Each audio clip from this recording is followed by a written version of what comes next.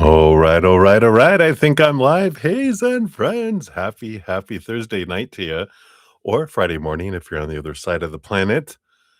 So good to see everyone. Hope you're doing well. We had a nice stormy, rainy day today. You can tell I'm a little sleepy looking. It's like it's one of those days. Just you just want to nap, right? But no nap for me. We had stuff to do. And we have tea to spread tonight. So we're excited to see what comes in for us tonight. So thanks for being here. And before we get into everything, I like to come back to this moment by taking a big, deep breath together, holding it for as long as you feel comfortable, and slow exhale out to come back to this moment, this now, out of the chaos of the outside world, out of the future, out of the past, coming back to right here, right deep inside of us, where we've got that wonderful bundle of love, this bubble of unconditional love and joy that we can tap into. And so we're going to do that. And then we'll bring in the singing bowl for more energy. So if you'd like to join me, let's do it. Big, deep breath in. Here we go.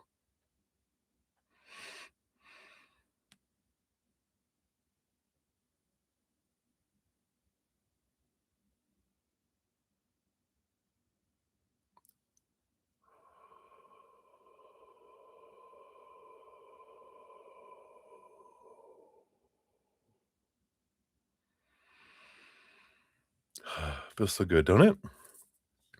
And then I will hit the singing bowl 3 times as I do. And when we do that, we just let that vibration just flow into us, fill up our hearts and all of our emotions, raising our love vibration, going into our mind and all our thoughts and beliefs and our stories, letting them rise in higher vibration, going through our physical body into every cell and joint and muscle, just every piece of our human body, raising its vibration. And then also, of course, our energetic body going down our chakras into our energetic meridians, out into our auras, filling us up, and then flowing out to the outside world, letting it do what it wants to do out there to help raise the vibration of the planet. So, if you want to join me in sending extra love out after the third gong, I will bring in the little magical feather, and we'll be focusing on just flooding out energy into all of the places of power, of authority,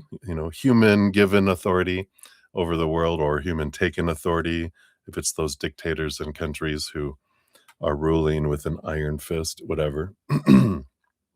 But we'll send love out there just to fill up every position of power and authority to raise the vibration of that office, the position, not anything personal against anyone. That's not the way love energy works. We just flood it with unconditional love energy, letting it fill it up and kind of putting a hedge around it of unconditional love.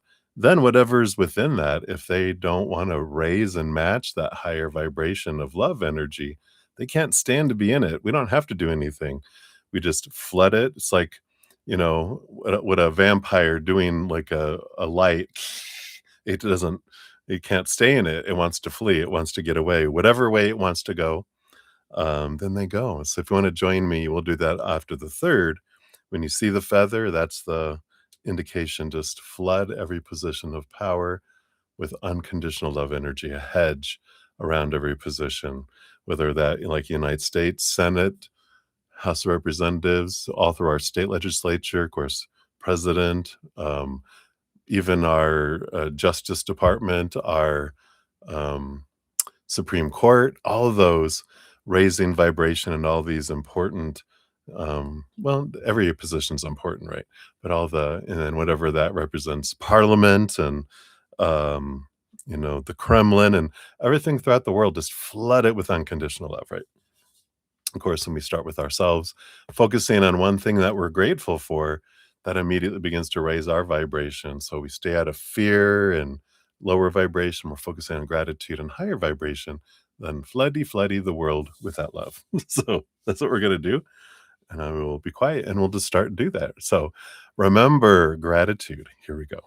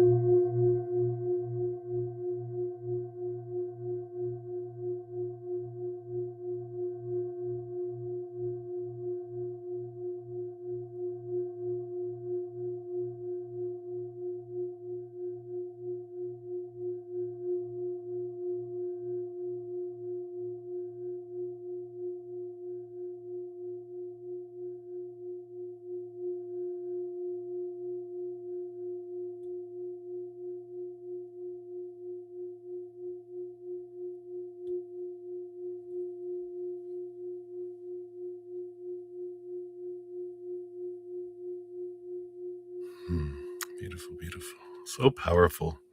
Thank you guys. I can always tell when you guys join in. Extra goosebumps and energy and flow. I love it. So thank you so much. That's the way to start a session. I tell you what, I'm so glad we have that ability. So welcome everyone. Wow, I can't believe it's already July 23rd. You know, we got Leo season going on. Happy birthday, all you Leo sun babies. Mercury has gone direct. So you're going to start to see things lighten up in the world of communication for ourselves. Still going to be a couple of weeks of post shadow, but the worst of it is over for now. We have Saturn going in retrograde in Aries, I believe on Saturday. So we got some little stuff happening still. There's always some sort of energy, but we're our power of choice and will. We get to wield that energy instead of get smacked around by it. So remember our power. Wow. So if you're new to my channel or new to these readings, welcome. I'm your brother Z. We are here to spill the tea. And we got a great group of Zen friends here with huge hearts and great senses of humor. So thank you so much for being a part of that. And there's always room for more Zen friends. So welcome, welcome. We try to keep it high vibration, supporting one another, laughing together, crying together, willing to go on road trips and take care of people together. No, I'm just kidding. We don't do that. It's all love and light here. Though if we needed to, we would all band together if we needed to, in love, of course. But if you want to know how the whole process works, for the readings, it's all down in the description box of the video, the stream down below. Donations do get first priority. So if you want to make a donation, you can use the super chat at the bottom, or in the description area of the video. We do have Venmo, Cash App, PayPal, Square, and Google Pay. So you can make a donation those ways. We currently don't have any set dollar amounts, but depending on the dollar amount is how deep we dive. A dollar donation will be ankle deep, like a little chihuahua biting at the ankle, right? I'm in a weird mood today. Good luck, everyone. I even got my it's called Galilean invasion. No, Galilean abduction is what it's called. So getting sucked up in the starship. Here we go. Um, but so that's how the donations work. If you want to dive deeper, higher donation, we do dive deeper in those. And so thank you for your patience. Sometimes I get some deep diving readings and we dive deep. So thank you so much. And we learn so much as well through those. I know I learn a lot hearing what spirit has for people. So of course you're welcome to hang out. If you make a donation of $5 or more, you do get a little piece of cake, spiritual cake. We're finishing up the art therapy oracle tonight, and then we've got another one. If we do finish up these, we still have almost enough probably to get through tonight. We'll see. We'll see how it goes. If not, I got to back up. And if your donation is under $5, do I still have a tag in this? Itch. And I think I have ADHD. I don't like tags on my shirts. um, we're going to finish up this Year Fine deck. It's a hilarious deck. We've only got 4 of those left, and then I've got a couple more backups for that too once we finish those. I do post a pinned comment at the end of every session listing all the readings completed with timestamps. I do mention in there if I finish the free readings or not as well. Some nights I don't. Last night I didn't get to any. Had a wonderful night of donations, which I'm always so grateful for. But I did jump on this afternoon and finish those up. Oh, I don't think I changed the date on this one. Hold on. It's not the 18th. It was the 22nd, right? I updated the link, but not the date. So here is the link for this morning session. So if you had a free reading, I didn't get to it last night. I think I had like 31 that I completed this morning or this afternoon. Went on at noon. I had trouble going to sleep last night, so we definitely. There we go. Sorry, I had to fix my iPad again. A lot of energy going on. So I did sleep in, got some rest, and we went on, and so we finished that. That's what I was saying before I was distracted by my pad here.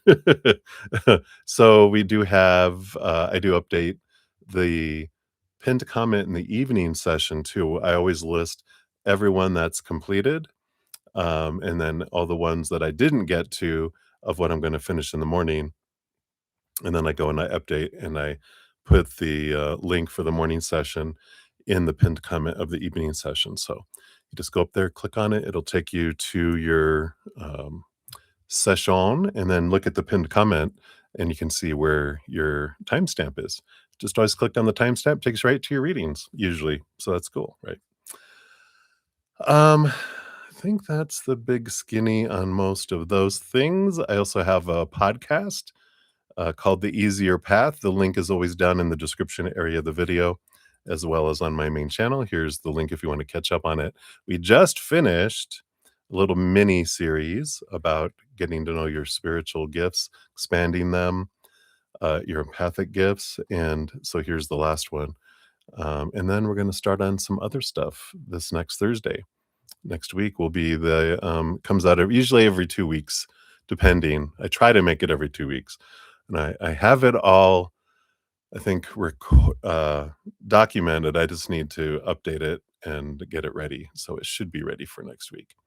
Also, if you haven't heard, I'm celebrating reaching 2,600 plus YouTube subscribers. So thank you guys so much because of that. Every Monday for the month of July, I am having a drawing, and you don't have to do anything for these.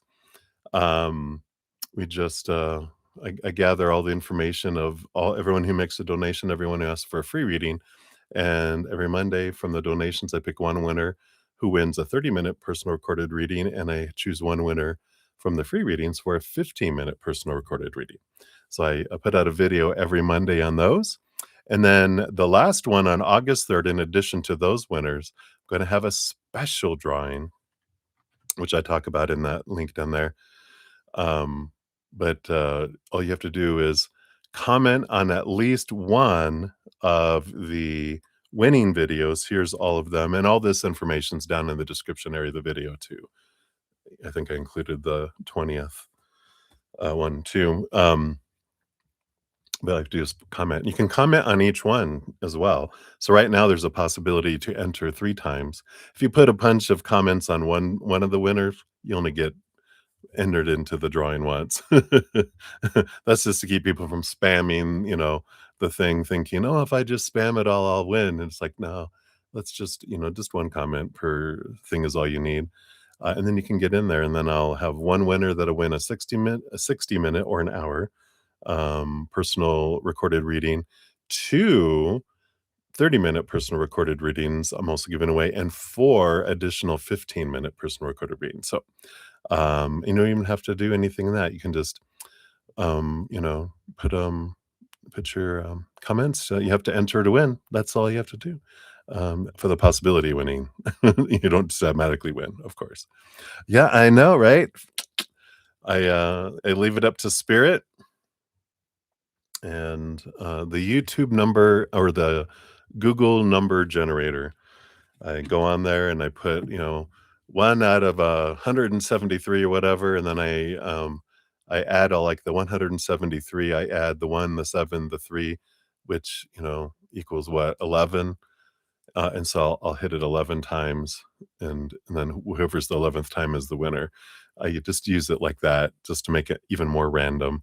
So we do that. So I like it. All right. So I think that's all the skinny on all the stuff. So let's make sure we've got all of my lists updated, and we will get into it. So I had gotten down to here. I'm starting to put little emojis to make sure to make it faster. I'm learning as I go. I'm going to fine tune this thing. So we got down to here. So Ravit, I see you. Hello, hello. We'll get you under the free readings. You'll be number 4 for the free readings. Let me adjust this a little bit. There we go. So it'll be number 4. And then we've got Donna Marie. Hello, hello. Good to see you. So ask your husband. All right. Very good. We'll get you. You'll be number 5 on there, Donna Marie. Boom, boom, boom. Then we've got Marilyn in the house. Hey, Marilyn.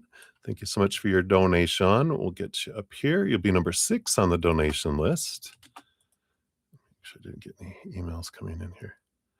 Oops. Okay. Okay, it just came through.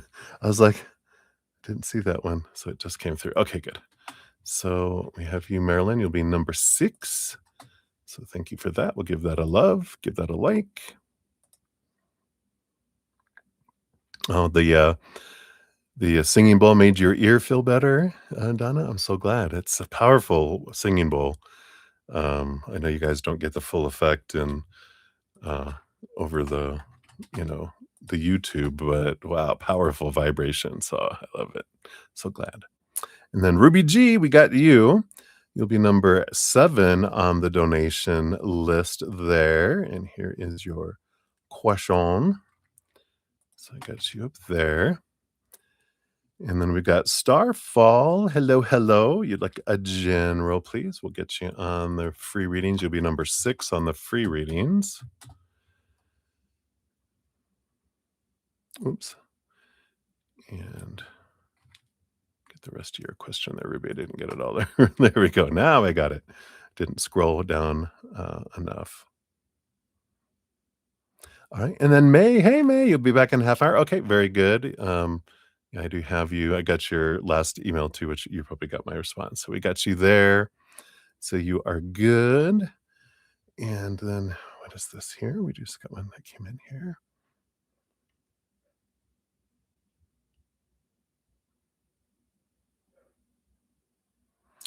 All right. And Debbie O, we got you coming in here, raining in the Texas. Yeah, right.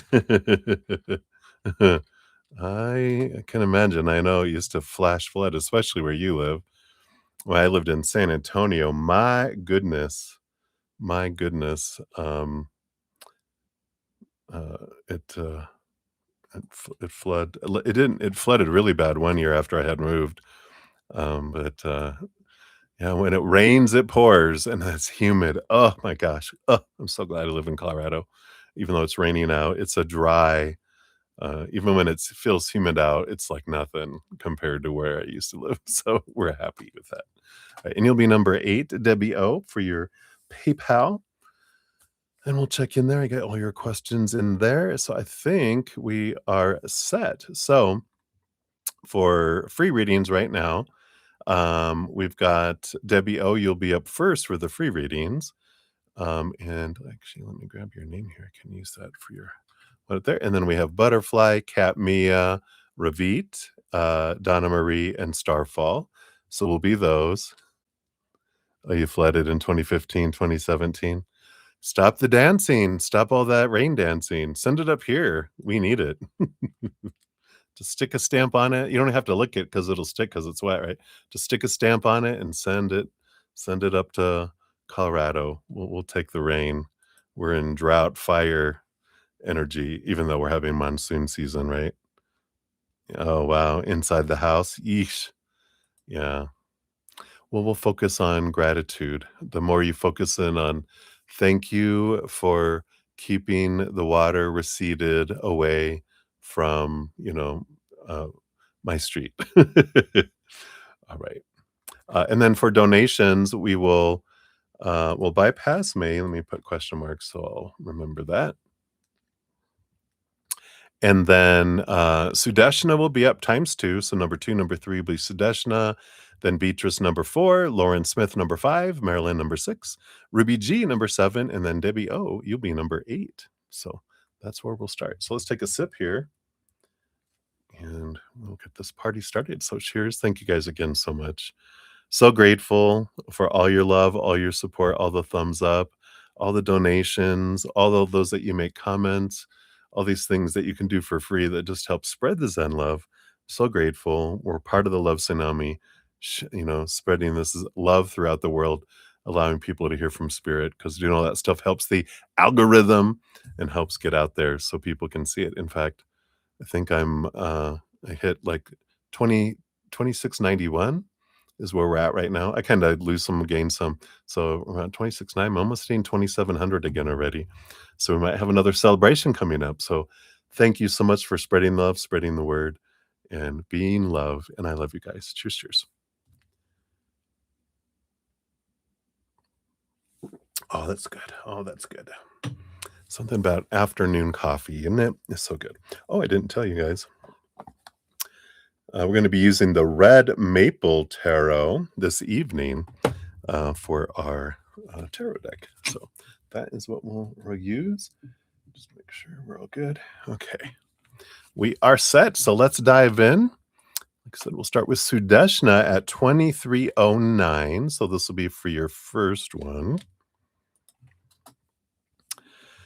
And so you've applied to 2 job opens today.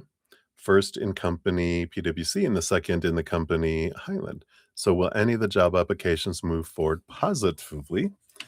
Okay, we'll look at that first.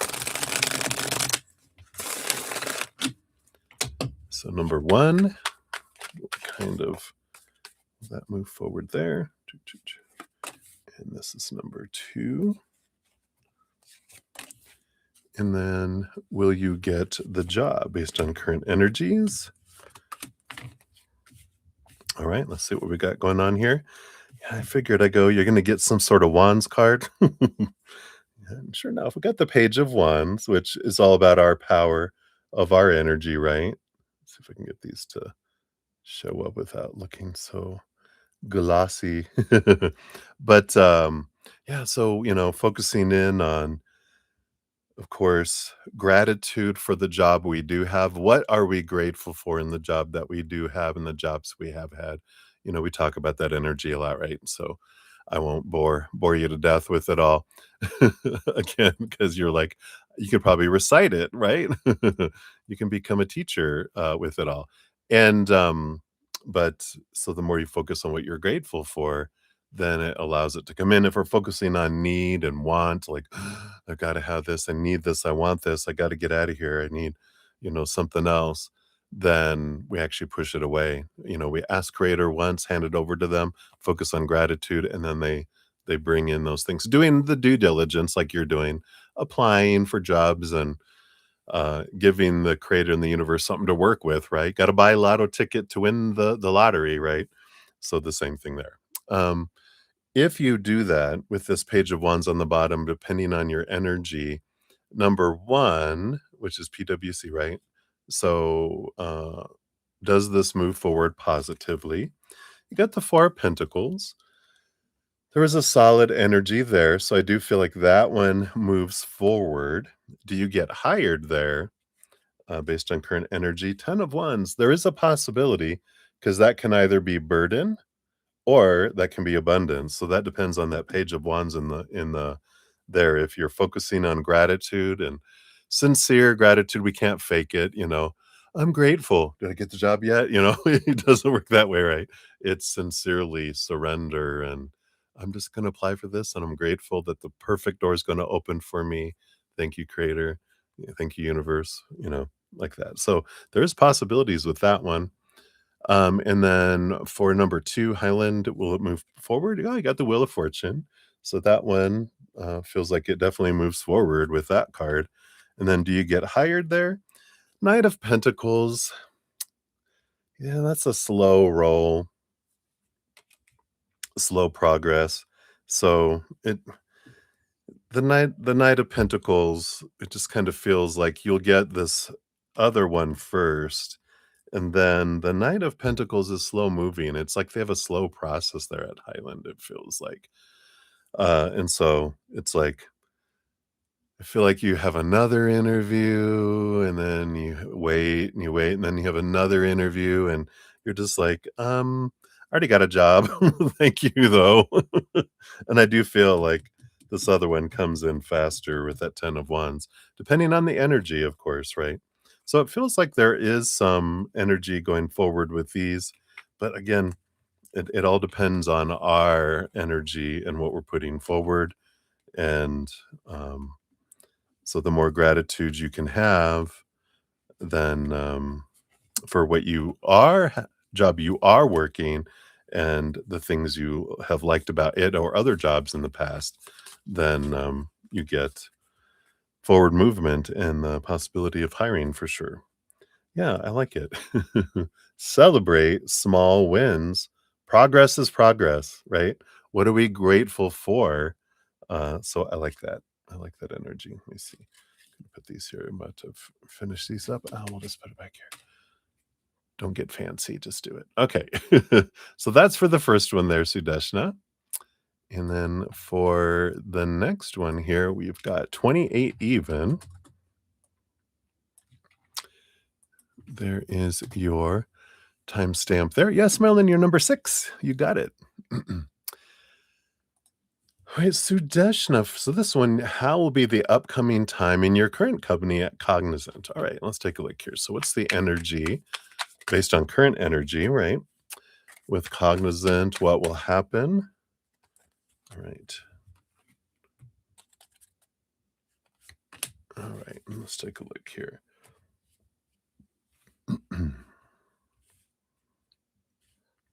So what's your current Yeah, here you got the Knight of Pentacles there too.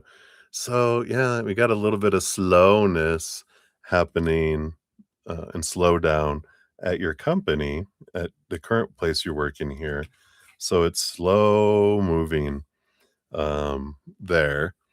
Um, and what else will happen? You got 4 cards for this. You got, yeah, temperance, slowness, things slowly unfolding. There is Knight of Pentacles and Temperance is movement, kinda like we did for your last reading. Slow movement, though. We've got the Lover's card. So a lot of emotional choice is what you're learning with the slowness that's happening where you're currently at, and that's because whatever we're experiencing, it just is until it gets in here, right? And we put a story, and then we choose an emotion that goes with it, right? So if we learn during this process of no matter what is happening, I get to choose how I feel, then things start speeding up in the outside world, just in your life, around work, especially because as you're stepping into your power of emotional choice, then you don't need those lessons of slowness and, um, you know, uh, having that ability to really absorb what's happening and how you're emotionally reacting instead of emotionally choosing to respond, right? So I love that. Yeah. And then you have victory, you have an ending of a cycle, a beginning a new adventure, and then comes the Queen of Pentacles. So they have a little story that's unfolding there. This is what the energy of your experience at Cognizant is you got slowness and temperament, energy. It's slow moving, you're learning your emotional choice, and as you step into that emotional choice, then the old cycle ends and you have abundance and you move on to something else, right? And underneath all that, yep, 10 of Wands again popping in here, even though I put that in the middle of the deck. So whatever you invest your energy in determines how fast it goes and um, how big it grows too. So I like that. So hopefully that helps. So the biggest thing, takeaway, right, is focusing in on kind of a mantra. No one makes me feel any certain way. I choose how I feel. How do I want to choose to feel in this moment? And then boom, you get your power. Then you have, yeah, and then you get the patience card. Be patient. Growth takes time. Ugh. All right. So that's what they have for you, my dear. Thank you again for your donations. All right. So we will move on here. Let me just do a quick shout out here. We got Moncloa. Hey, hey, good to see you. We'll get you on the free reading list. You'll be number 7 on the free readings. All right. And then up next, we do have Beatrice at 32 even. So Beatrice, here's your timestamp. There we go.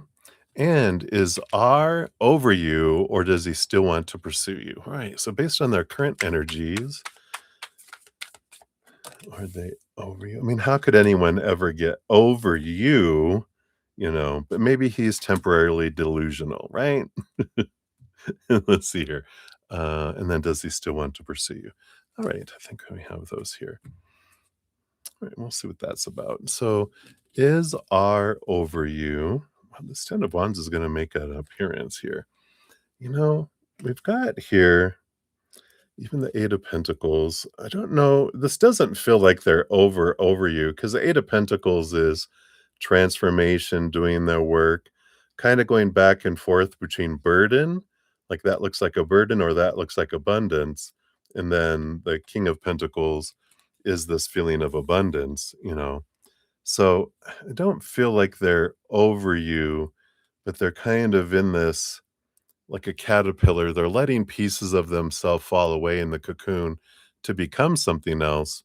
And we don't know what that new self is going to choose once they finish this energy of transformation. Does he still want to pursue you right now? I feel like they're pursuing their self love with this Page of Cups and the Six of Wands. And this makes sense where it's not so much that they're have made decisions about the outside world. It's almost like they went, "World, hold that thought, I'll be back," and then whoosh, they go into their cocoon to look at themselves. Because we have the Ace of Pentacles, on the bottom of the deck here for your reading, which is a new opportunity, but it is an energy of looking at our worth and our self-worth. So I kind of feel like they are more inward focused, trying to look at their own self-worth, that they've paused. So I don't feel like they're, like, over it, and uh, they haven't decided if they wanna pursue or leave yet. It's kinda like they hit the pause button on life and a lot of things, so they just had a lot of stuff that they were overwhelmed with, and I feel like they put a pause, and now they're inward trying to figure things out, letting things fall away that don't serve them. So, you know based on current energies, it doesn't feel here like if they had to decide today, they would be like, "No, I'm not done yet." If you back me in a corner with where I paused everything as the caterpillar going into the cocoon, "No, I'm not done yet. Well, I probably will pursue when I get out of the cocoon, but I'm not sure what that looks like yet." That's kind of their political answer, right? But I feel like that's their energy, what they're saying as well. So I don't feel like it's absolutely over, but they're in this cocoon. So they must have been hit with a lot of stuff from a lot of places in their life. But that's what they got right now. I know. But you don't have to wait for the cocoon. You can just set the cocoon on fire. Kill. Don't do that literally, figuratively. You can be like, that's okay. Psh, I'm done. I'm done with the caterpillar. I don't care what kind of butterfly they're going to be. I'm ready for something else. Or you can be like, you know what? Let's see what comes out of that butterfly. I'll keep an eye on it. I'm not going to hold my life up either to see what the caterpillar looks like when they come out of the cocoon, but I'll keep one eye. I'll keep checking, right? Etc. Yeah. And then you have let it go. Not every thought deserves attention. So I like that too. It's like, it's over there. I'm going to let it go and I'm going to go about my life and we'll see what unfolds over there. But I'm not going to hold my life up for it. So that's what they got for you, Beatrice. So we will see what unfolds with Mr. Caterpillar. So many blessings to you. Take a quick sip here. We'll dive back in. So cheers, everybody.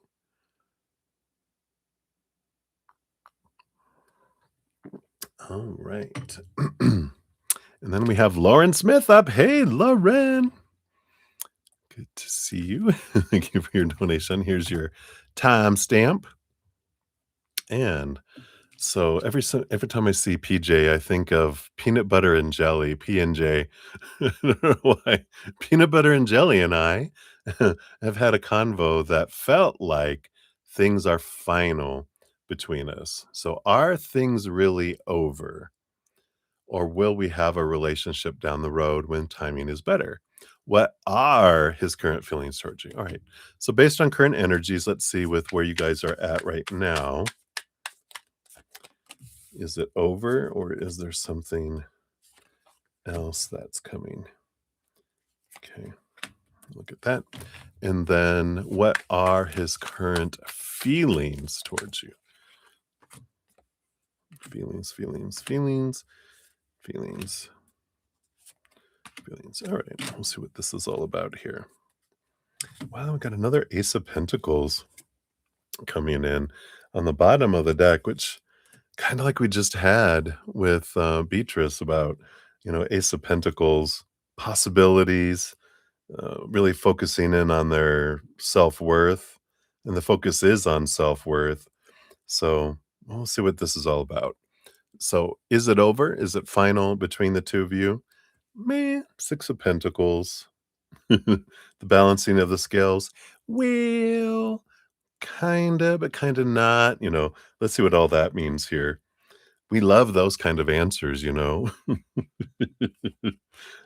have the Eight of Cups. So here is the walking away from emotions and relationships that don't serve. So here is the walking away scene where there is, ending of relationship.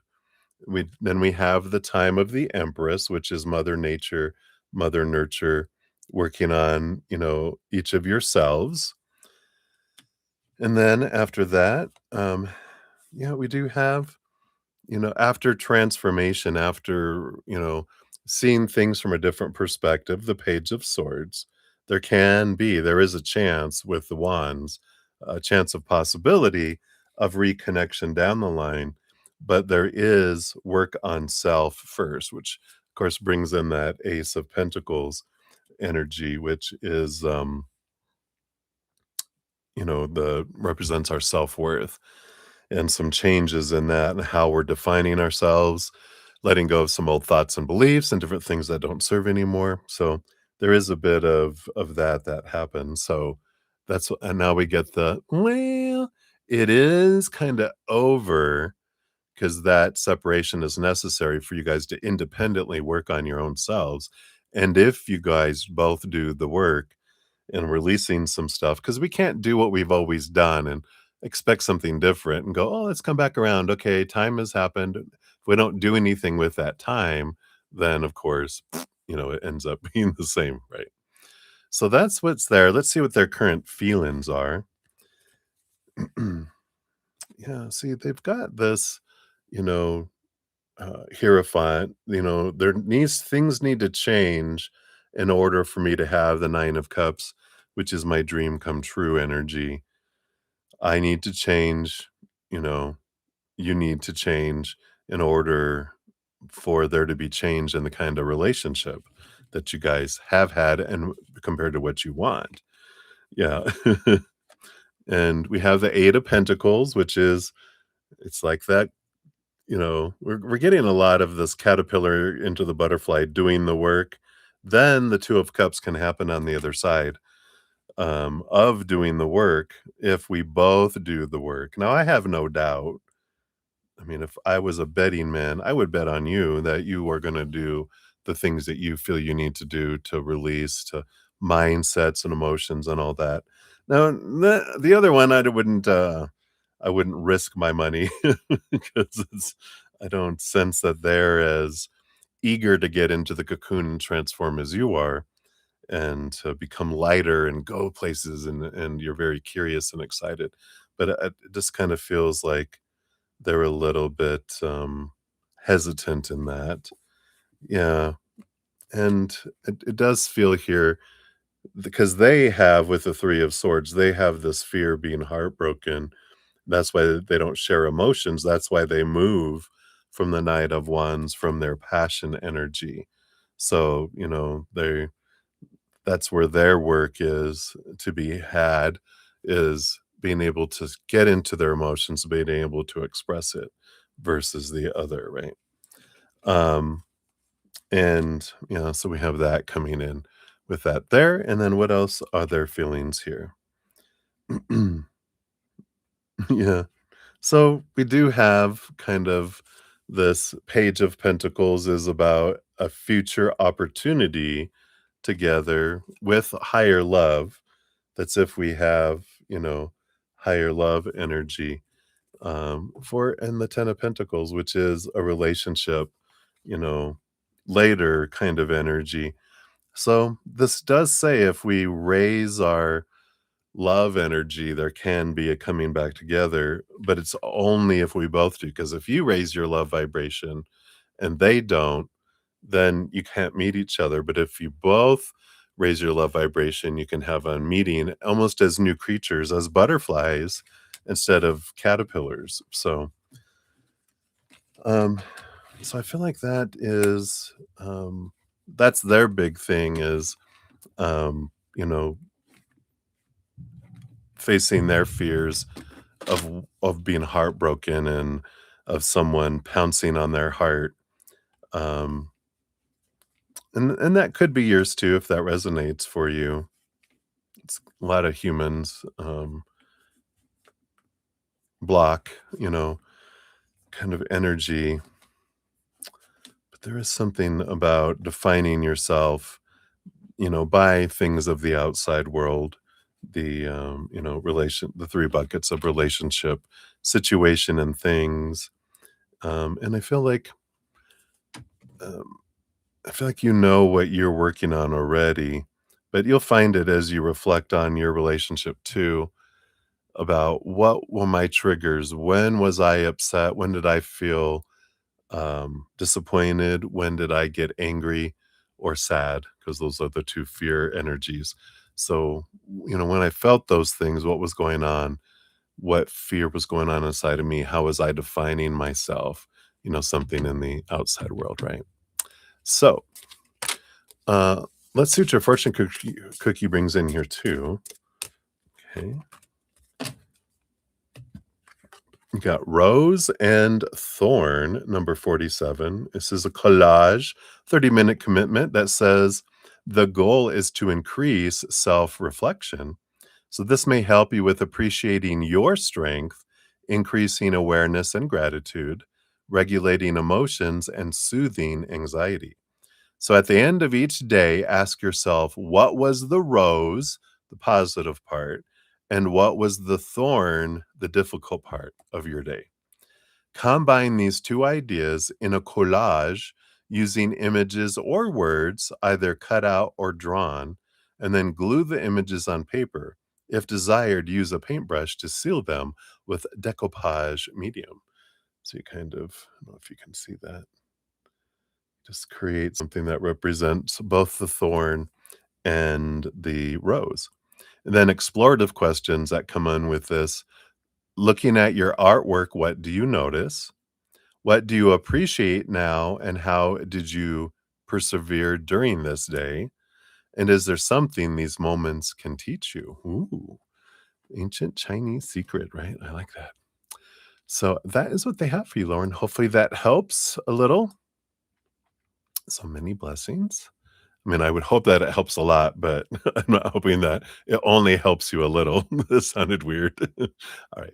But that's what they got. So we'll continue here in a moment. Let me just do a couple shout outs here. We got Livier Vagara. Hello, hello. I am doing good. Hope you're doing well. Tomorrow's your birthday. Happy early birthday to you. And we'll get you on. You'll be number 8 on the free reading list. And then we've got Monty McConomy. Good to see you.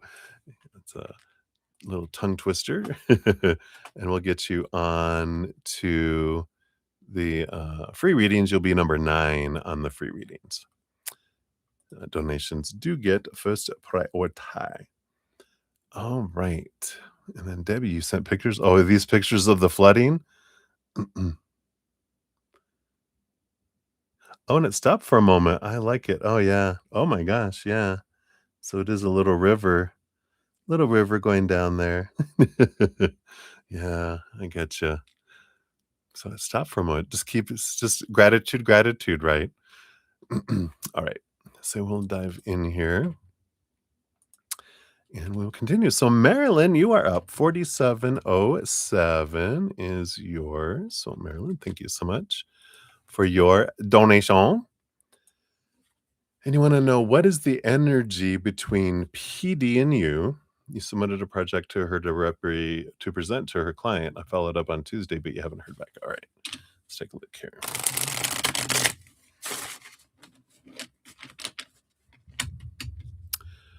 All right, so what's the energy between PD and you? All right, so we got this, we got this, got this,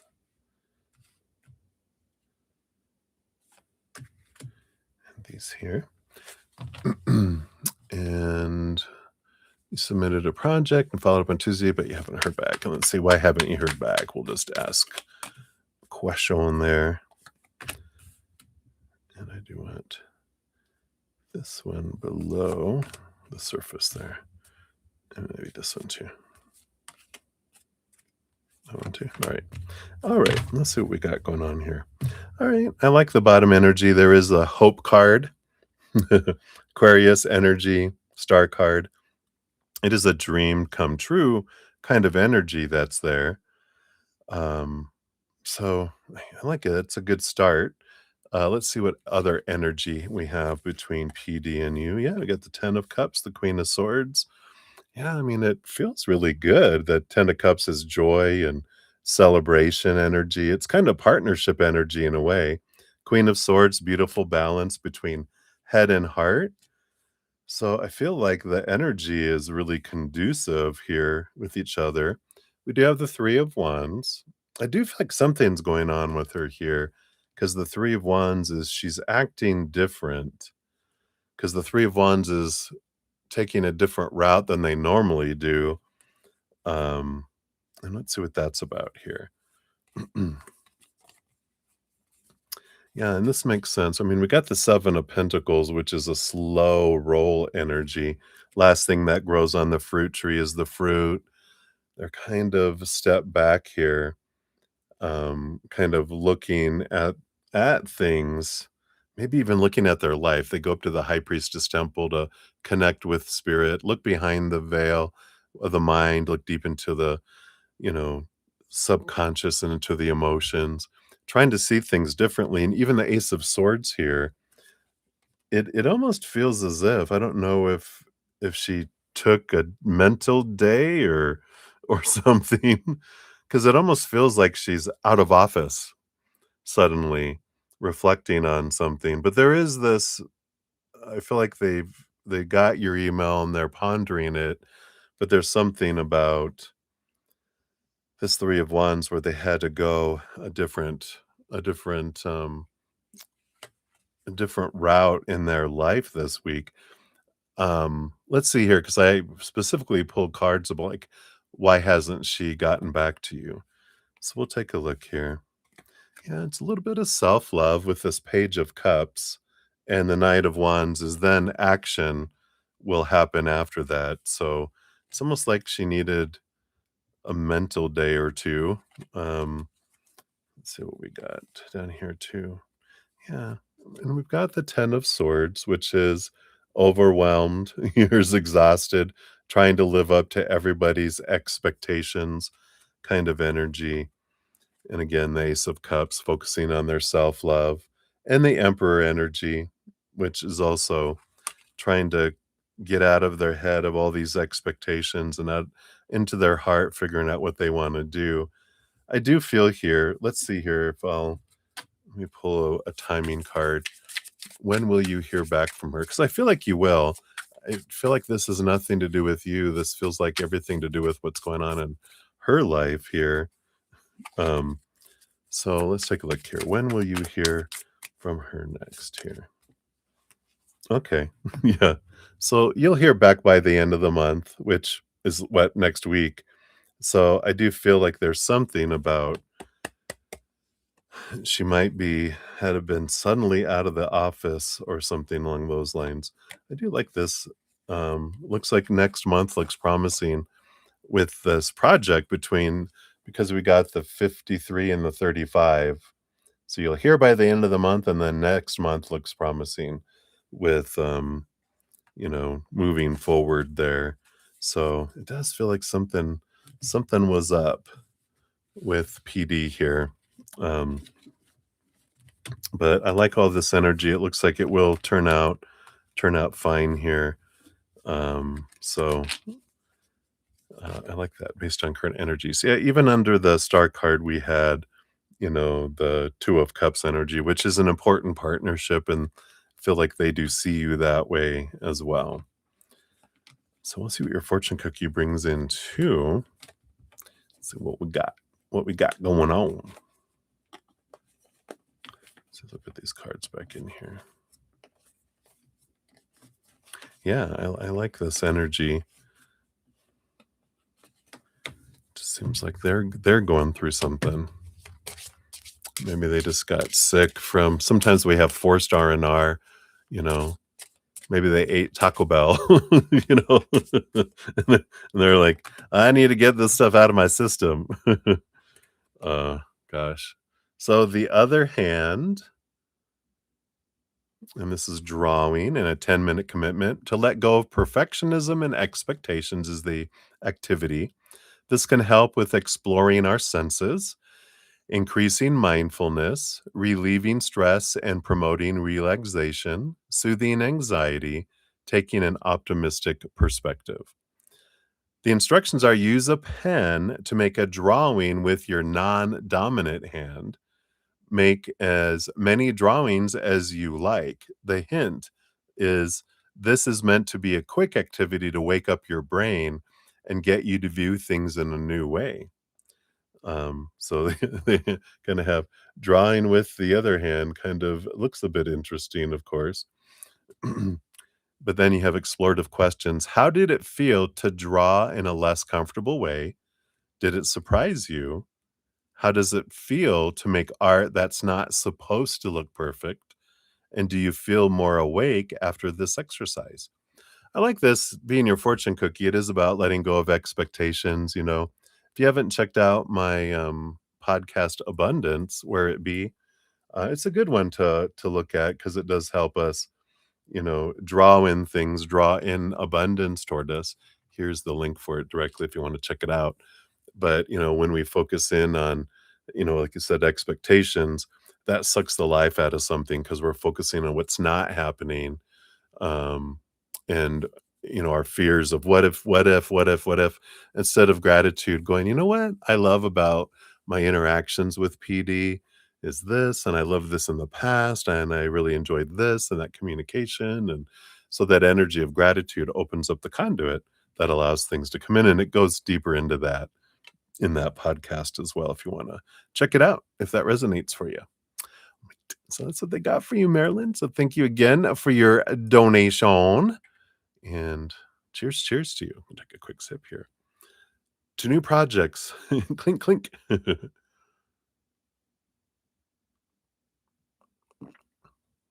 hot, hot.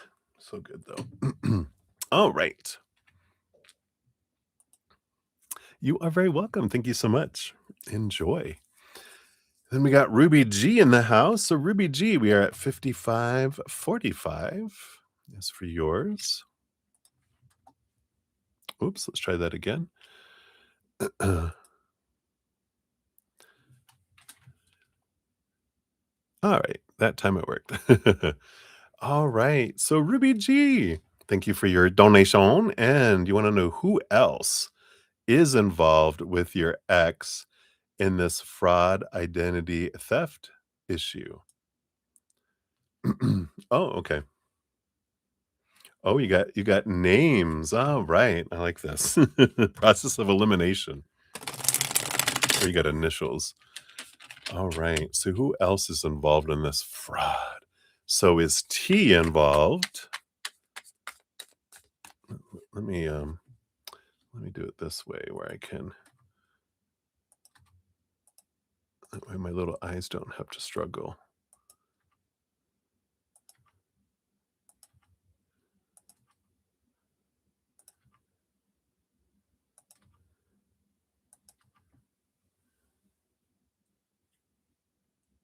Okay, very good. Yeah, when from the reading that other day, it almost felt like it was personal, but I also feel like it's part of a bigger theft ring, like a identity theft fraud ring, like with the mafia or, whatever. Um, so we'll take a look here. So was T involved? Look at that first. We got Page of Cups, the Hierophant. You know, it's interesting because the with that energy, this is like they might have wanted to be with the Page of Cups because that's like a heightened emotion. It's like a happy emotion, but the Hierophant is they were like, "No, I don't want to," 'cause that's the number of change, like, "No, no." Like, they were trying to draw 'em in, and they were like, "Okay," but then like, "No, no." So I don't feel like T did. They might have been teed up, to, be involved, but they opted out. What about A? Was A involved? Got the 9 of Pentacles. No, they're off by themselves doing their independent theft. So or whatever they're doing, but not them. What about his mom? Got the 9 of Swords. No, she's too busy with her own fears and nightmares. Enough to worry about. So mom not involved. What about dad? So his dad, your ex's dad, was he involved? You know, I feel like he was tempted for the 10 of Pentacles for money, but the 3 of Swords, um, I kind of feel like mom got involved in that. And they were like, "No, no, I don't wanna end up, you know, being a disappointment and having any of this happen." So I don't feel like their dad was involved here. With that heartbreak energy there. The 10 of Pentacles was tempting of a lot of money? What? And they're like, "Oh, but I don't wanna do that to people and get caught and have it hurt me." Is more the last part is the real serious part, right? It's like, I don't wanna do that to people, but really it's I don't want anything bad to happen to me. What about his sibling, your ex's sibling?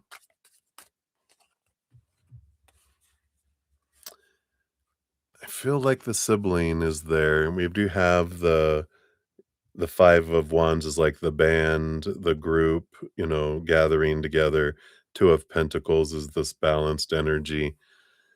So I do feel brother, or not brother, but sibling was involved there with 5 of Wands, because I feel like they're involved with the friends and the whole group. It's kind of peer pressure, trying to s trying to keep it balanced too. 'Cause I feel like they really didn't want to, but they were like, "Well, because of everyone else that's involved, I feel like they know each other." And um, so it could be the band is involved a little too, but we'll find out here because that just came floating out of my mouth, right?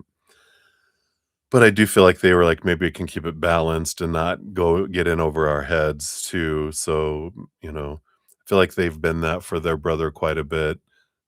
Anyway, you know, I they're the ones that kept your ex out of trouble a lot, is because they would step in, they would keep him from doing things. When all the stupid stuff he did when his sibling it felt was not around kind of energy.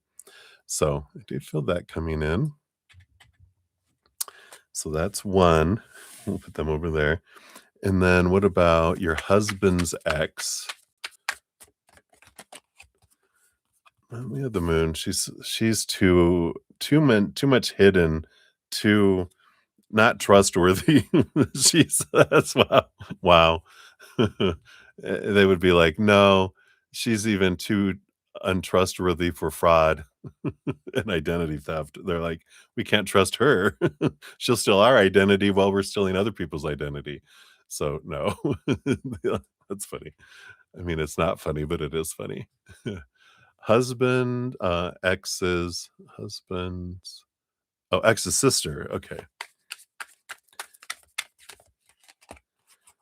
Ace of Cups. No, I feel like she still has self-love, so I feel like she's doesn't wanna do that to other people. that are there. All right, so those were those big ones, and then anyone from the former band. Let's take a look here. Is there anyone from the band, the former band, right? Um, Four of Swords. It's an interesting energy of resting, because I heard resting our laurels. Is that resting our yeah? And the Four of Wands. Was it 4? Is there 4 people in the band? Because we got the Four of Swords, the Four of Wands, almost feels like the Four Musketeers, and then with the Five of Wands being sibling and the 4 members of the band. Did the sibling, were they friends with them? It's the energy I got there, and I feel like there's somehow involved here. Yeah. 'Cause I do feel here well, we'll get the Ace of Swords, which is clarity will come in, regarding all this. It will be found. We've got the Queen of Wands and the Two of Cups. So there is action that will show the partnerships, will show the interactions that come in with it as well. So I do feel it feels like the sibling and the band, 'cause and so it's like whatever 4 the 4 musketeers from the band, um, so I feel like that's, means something, um, yeah, so that is what we have, going on there. Let's see what your fortune cookie brings in here too. Alright.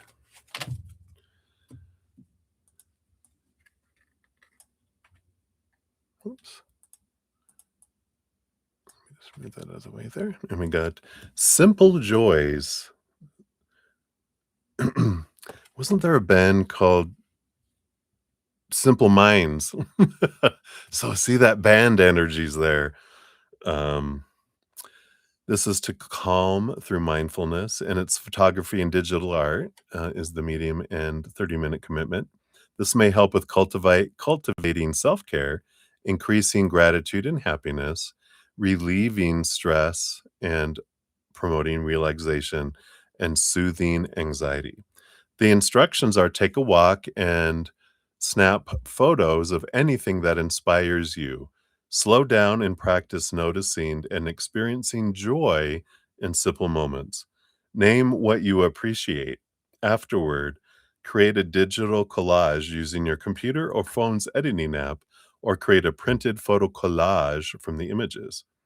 The explorative questions: how does taking photographs during your walk change what you notice? Did anything surprise you? And when you name small moments or simple joys, how does this change your mood? I love it. It's like, realize it gets you to pay attention to the things in the moment that you're enjoying, instead of, we get dragged out into all the drama that they have out there, right? So hopefully that helps, Ruby. That is what they have for you. So many blessings to you. And thank you again for your donation. Right. And then up next, we got Debbie O 10608 for you, Debbie O. Hopefully you're still above water, right? I'm going to take a look here. One more. Now that it's you, I'm going to take a hello. Take a look at your pictures here.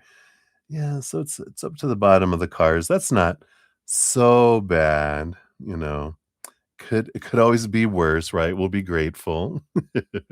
So we'll bring up your questions here in the PayPal. So thank you again for your donations. And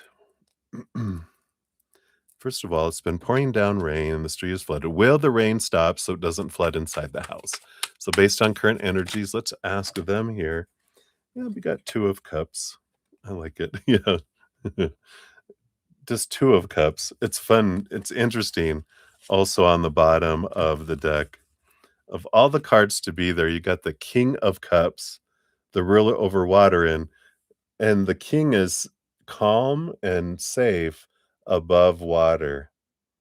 It doesn't enter, it stays well below the house here, so I like that. So that feels like a yes, it feels like we're good there. Praise God. I like that. Oh, and even underneath that, you got the 4 of Pentacles, which is the symbol for home.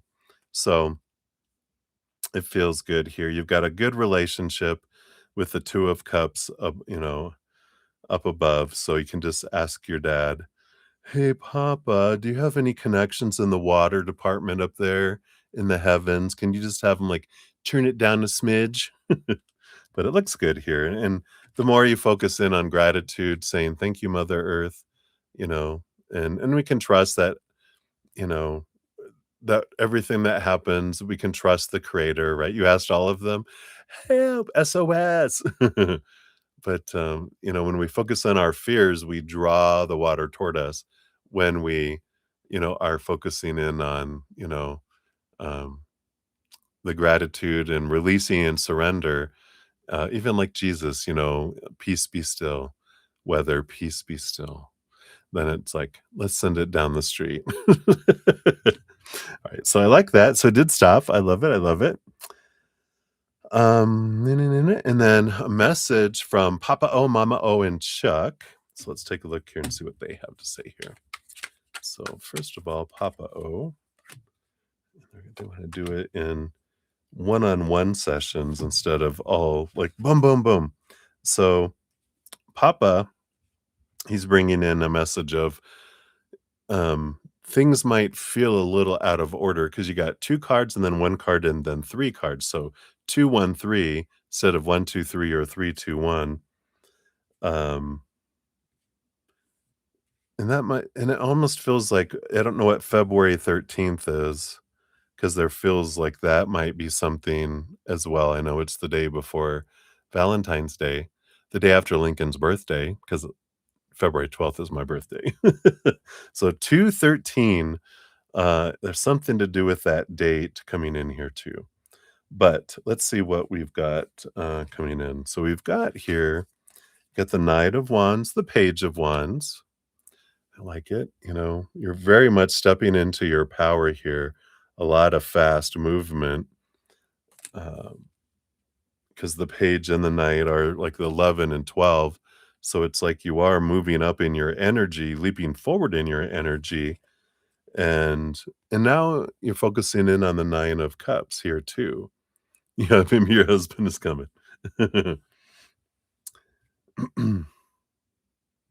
So this is something about the dream come true and something fast coming forward, something speeding up here for you. Let's see what these other things are here. Yeah, maybe you're right. You got the 4 of Wands, which is the marriage card. You got the Queen of Cups, which is that empathic energy, and the Queen of Swords, which is the perfect compatible person coming in here too. So February 13th, it does feel maybe I don't feel like that's the day of your wedding. Maybe. What's February 13th, 2020? 2020. I don't know if 2027. Let's see here. February 13th, 2027 is a Saturday. So maybe that is if you get married on a Saturday. What about 2028? That's a Sunday. So maybe it's 2028 is the magical marriage date. Right before Valentine's Day. So interesting.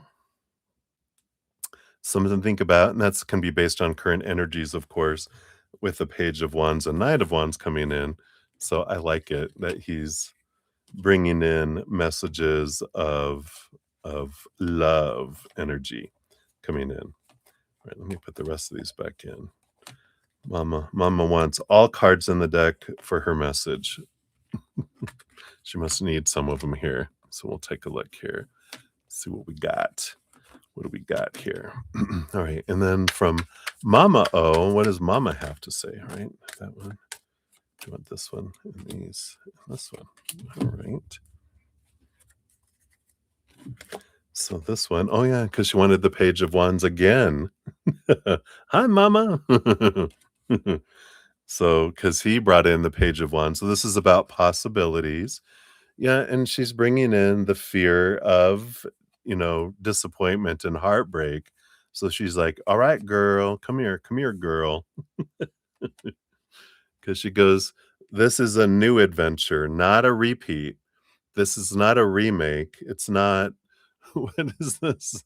It was it was a it was like a remake of a movie, something Part Deux. It was a comedy. She goes, "It's not Part Deux. This is a completely new movie. Queen of Wands, you're in charge of how things unfold. Before you were kind of being led around and now you're on a new adventure, free of expectations and full of opportunities with Knight of Cups." Yeah, they're really bringing in the romance energy here, right? Yeah, adult to child, adult to adult, exactly. It's not this isn't something, and I like that, you're not a child anymore, um, and you get to yeah, and even the Fool to the Queen of Wands, right? Is that what you're saying? Kind of, from being a child, which is the 0, to, a queen sitting on a throne. That was you in the first relationship. You didn't know any better. Now you know a lot better. So I love that. So mama's going, "Girl, just know, this is a different situation. It's not the same one." So I like that. She's so funny. All right. And then Chuckaroo, Chuck the Clown, Chucky the Clown. All those? Oh, those. Okay. He's like, "No, just those first ones here." Is that all you want to talk about here? Okay. He adds on a little bit, but you got the Knight of Pentacles, which is slow, temperance, slow, trust that things are unfolding, patience, divine timing. You're having the opportunity with the King of Swords to change your story, see things from a different perspective, pretty much undo the crap that I introduced. I helped you experience. You're transforming things. You're changing the story of stuff, and you're having the time to do it. So there's not a rush. Just take the time because it'll be worth it. So I like that. He's like, get to be the bearer of the take it slow energy that's coming in. It's happening on purpose to give you the time to see things completely different and experience it completely different. Different point of view, right? And then any messages from spirit, anything else you need to know? Let's take a look here. So, what else from spirit here?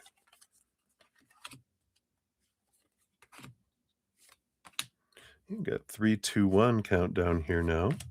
So, let's see what this is counting down to. Okay. Well, I guess this all just turned into a love reading for you. A good check-in, because you've got the Knight of Cups on the bottom of the deck. So here again, this is about romance and movement. Let me take a quick sip here. Cheers, cheers.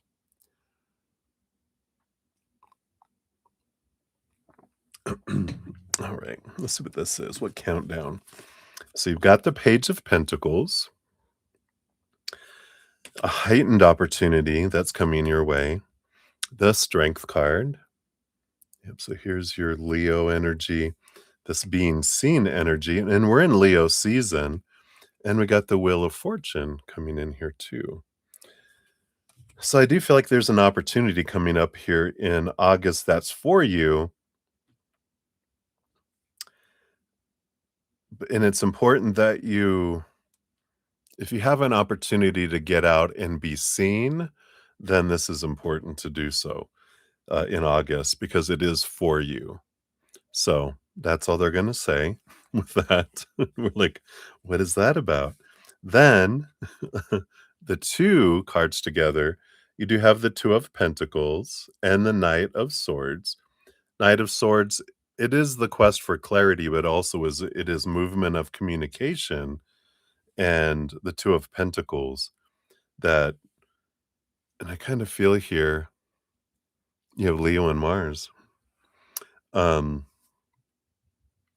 but there is something here about um, this is one opportunity of two in August to connect with someone and talk with someone. So it's important. Who is this? Can we know who the person is? We have the Eight of Swords, which is an opportunity and a flow of letting go of old ways of thinking, those thoughts that made you feel blinded and bound and trapped and restricted and small. And yeah, and I feel here we've got the Nine of Wands and the Empress energy, which does talk about,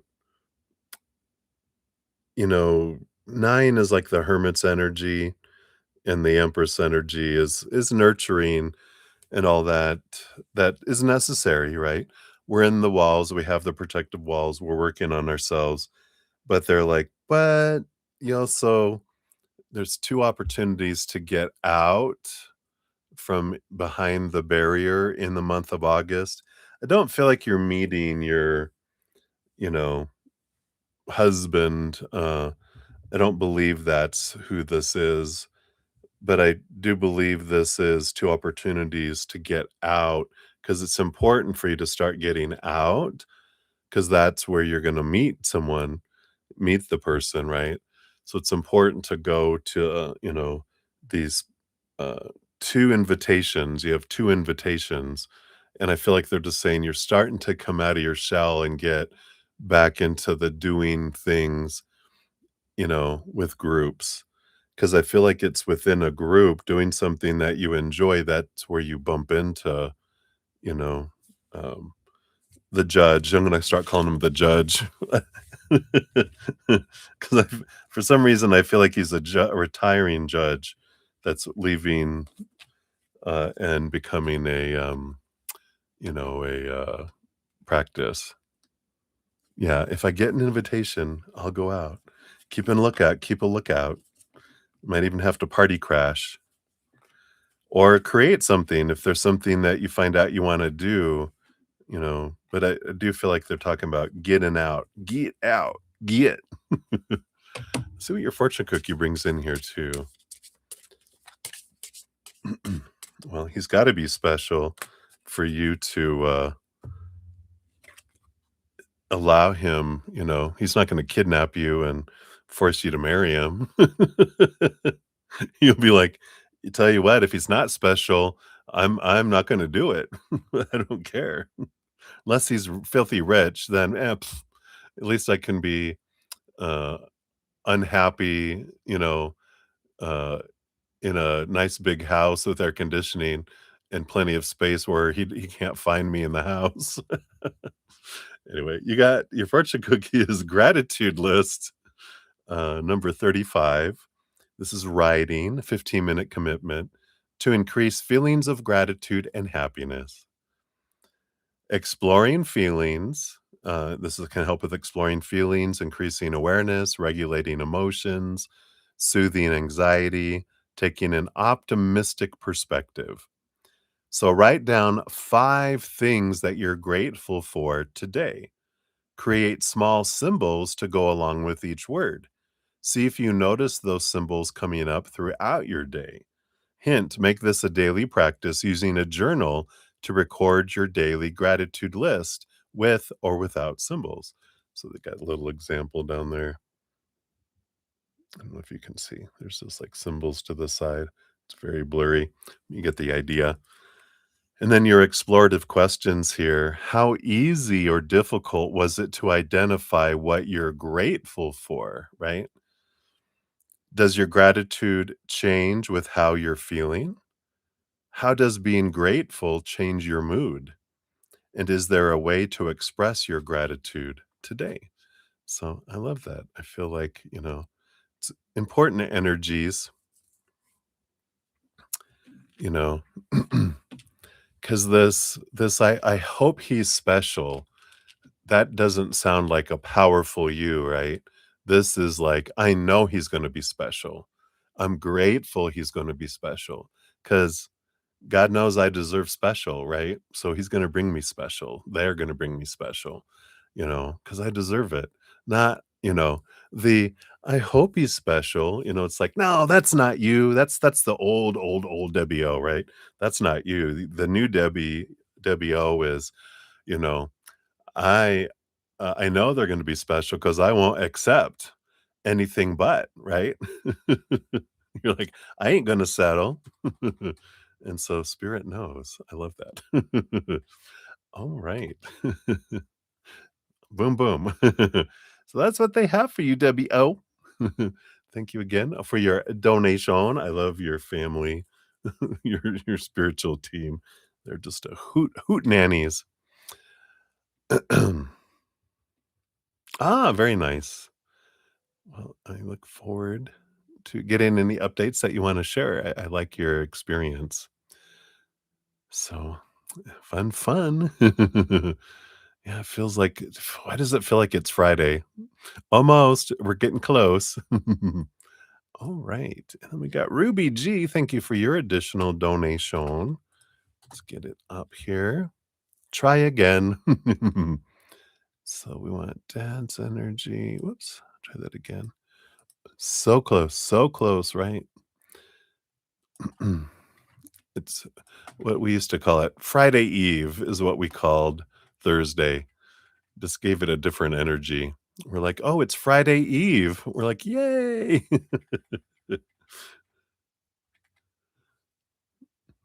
All right. So let me take a quick sip here and we'll dive in, Ruby G. And then maybe May is back coming in. May, are you back? Cheers, cheers.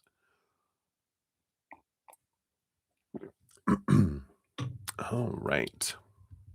So Ruby G, we got 124.24 for yours. Put that there. And so we want to know dad's energy. Um, oh, he helped break into the house, go through your belongings. Oh, I'm curious about the band's energies. But could the boys' friend group be involved? I know T helped with other crimes and has ties, but if the siblings involved, they know the boys more than they know the band, unless they became friends or something. So maybe we can see if the boys were involved. Maybe more in T and sibling. Okay, very good. Take a look here.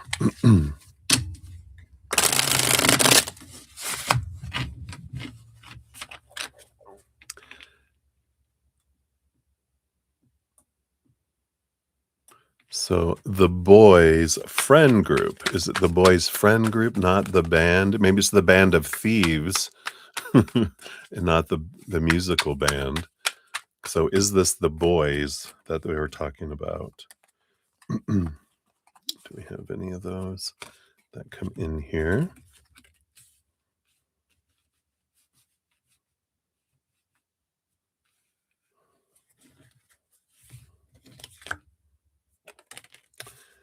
I don't know. I mean, I'm getting here. We got the justice card coming in here. It's like the law. And we've got the 9 of swords, and there's this, the nightmare and the insomnia versus the king of pentacles. Was it worth the risk? Because it feels like here that maybe they got caught with something and they're on parole kind of energy, or they've, you know, uh, have like the justice department, a lot of stuff that's bringing a lot of fear with the boys' friends group, um, that has created a little bit of like a fear energy. And let's see, has it changed their behavior? So they weren't involved then. They have the relationship, so they still have a strong relationship with them, but are they involved in the crimes? Now the temperance. I feel like they've slowed down. Temperament is like, "Whoa, whoa, whoa, we need to kinda back off being involved in any of this kinda stuff." So it does feel here, I mean, feels like the boys,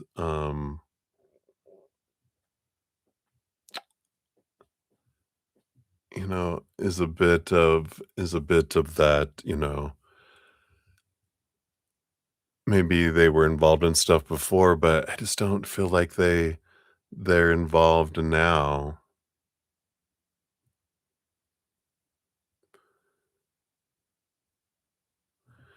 So let's see here.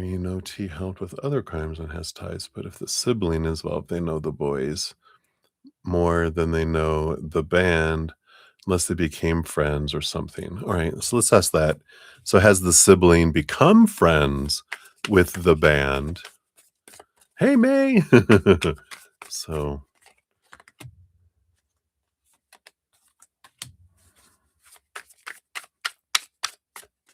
let's see what we got here.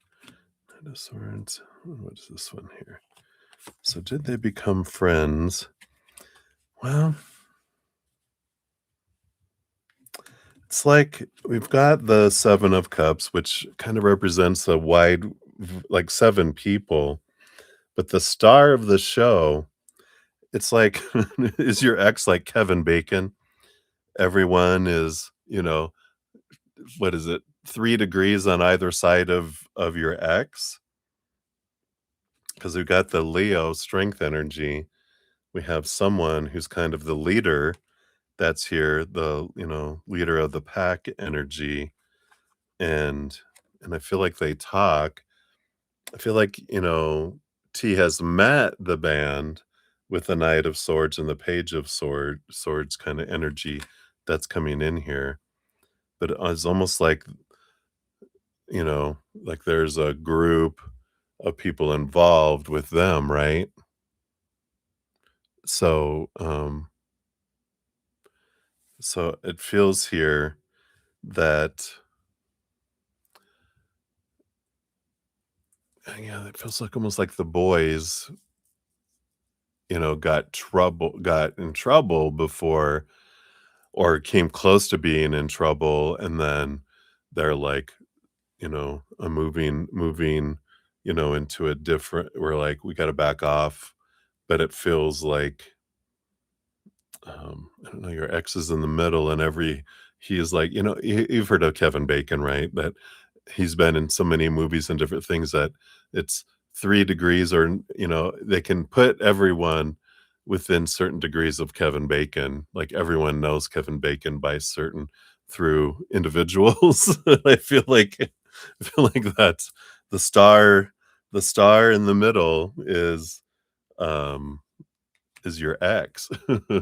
Kind of feels like here.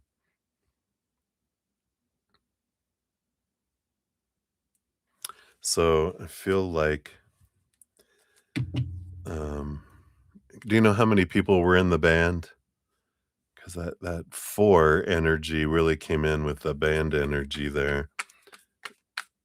Is there 4 boys? The boys, is that 4? Or because let's take a look here, and then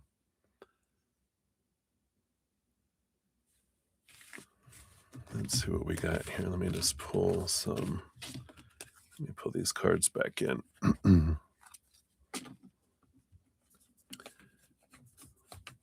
More on T.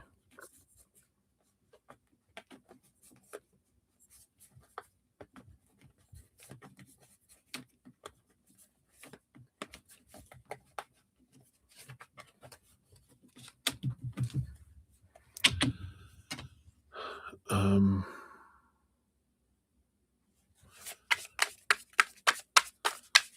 let's take a look here. So about T is 5 of Cups. So T is a little bit of, I don't know, depressed and down energy. Because we got what did we say that he wasn't involved? Because this 5 of Cups feels like they're really rejected and down kind of energy. Let's see here. What about the sibling? What can we know about the sibling here?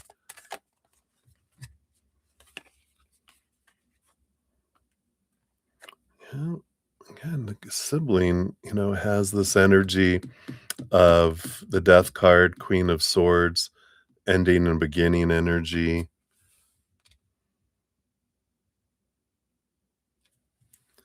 new beginnings. But I feel like they're more involved in things here. We got the Nine of Pentacles looking for independence, as well here.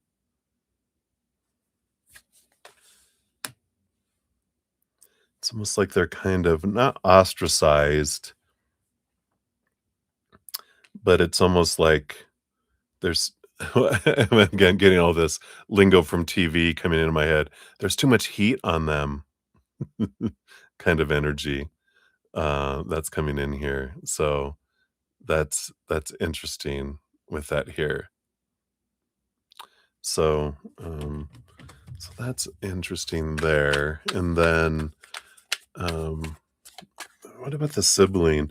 It almost feels like the sibling is because they're close to your brother, they're the one that's kind of balancing things out. Again, Queen of Swords is balancing Head of Hearts, Six of Pentacles. The independent or the one that's maybe handling some of the funds, it feels like that might be the sibling more kind of in this little energy. Oh, that makes sense. Oh, T does, right? Yeah, I feel like there's something about heat being on T, like he's being followed or he's under a microscope, so they're kinda like, we gotta stay away from him for a little bit because it's like he's ostracized or, they know that he's being watched, so they have to avoid him, and he's not acting as a decoy, but now that they know, he's purposely drawing them over here, you know, while they go over here. You go left, we'll go right, and they'll follow you and not us. So, that's why I kind of feel like they are still part, but they're not kind of energy. We could tell you, "Hey, Jojo." We could tell you, Jojo, but then they'd have to kill you. You're like, "No." Um, a big 4, okay. Yeah, so that feels like it's that group, but, let's see here, more about the band as well. I feel like the sibling has gotten more involved because it's almost like with T being out, kind of, in a way, you know, too much heat on him. It's almost like the sibling kinda stepped in. Yeah. But I feel like they're kind of started, it's not like a gang, but it is kinda like a gang, because 'cause you're so closely tied, you're gonna get implicated anyway, you might as well, get involved here. But what about the band? See, look, 4 of wands. The band. I feel like there's people in the band here. You got the 10 of cups, so it is like this family energy that's here. 2 of swords. It's like they had to change their story, and the 6 of cups. I mean, it feels like childhood ties energy that comes in here too with the band. It just feels like, you know and again, I feel like it's like, there's a certain wing of things that your ex is here and he has ties with all these other people, and, it's just kind of like a spoke of energy that's here. Um, and let's just look here. Yeah, in the 4 pentacles again, it's all all related. This 4 of pentacles is like the 4 pillars, and then there's the table. And yeah, I ain't heard nothing. That's me either. I don't want to know. I don't want to know. But yeah, I just feel like there's a lot involved here, and that's why I feel like it wasn't just a little simple, you know, it wasn't a one-off break-in into your house to, you know, da da da, but, um, I feel like, um, they were like, "Well, since we're breaking into homes, why don't we break into here? This can be a win-win for someone," you know? But I feel like your ex is this in the middle of a spoke of a lot of connections to a lot of people, but then he's attached to a wagon of much more, you know? Um, so, I mean, there's ties in all sorts of places. I understand now, like, you're just like, "You know what?" Yeah, and it's yeah, because there's a king of pentacles, there's someone that's raking in the doughs that are here, right? Um, yeah, have him move money, um, that kind of energy that's coming into. So, and, so interesting energies there, but yeah, I just feel like there's a lot. It's not just a simple little thing. I feel like it's ties to ties to ties of things. And once you're in, there's only one way really out. So you can kind of back off, you know, and, but you're, you're in, you're in, and that's it.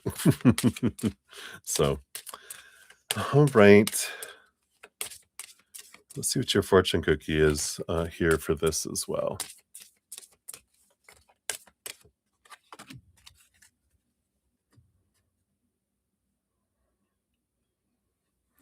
Yeah, yeah. Oh, yeah. So I think you're answering JoJo, right? Yeah, people have lost their lives. I get it here. I understand why you want to move now. So your journey, look at this. To give yourself guidance, the medium is drawing. The commitment is an hour. This can help you with creative problem solving, regulating emotion, self reflection, and setting intentions. The instructions are draw a winding road on paper. I'll just show you the example. See the winding road. Consider where you are on this path and draw yourself there. Add roadblocks along this road, representing what you have overcome in the past, the road behind, challenges you're facing currently, and what you anticipate in the future, the road ahead. What do you need? Can you add helpers to your path? I like this. And then your explorative questions are what do you notice about what you have overcome? I like it. How do you feel about potential challenges ahead? And can you name one thing you need today to help yourself? I like it.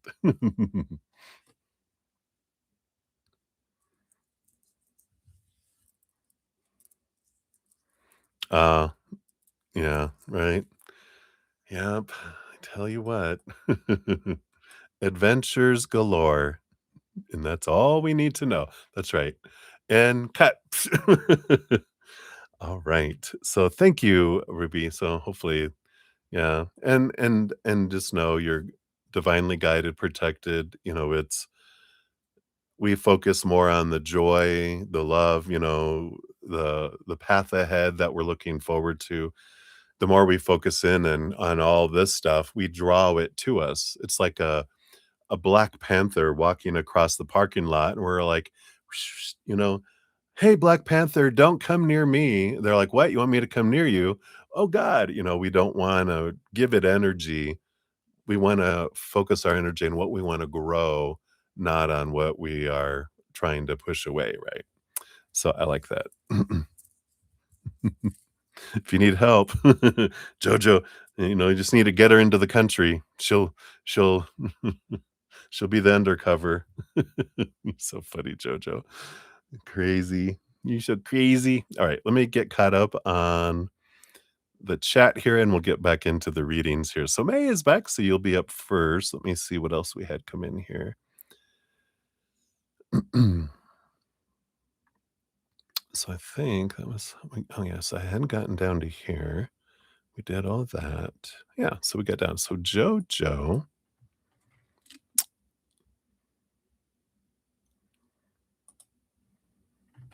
you'll be number 10 there. The Black Cat.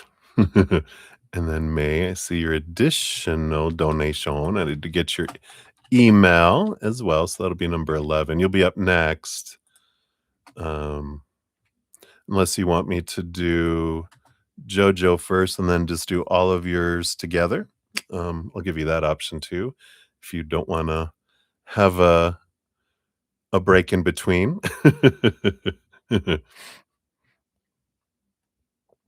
And let me see here. So Jojo, here's your stuff. Yo. So what? Yeah, and then oh, that's why you thought we were talking about your tea. You're like, what? And you're like, no, no, no. You're like, shoo. All right. All right. And then we got Kira Light. Hello, my friend. Good to see you. You'll be number 12 on the donation list. When we get there, we'll give that a love and a like.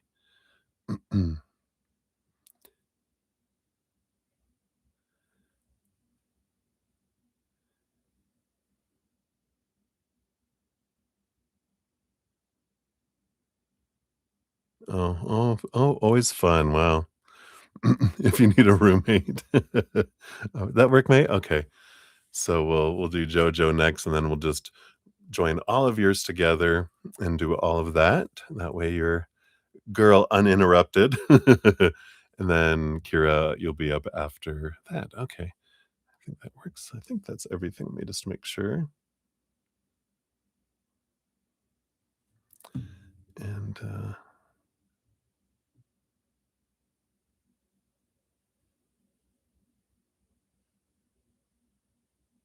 okay, I see your additional question there, so we'll bring that in. All right. So let me take a sip here and we'll dive back in. Cheers, cheers.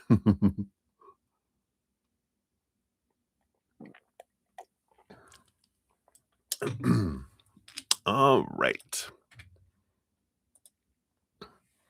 So, Jojo, you're at 144.55. There is your timestamp. Thank you for your donation and your support for undercover work.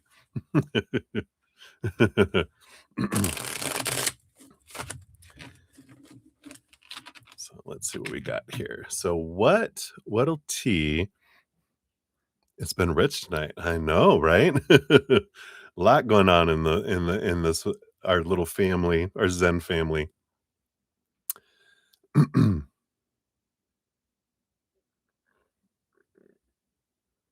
Oh, right, Ruby.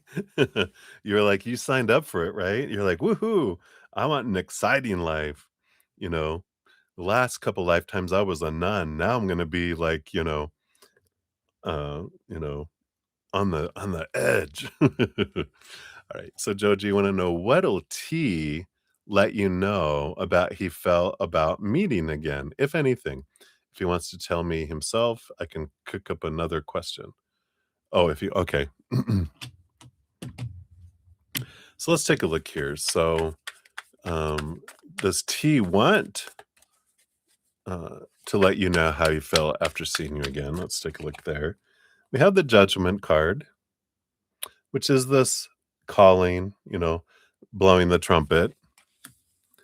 So, there is definitely this energy here of, I feel like they do want to tell you how they felt or contact you at the very least with that.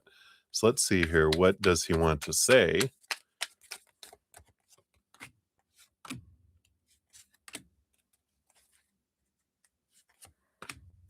That's it. Yep. All right.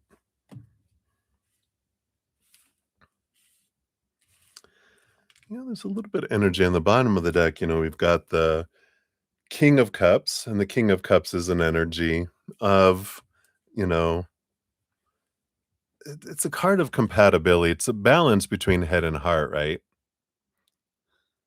Then I find myself in weird situations. Fun exploration, right? We got plenty to talk about. But, I do feel like they're wanting to talk a little bit here about at least the underlying surface is, what a how compatible I thought we were for each other kind of energy. Um, that got the Queen of Wands, so there is that, you know, passion energy that's there, but also, the 7 of Cups, they have so many mixed emotions, so many things they felt, and there is something about your intuition and your energy that really I don't wanna say it didn't freak them out, it just they weren't ready for it, and it kinda took them by surprise, in a way, and this is like before. I feel like they wanna tell you after they bumped into you again, um, because they're like, "I just really feel like there's something there," you know? We got the 7 of Swords. Yeah, I feel like he said some stuff, but I feel like he wasn't telling the whole truth. Because I feel like if he said something about it's because he didn't know what to say and he just said what first came to mind. I don't know if he said something about why, you guys weren't like, he didn't wanna hang anymore, you know, or, he made an excuse or said something, and he's like, I it's almost like, "I panicked, I didn't know what to say, and so I said that," and then I'm like, "Oh, don't act stupid," and he'd go like, "Too late." But the 7 of Swords feels like I said something, and I didn't mean it, but it's was my reaction to feel safe, if that makes sense with whatever all this is about. I just kinda feel like that kind of energy coming in here. Um, yeah, and I feel like, the Knight of Pentacles is slow, a slow, um, roll in a way, but I kind of feel like, um the Knight of Pentacles is I'm on a quest of looking for my self-worth. The Four Pentacles is that energy of self-worth. So both of those cards coming together is I'm on a slow roll trying to understand who I am. And so when I said whatever I said, you know, it's like you know, it's not it wasn't the truth because he didn't want to admit that he wasn't ready. He couldn't because of his all or nothing mentality, like, I'm either acceptable or I'm a failure, and if I did something wrong, then I'm a failure. So I kinda had, in the moment, to put blame on you, but I didn't. That's not what I wanted to do. You're not to blame, and I feel like that's kind of the energy that he wants to say here, and that he's on a slow roll, that he can't promise anything, but he just really, really truly what he feels about, um, you know, what a balanced, uh, person you are for them, even though you feel like, "Oh, balance me?" You're like, "Yeah, in comparison, you are to a lot of people." Even though we feel out of balance, it's because you feel everything so big, um but anyway, but I feel like that's what they have there. Oh, you have the last of the thing here. I like this. And what a great card for you to get. It says, "Nobody knows. Everybody's improvising." So I love it. Everybody, all the characters don't know what we're doing. We're just all improvising. And that's funny. That's what he did. He improvised and he just said what it came to his mind. And it was like, you need more practice at your improv, mister. but But I like that energy for you there. So, hopefully that helps. That's what they got for you, JoJo. So many blessings to you. All right, let me get this other one ready here. Let me see. Do we want to do blocked and blessed or the dead inside deck? A sassy oracle deck for modern healing or dark, real, and hilarious? Oh, we want to do dark and hilarious. It's the kind of energy we're in today. So this is the new one for um, donations under $5. They're little short ones. But we want hilarity. So we will do that. All right. All right, we're all set there. Yeah. Yeah, he did. He just not ready to admit it yet, because he's not ready. So he had to I wasn't ready to feel this way, so I needed to act in a way or say something in a way, that appeared different. So, all right. So that's what they got for you, my dear, my dear. And all right. So where we're at, everybody, we're gonna jump back to number one for May. Thank you, May, for letting JoJo go first. So we'll jump to number one, and then we'll jump to number 11, which is also May, and then Kira Light. You'll be up after that, and I think that's where we're at currently. Yeah, I know. Blocked and blessed is another one. Is the other one. We'll probably get to that one there. We go through these decks pretty fast, but these are hilarious decks, so I'm excited. All right. So May, let's dive in. 154 even is your first timestamp. So we'll do in the big deep dive for this one here. And so yeah, did you like my Pepe Le Pew? Less sigh, less sigh, because you're like sigh. More questions. But it's all right, it's all right. And it totally makes sense what you're feeling too, you know? It's like, sometimes I feel insane when it comes to love, and I'm like, "Yeah." It's like that's why there's that was the movie, right? Um, what was the name of the one I sent you? But it was, you know, it's how love makes us feel. We go out of our minds a lot with love and fear and heartbreak and all sorts of stuff, the emotional being that we are as humans. So crazy. It really does feel insane. It just we aren't ourselves, you know. That's why they say love is blind, and that's why love can feel insane and heartbreak and confusing. So you're not it's nothing unique. Um, so we have that there. Okay, and so we said here that heartbreak can be over, and then, and I said in the email response to you, we got heartbreak and love and joy, all of that is an inside job. It all happens in here, not out here.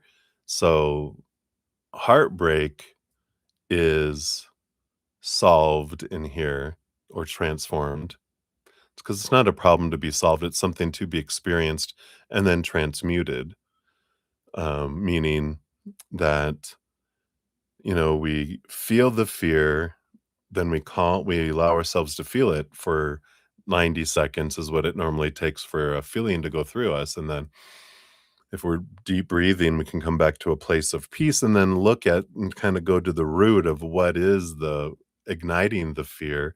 And then, we can have that. Uh, the more we get to the awareness around what the fear is, then that's when we kind of um, see how false the fear is. Because fear, FEAR, stands for false evidence appearing real. And it's really not. It's not real. It's made up, right? So that's what we have, when it comes to that. Um, so we wanted to first, before we kinda go, around the other questions, we wanted to know, was there anyone else in the picture besides you? And you wanna do that one first. So we'll take a look at that here.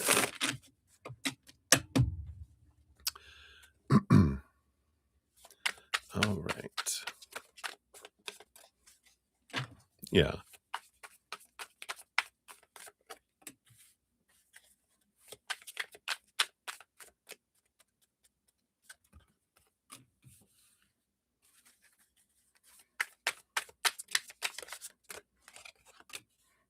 Yeah, I know, right? I'm just like, "No." 'Cause we got I was like I kept going because we were like, 3 of Pentacles, which is being true to our authentic self, working on the coin. Then the 2 of Pentacles trying to balance things with the coin and all of that. And then the Ace of Wands, which is, action, and I don't feel like it's new passion energy because, he's all focusing in on the coin. Again, Queen of Pentacles doesn't feel like there's an individual, and you got the Magician. I'm putting the work into the coin. The Wands energy is all about the money, the money, the money. I don't feel any of this is about another individual. It's like, who has time, kind of energy, that's coming in there, right? So, very interesting, right? So, uh, yeah, I don't feel like there's, anything that is going on with that. In fact, even the bottom of the deck, you know, um, with Knight of Cups and the Tower, it's like he's removed emotional energy out, it's like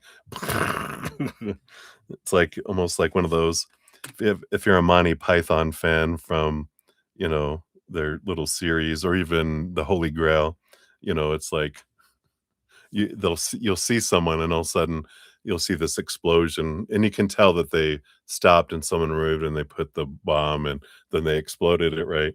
But it's suddenly and I feel like, no, romance is dead. I think from where they're, coming from there. So that is the answer to that one. Very, very clear there. And so, and to, what he said is true, where he was saying, I don't see me being in a romantic relationship with anyone.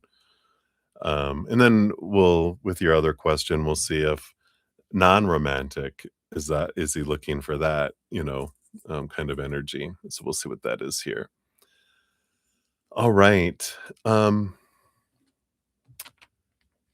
So going back to like heartbreak, that heartbreak can be over, but it has to be over in here. And then that changes things in the outside world, right? So, with everything we talked about that, what I said in the email there, you wanted to know, are you ever going to reconnect in the future and be in a long term relationship? So, first, based on current energies, are you going to reconnect in the future? You got the King of Cups. So there is that balance between head and heart kind of energy. Bottom of the deck, they do want the Fool card, which is free of expectations and a new adventure. It would definitely be with some changes here with the Page of Wands, with a change of energy, coming in with that. We do have the Temperance card, you know, and we have the 4 of Wands, which is marriage. There's possibilities of that, but I do have to say with that Page of Wands that it is a big if, capital I, capital F, if they also change their energy, right? Because when we're looking at, they didn't just go, well, based on this current path, they kind of did a array of, well, there is possibility when we look at this. There is some here, but there is significant changes that have to happen on their side for that to happen. We can take a look at that here.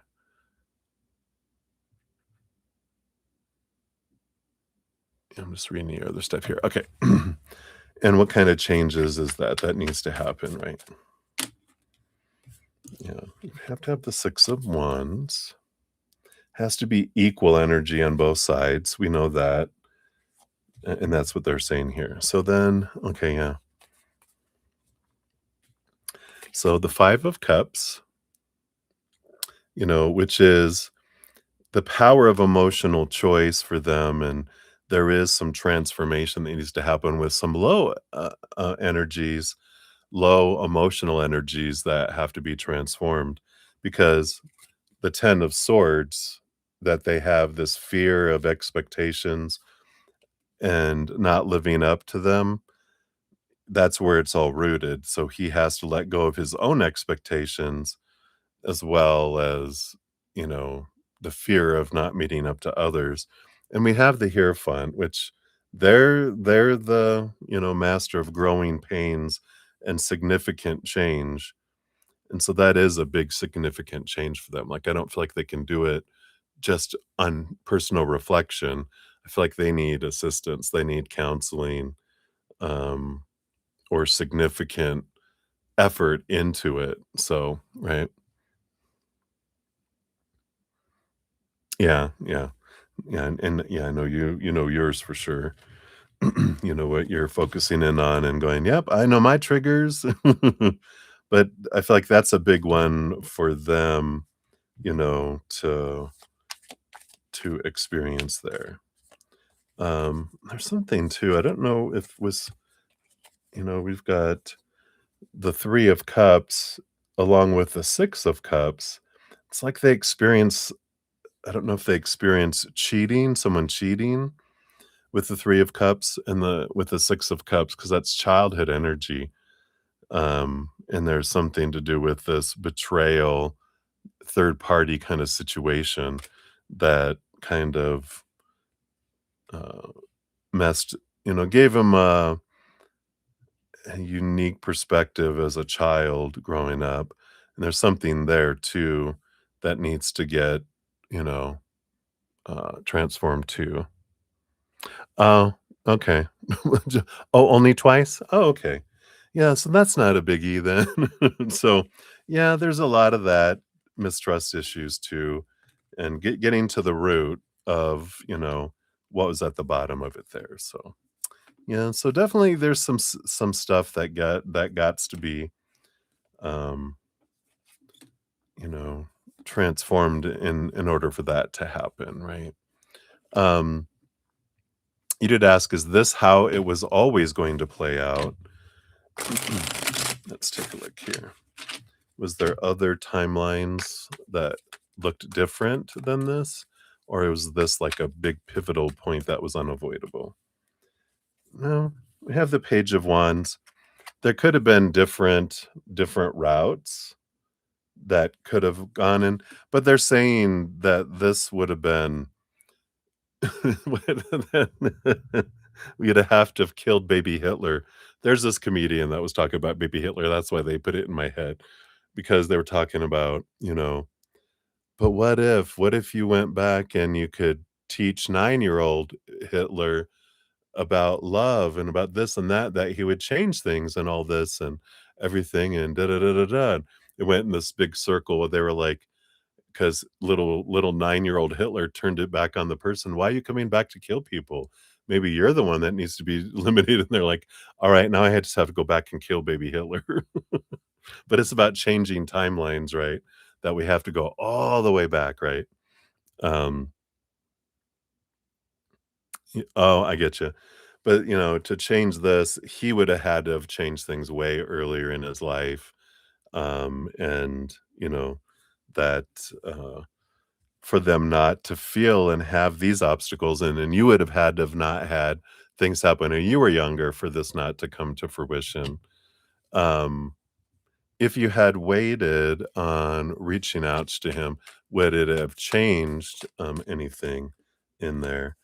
No, it would have had to been a fresh start. The Fool card energy that comes in is an energy of, um, no expectations, free just an adventure, just going forward, just seeing what unfolds, and, um, so it's not that's not the message, it is where you both would have had to been coming from with a world of possibilities and no expectations, and it does feel like it would have taken a while yet, yeah, because both of you did need time with this high priestess to go and look at your emotions that, needed to be looked at, and the 8 of Cups is there would have been a walk away at some point to give you guys this time, and I feel like we talked about that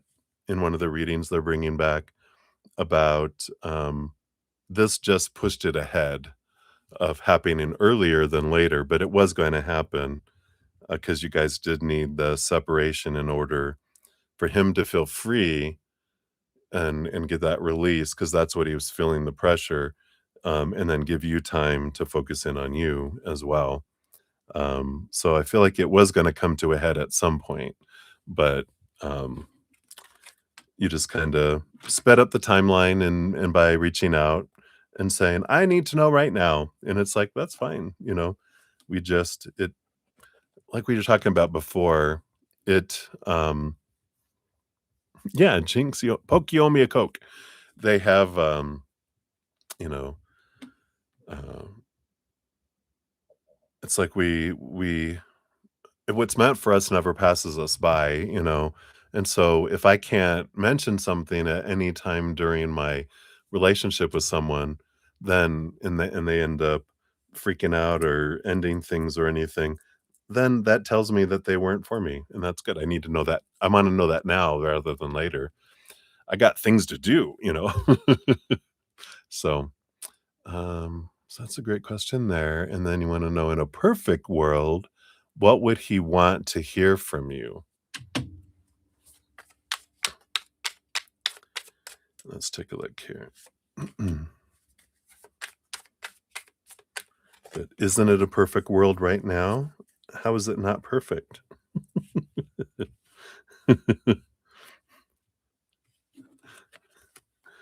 So, let's see here. It's interesting energy. I feel like on the bottom of the deck, we've got the 7 of Swords, and we've got the Tower card here too, and underneath that, the Ace of Pentacles. So, in a perfect world, in his perfect world, he would have, um, he would have wanted to hear from you. He would have wanted you to lie to him, to say, "You know, I'm not gonna be able to be with you right now. Maybe we could circle back around later and see where we're both at." That's kind of represents their perfect world a little bit, because he would want, you know, for it to change from burden to abundance. Like, I don't wanna feel a burden in pleasing this beautiful mothering queen energy. Um, I don't want it to be a burden, I don't want it to be abundance. And the difference between the 2 is no expectations and only abundance, only gratitude, So in a perfect world, he basically, and this isn't what he wants you to say right now, this is what he would have wanted you to say, which is, um, I don't need,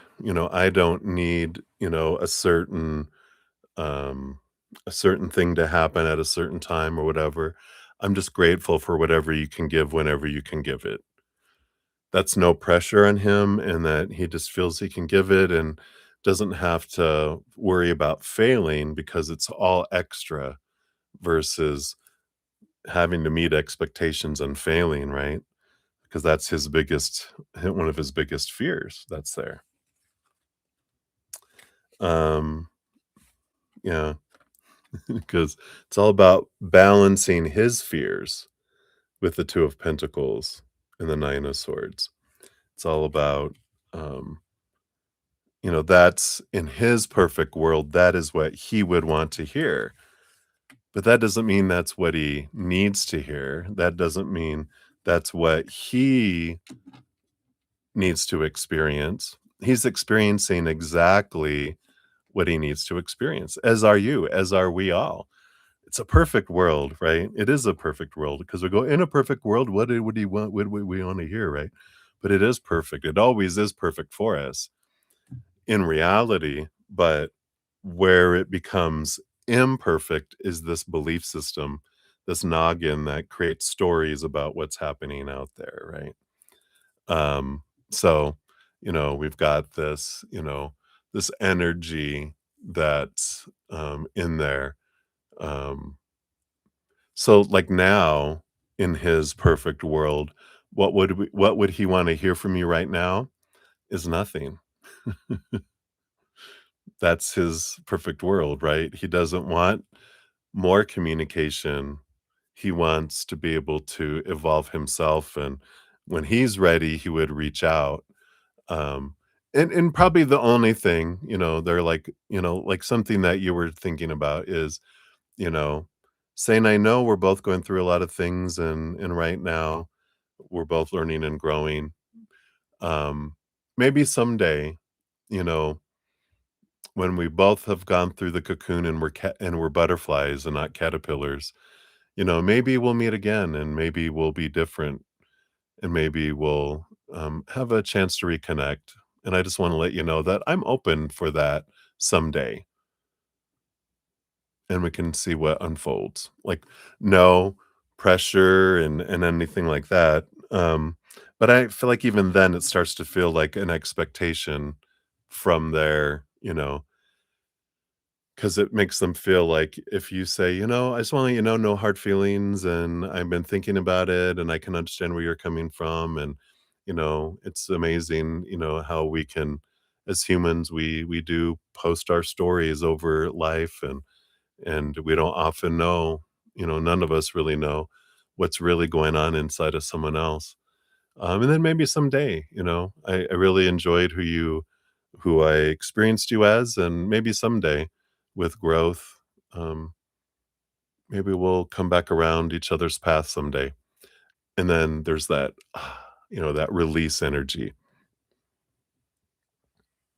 Yeah, that sounds, I won't be waiting around for you. Yeah, I mean, it depends on how we say that, right? You're like, yeah, feel free, feel free. It's part of your reading.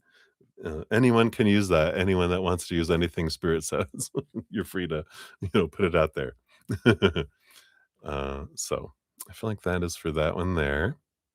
And thank you guys, everyone. I'll get to everyone in the chat here in a moment. Just have a few more questions for May's first one. I'll catch up on the chat before I jump onto her second one. And I'll let everyone know where you're at in the line and kind of what's going on as too. So thank you guys so much for your patience. You said you already have, I'm already thinking of follow-up questions. Boom, boom, boom. I love it. So if you FaceTime him without him, would he answer it? Okay. Let's take a look here. Based on his current energies, if you FaceTime him out of the blue, would he answer? King of Cups. I feel like if he's available, like if he's not driving or something like that, this King of Cups is that he's a balanced individual. He still has a great heart. Um,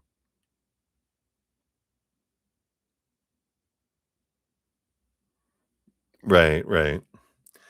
So I think with this King of Cups, it feels like they would if they're available. Like if they're in a meeting or they're driving or they're at dinner, with friends, or if they're doing something, where it's not like, "Hold on, everybody, let me go answer this," that he, um, that he would.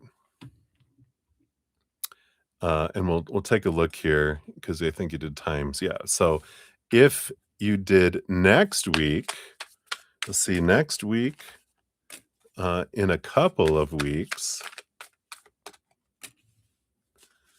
or if you do it a month from now, does timing determine it? I feel like it does, but I feel like it has to do with um, what he's doing, in a way here. Because like next week, we got the Six of Pentacles. It's like that's like 50-50 chance. um, in 2 weeks, you would he wouldn't answer. Seven of Pentacles is slow response, and I feel like he's got stuff going on. So the Seven of Pentacles is more block. There's too many things happening where he wouldn't, you know, do that. And then if you wait a month from now, you do have the Ten of Cups. So the month from now feels like the biggest, that's happy and available energy. Um, so I feel like a month from now would be more beneficial, or next week, which is 50-50 chance kind of energy. So I do feel like it's the time frame will, um very cool, very cool. So I feel like that's a good, you know, uh, it could be part of your going away and going, I'm just I've been chilling, I've been thinking, and then you'll kind of process what you wanna say a little more too. So I kind of feel like that would be good. I like that idea. It feels smooth, more smoothly. Okay, that candle must have gone out. Sorry. I smelled like smoke, and I'm like, "I guess I could just look in the camera right here." That candle I lit went out. I still got my other ones going. Alright, no fires, we're good. Right, we'll continue on here.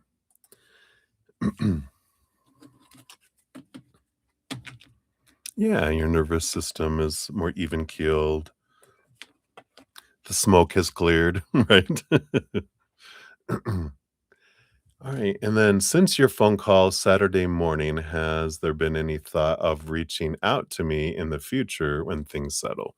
Alright, so based on their energies from last Saturday, have they had any thoughts? Okay. I do feel like they had some thoughts. This is conflict between their head and their heart, which means that there was, because otherwise there wouldn't have been conflict.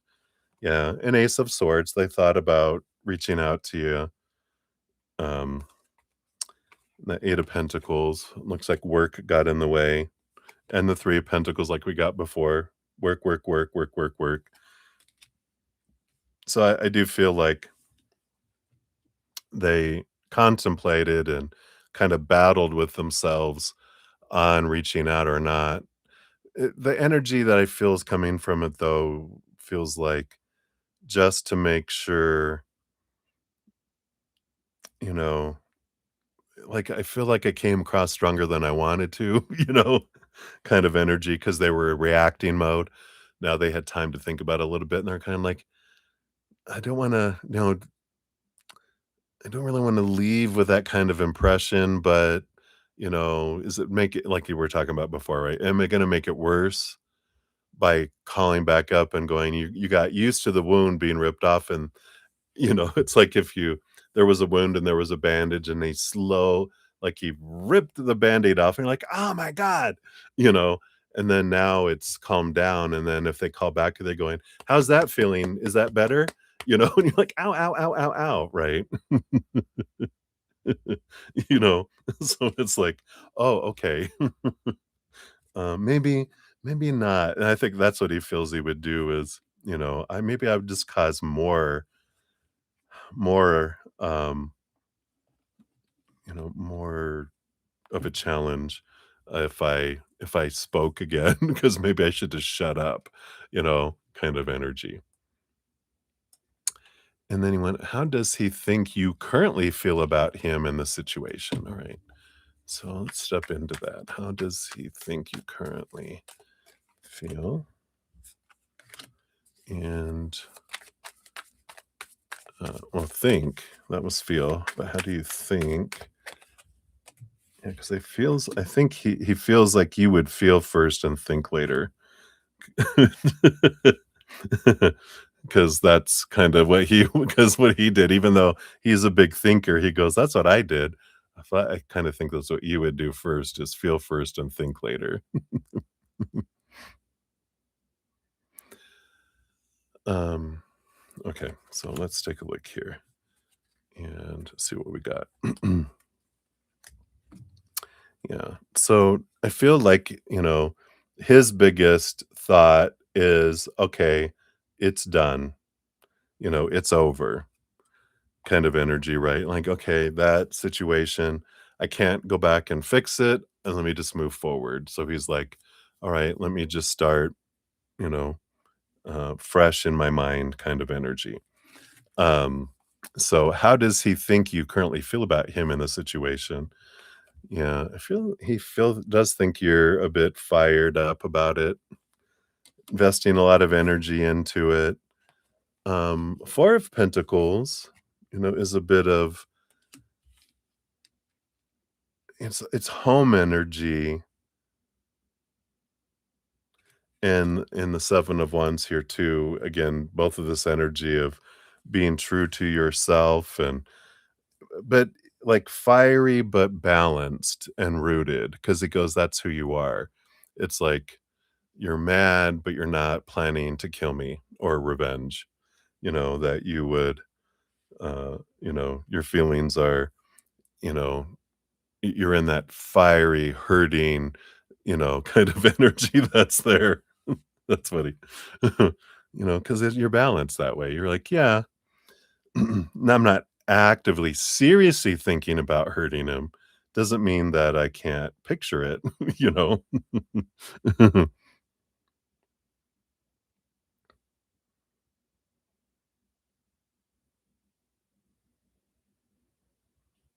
Yeah, what you have, right? I feel like, there's reaction energy. I feel like and I feel like he relates to it by what he experienced with his mom, which I don't feel his mom. I feel like she cried, but she went into rage. Like, she started off crying, and then the crying, went immediately into raging kind of energy that, comes over with that. So, that's what comes in. Okay. Yeah. So, I feel like that's how he relates to, you know, a woman scorned is sob a little bit, but then rage, So I feel like that's kind of that's why he puts his defensive walls up, so quickly. What does he what does he think that you think about the situation though? Because I feel like he would go to that, right? Yeah, exactly. Yeah. Um, so 8 of Pentacles. Yeah, it's like you're doing the work. Um, you're trying to find happiness. You're investing your energy in trying to find happiness. Um, and trying to find someone more compatible. And there's this his mind goes, okay, yeah, I mean, this is how his mind works, right? It's over. You're looking for someone to replace me that's better for you. That's how he works that out in his mind. And but even though in your heart you're balanced and hurt and raging, you're ready to move forward. It's like, um, I don't know why he's bringing in like re- replacing a dog. It's like you lost a dog, you're finding a new puppy to replace, that feeling. Um, and I don't know why, but that's kind of his concept of how it comes in there. So, yeah, yeah. But because that's what he needs to imagine, that you're not hurting, you're gonna find someone else and you're on that path already. That's what I have to do to make myself feel better, kind of energy. So, you know, that's what he would, need to deal with his guilt, his shame that you're doing stuff to feel better, kind of energy. All right, let's get your fortune cookie for this one. And then let me catch up on the chat real quick here, and then we'll go on to your second question there. What is this? Okay. Yeah, I got the inner critic encounter, number 60. Got a sculpture, 30 minutes. To increase self reflection is the goal. So, this can help with addressing inner conflict, building self confidence, increasing awareness, soothing anxiety. Sorry, I just have to show you the little picture there. There you are, the mad one. Let's see here. So, create a clay representation of your inner critic. Give it a name. If your inner critic shows up, picture this sculpture. It might make them less intimidating. If desired, follow the package directions to bake and preserve the sculpture. Hint, if you don't want to keep your inner critic, squish it because you're in charge and reuse the clay to create something that brings you joy. Oh, I like that idea too. Explorative questions. Which qualities did you notice about your inner critic? Did anything surprise you? When do you usually hear your inner critic? And is there an element to your inner critic that might be trying to protect you? And why? Interesting. I like it. All right. So that's your first one there, my dear. Thank you so much again for all those. And we'll jump to your second one here in a moment. Let me just catch up real quick here so I don't get too far behind here. Okay. So let me just check emails too, just make sure nothing came in over here. Okay. So we got Ruby G. Okay, your additional one. You'll be number 13. All right, and there's your question.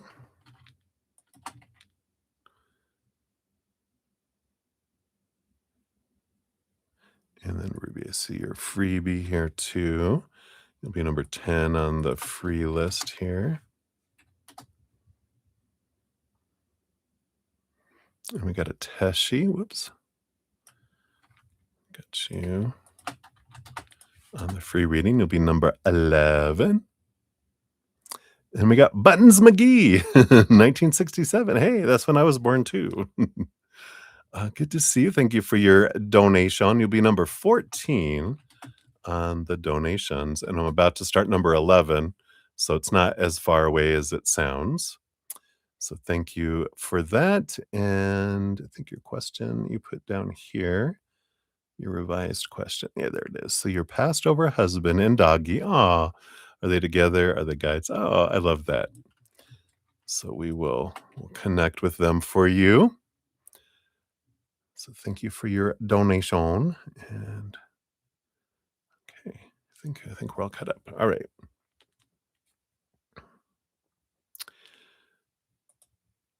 All right, let me take a quick sip here.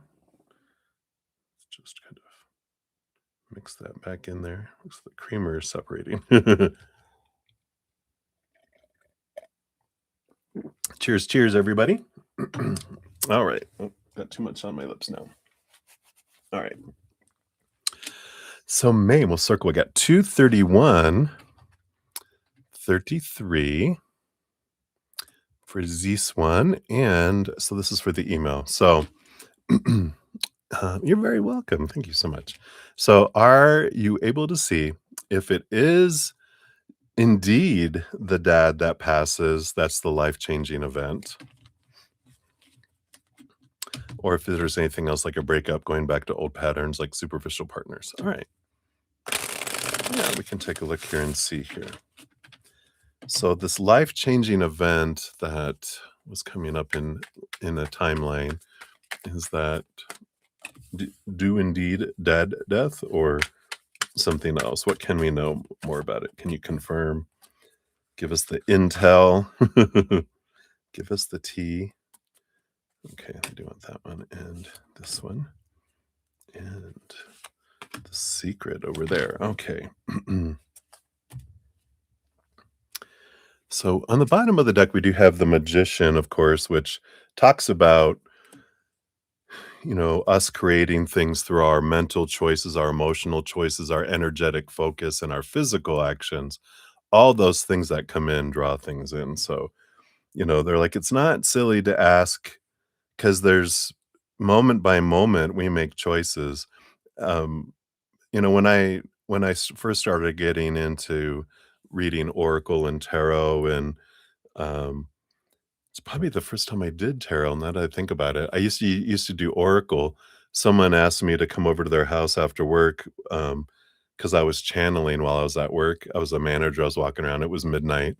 We were getting ready to close down, and I was talking to someone, and I started telling him stuff about his life, and he would mention someone's name. I told him all about that, and it was his girlfriend's sister. And I go, yeah, she's like a rock star. She's got like colored hair and blah blah blah, and she feels this way and does that. And he's like, and then his girlfriend walked up and he was like, come here, tell you just what it said."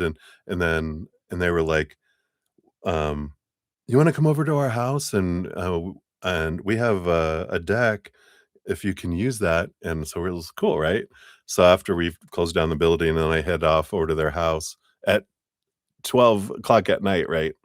Um, and, um And I did readings for them till, like, 4 in the morning. It was crazy, right? And, I did I did cards at the beginning because he was really concerned about his life, and it was dark card, dark card, dark card, dark, dark, dark, and then I said, "And you're gonna die," and I threw it down, it was the death card. It was really, like, surreal, because he was battling alcoholism and different things. And then after doing 4 hours of readings, he was like, "I'm curious, now that I've got all this information, all this awareness that came through all these readings," he was like, "Can you just curious one more pull of cards? I just wanna see if anything changed." And I was, like, kinda new to it all, channeling like a crazy mofo, and I was like, "Light card, light card, light card, light card, sun." And back then, I didn't know that that meant, like, kind of the opposite of death. And it was interesting that, with this magician card, that things do change. In an hours, his life changed. He changed you know, um, his timeline in hours. And so that really tells us that the future is so fluid, and we're the ones in our power, right? So I love that, right? I know, right? Makes you wanna do it even more. Kira, you're actually up next after May, you're number 12. So we're doing number 11, you'll be number 12, Ruby G's number 13, and Buttons McGee, you're number 14. Yeah, right? Well, if it's meant to be, right? So definitely the only thing you can control is changing you, right? You like the stories. Yeah. Story time with Bretta Z. Yeah, yeah, we can change fast, and because we can change our energy, and it's amazing. And who knows, that might have made him feel so good, he thinks I don't have to change as much, and then it goes back, right? It's like, how satisfied is it, right? All right. So back to, is it Daddykins that passes? We do have the King of Wands energy, that's kind of energies. Let's see what this other one is here. And we have the Justice card. We've got the scales of justice. Oh God. About balancing. I mean, the King of Wands is kind of like father energy, but it also King of Wands, it depends on energy, right? So let's take a look here. Um, what else do we have here? We have the Page of Swords that comes in here. We also have the World card, an ending of a cycle, the beginning of an adventure, you know, um, which this it talks about this clarity of the big change, right? Because we're talking about the life-changing event. So there's clarity around this. Yeah, Queen of Swords. Um,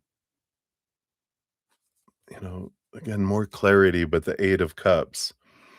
I mean, it definitely feels like it has to be big enough that is a life-changing event. I feel like breaking up, it isn't life-changing for him. Like, losing his father feels like life-changing is what I feel like when this is coming through here. They're like, "No, I don't think it's, you know, uh, it has to be, doing that." Does he go back to his old patterns of superficial Queen of Cups? There's a lot of emotional energy here. Five of Pentacles, yeah, the fear of being abandoned, being left behind, being left out in the cold by the nurturing energy, or that's supposed to be nurturing energy, and the Four of Wands. I don't feel like they go back to superficial because it's like they're wanting an emotional if they're gonna have a relationship, it's an emotional relationship because, you know, with this Five of Pentacles, that is that, fearing, not being enough and being abandoned. Um, that's the challenge that they have to, like over overcome, right? Yeah. So it has to be that where it's enough to make him face those abandonment. And I feel like that's what happens because with his father being gone, then it's like I feel like he goes to group therapy or therapy to face that abandonment, feeling abandoned, left behind kind of energy finally comes to fruition where it brings in both mother leaving him, right? And then also father. And I feel like that's the crux of the change energy, at least based on current energies right now, with that. Um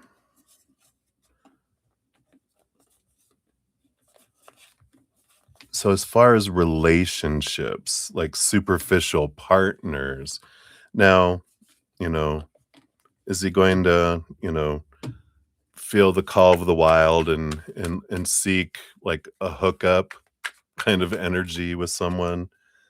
Not really. I feel like he feels called, a booty call. That's funny. No. Is that I'm like, "That's not what that is." Is it? No, 10 of Cups. He's relationship focused with 10 of Cups. If he's gonna do something, he wants it to be that way. He really does mean that, Ace of Swords, seeking clarity kind of energy. Yeah, and he's all after the fortune still, Yeah, it's just like he's like, I'd rather just take care of myself." Less hassle, more cleanup, Pretty Woman is just a movie, you know? Um, so I feel like that's what we have for that.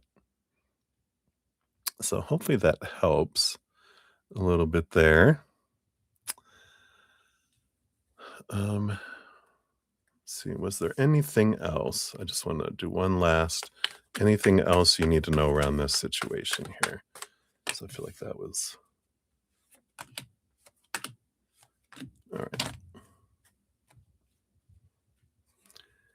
Yep, and it feels like there's a lot of this is around mother energy.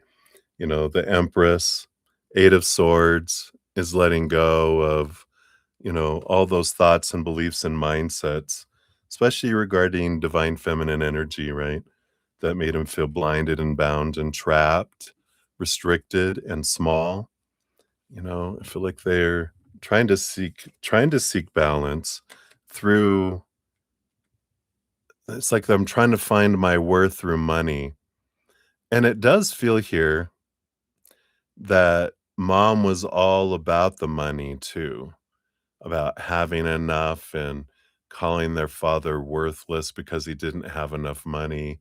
And, you know, that's what tells a woman who a man is how much money they have. A woman wants security, not, blah, blah, blah. And you didn't, I feel like in a kind of, drunken rant or whatever, that he got to hear a lot of that stuff, and that's what gave him that impression of this is what women really think, because when someone's drunk, they're telling it like it is kind of energy. So this makes sense why they are trying to prove their worth subconsciously, right? Why they're so driven for money and security, right? They want to be the perfect man, the king of cups, right? And they feel like they're not yet. Yeah, here we go. The quest of the coin, the knight of pentacles, and the ace of yeah. Oh my God, you just can't make this up, right? So that's where all that comes from. The wheel of fortune, the ace of pentacles, the quest for the pentacles is that all of that is what defines me, you know, and that's why he's got that either subconscious or conscious. Why do you want so much wealth? Why are you trying to be so successful? Well, and I feel like some of it has to do too with that 2 of Pentacles. I feel like there's something to do with dad as well around it, but I feel like mom is the subconscious emotional root to the drive for abundance, because I feel like there is things after mom left, he did need, he felt, I don't wanna be like my father, I wanna make sure I have enough, kind of energy, but I feel like it rooted in mom, that mom energy. Wow, who knew? Let's see what your fortune cookie is for this one too. Let's see, what do we got here? Just got a few left here. Yeah, I feel like this one keeps coming up. Yeah, isn't that crazy? So we've got unique family portrait, number 16. It's a drawing, 1 hour to explore your feelings and relationships, expressing your voice, self expression, understanding needs and boundaries. So pick something other than people to represent your family. Get creative with what you choose. Imagine anything from fruits and veggies to different animals, and then use your drawing tool of choice to create a family portrait incorporating these other subjects. Decide how you want to arrange them in an image. So in this case, they chose flowers. That's a family portrait. And then your explorative questions. What feelings or thoughts came up while you were doing this exercise? Is there something you want to explore further? Did you learn something about yourself or your family? And is there a family dynamic you would like to address? And are there flowers you would like to kill? No, I'm just kidding. That's just a joke. Don't answer that one.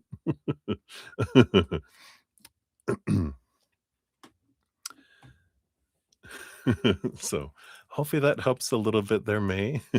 So again, thank you so much for your donations and for your vulnerability in sharing these. I'm sure a lot of individuals learned a lot about, you know, what's going on in their own world. So I don't think I posted your other timestamp. I'll post it now because I don't think I did it. Let's see, where was I at back here? We did the tea. I see the teapot, so I know I got down to there. And Kara.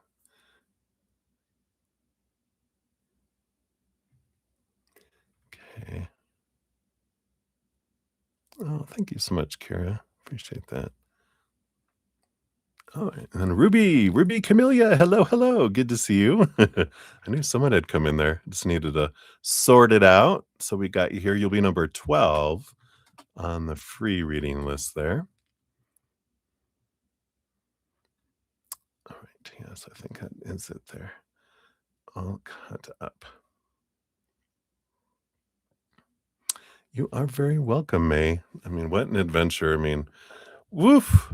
Uh, I'm so happy to be on alongside the adventure with this, just because your transformation, I mean, it's beautiful. I know when we're going through it, we're kind of like, but just feeling the stuff that you're doing already, you're making leaps and bounds in your own inner evolution, and I love that. So I like that.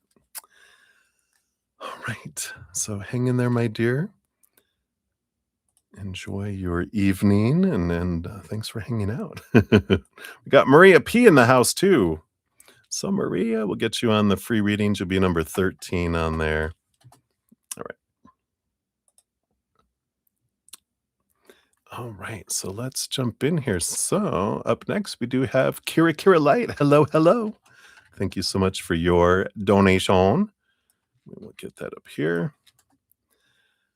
And we're going to find out here. Can you tell you how Graves will respond to your messages and situation? What she thinks and how she'll feel after reading your side. Oh, Jess started drama. Probably because we focused on her energy, right? Did we rattle the hornet's nest? Cheers, cheers. All right. See what we got going on here. So, based on current energies, how will she respond to your messages? All right, got that and that. Or react, maybe not respond, right? And then to the situation, how will she respond to the situation? And then what she thinks and how she'll feel after reading your side. So, what is she thinking now? Okay. And then after reading your side.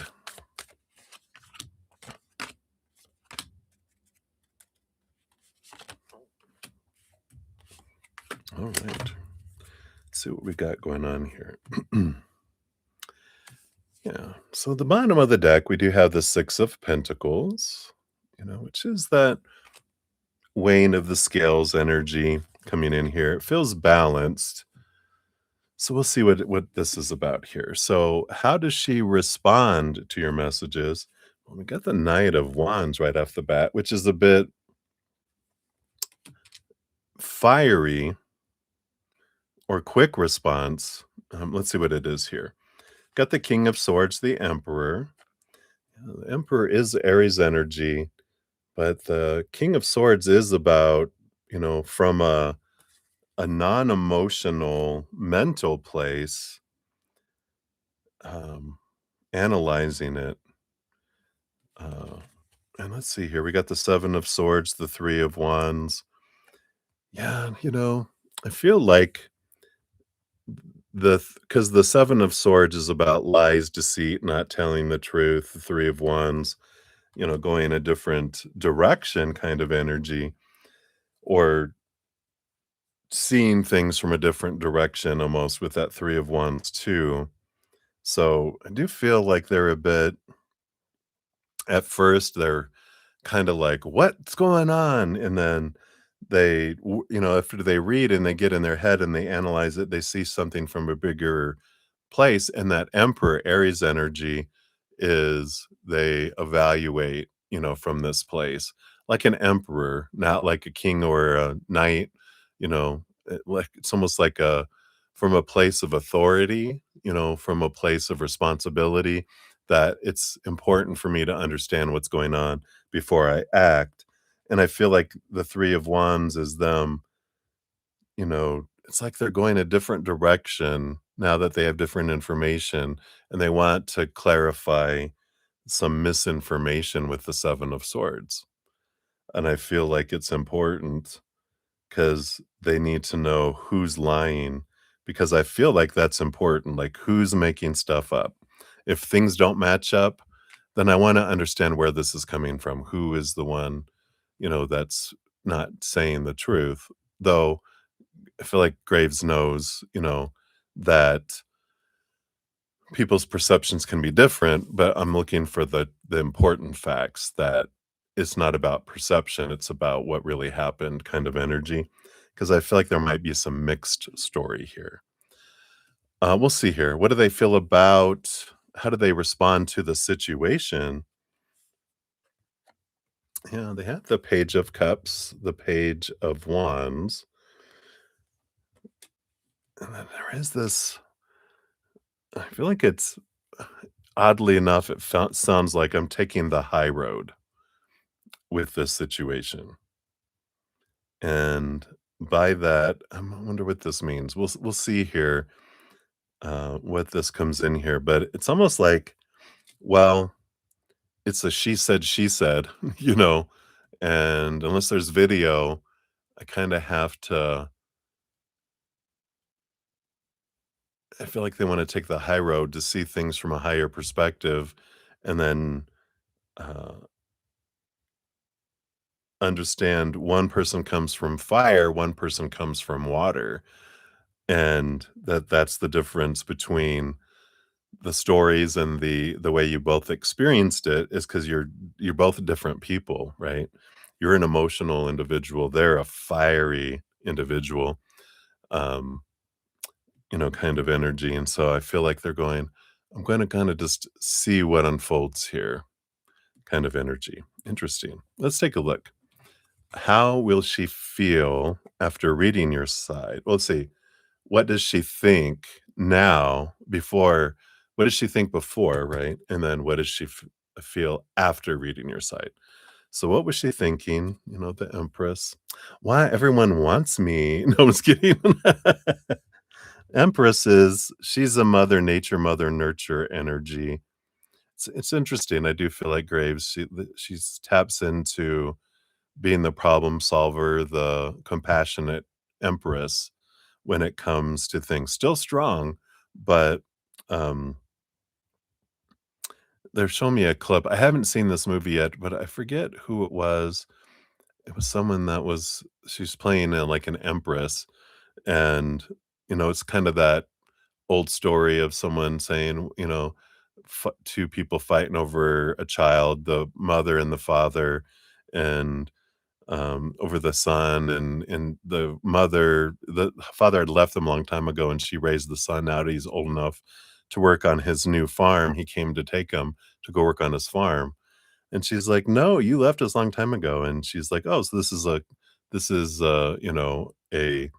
the empress is saying, "This is a contractual, um" no, not contractual, but a transaction, you know? So they're just like, "Well, I'll buy the child from you then, I'll give you this many goats," and he was like, "No, I want this many goats and this much gold," and she goes, "Okay, deal," or she's like, "Okay, so, I've come to a conclusion," and he's like, "Okay, good, I get my goats and stuff." She goes, "No, give the child to the mother. No one should wanna sell their child," it's kinda like that kind of boom, empress energy that Graves kicks into, and, you know, try to solve and kind of energy. So I feel like that's what kind of was kicking in, wanting stability with the 4 of Pentacles, and yeah, and they have the Eight of Cups. What emotions or relationships? I feel like they were like, is there something that needs to be left here? Emotions left behind or people left behind? And, is this drama? And, so they're like kind of contemplating what kind of resolution should come from this. That's coming in here, right? Oh, very cool. The story, I love the story, right? So then afterwards, after she read your side, how did she feel here? Yeah, again, there's this wanting to understand more of what's going on before make taking any action here, because it's kinda like, "Alright, well, now I'm not sure what I wanna do." You know? What is this going? Yeah, and the Knight of Pentacles, she does wanna take time here with the Knight of Pentacles to see both sides and to see what kind of win-win can come out of this, um, for everyone involved here. Um, Again, yeah, even the 7 of Pentacles. It's like, I wanna take the time here, um, before deciding if there's any ending that needs to happen with someone. It's like, I wanna take time. It's not, you know, a fast decision, that I feel like they wanna make. I feel like they wanna take the time with all of this here. Yeah, again, the King of Pentacles. They wanna seek the best outcome, with it all, because she does, respect both, and both of you, you bring water, she brings fire, and so she likes having both of those things because you both bring unique things into her life. So she's like, let's balance this out again. Back to the 6 of Pentacles. She's going to see how things play out. I feel here. So, um, you know, and it's an important thing. And I feel like I feel like this is something Graves would say because it's interesting. Because when I read Jess started drama, I feel like Graves would say, "Jess offered drama and you accepted." And then an interesting way to look at it, right? Someone offers us drama. Do we accept? Because if we don't accept, then there's not drama. It's not a melodrama. What do they call it? What is it when someone does a one-person show, right? Instead of a melodrama that has a villain, a victim, and a hero, they're left and it's a one-person show, you know, and everyone's very nice, very nice, or, you know, because it's like an argument. It takes 2 people to argue, it takes 2 people to have drama, at least to have a melodrama, you know, so I feel like at this point, it almost feels like she's yeah. Any word of advice for the situation? Let's see here. Oh, I think I put a bunch of cards in the wrong way? Oops, I did it again. Let me just I don't think it was a ton. Was it every card I put back in there? I did put the deck in backwards. Okay, let me just do this real quick. Um, just on what to do with the situation. Um, I mean, did she start the drama between you and Graves, or was this between you and Jess?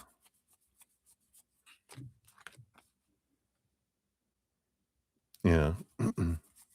So you went to kind of you were afraid that Jess was going to say something to Graves about you. "Oh, this is what happened." And so you went to tell Graves what really happened. Um, and did it have anything to do with Graves? Oh, is she involved, Graves? Oh, okay. So that's good. So you didn't drag Graves into it, she did.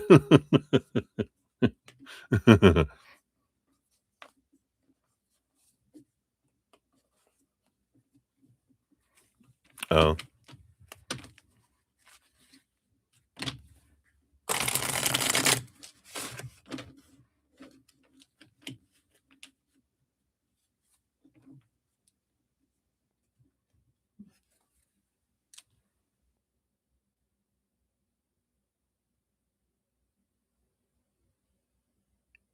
oh, 'cause so Jess said, "Oh, this is what Graves said," and then you approached Graves, and they're like, "Why are you causing discord?"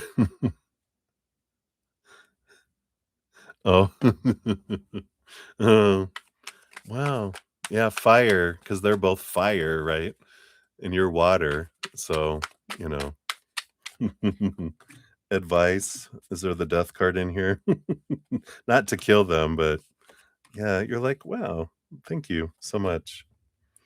Yeah, I mean, the bottom of the deck, you have the King of Pentacles, which is about, looking at our self-worth and how we're defining our worth by other people's actions or non-actions, their words, silence. So in this case, this is a wonderful way that's coming up to show us how we're defining ourselves by their their talkie, yeah. Because even have the Four Pentacles, which is about our self-worth, and the Eight of Swords. This is an opportunity to see how you have your thoughts and beliefs, and you have your self-worth, and allowing Graves input into your self-worth, and or you're attaching your self-worth to their actions and non-act in their words, right? Um, yeah, and we've got the conflict here, the Five of Swords energy and the Emperor. And, because this is you, the Emperor is you being able to step out of your head and go, what is it that I want to do with this? I like Graves, but why? This is a good kind of wake up call here, right? You have the Two of Wands.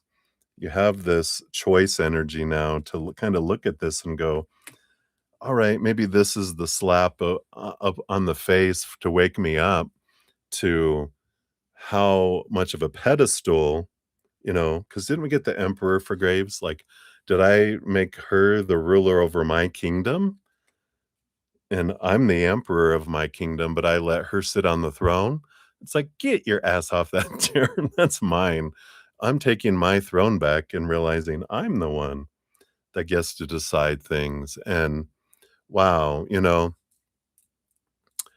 um, you guys are, saying comments, and even if it is like Jess that said, "Oh, she has a bad attitude." Yeah, she does, doesn't she? And then, "Look, she said you had a bad attitude." She's trying to kind of create a wedge, and you're like, "You know what? If if Graves, um, is making you the bad person because of what's interacting there, then you're like, yeah." Sorry. But, like, it's like in my head, it's like, "You wanna see evil? You wanna see a villain? I'll show you a villain. If you wanna put me in that role, I'm gonna play it well." But is it worth it? Nah. When you look at it, maybe this is with this conflict, this is a great way for you to take back your throne and realize how much of it you gave away, allowing, this image of Graves to sit on your throne, defining who you are, and you're realizing, no, I have the perfect attitude for me, um, and that's all right. If my energy doesn't match theirs, Graves and or Jess's, but you're focusing on Graves. It's like, yeah, maybe um, I'm I can be more selective now with who gets to have this amazing energy that I give, and when it's not, um, appreciated and actually stomped on, it's like, "Okay," it's not revenge, it's selection, it's boundary, right? It's going, "Okay, so, alright, I get it," um, you know, with you seeing things this particular way and feeling this way, then alright, and you get a choice, you get to make a choice, like, you know, Graves is making, am I gonna allow things just to unfold, Am I gonna just let things unfold and, just to see what happens from this? Or am I ready to do I have enough information now to make a choice of going, "You know what? I think it's a good time for me to kinda just step back. You guys, um, I'm gonna do some self-reflection. I'm gonna really honestly look at myself. Do I feel I have a bad attitude? Do I feel like I'm rude? Do I feel like I'm immature? We take what people say, we don't have to take it on, but we can listen, you know, and go, is there any truth in this?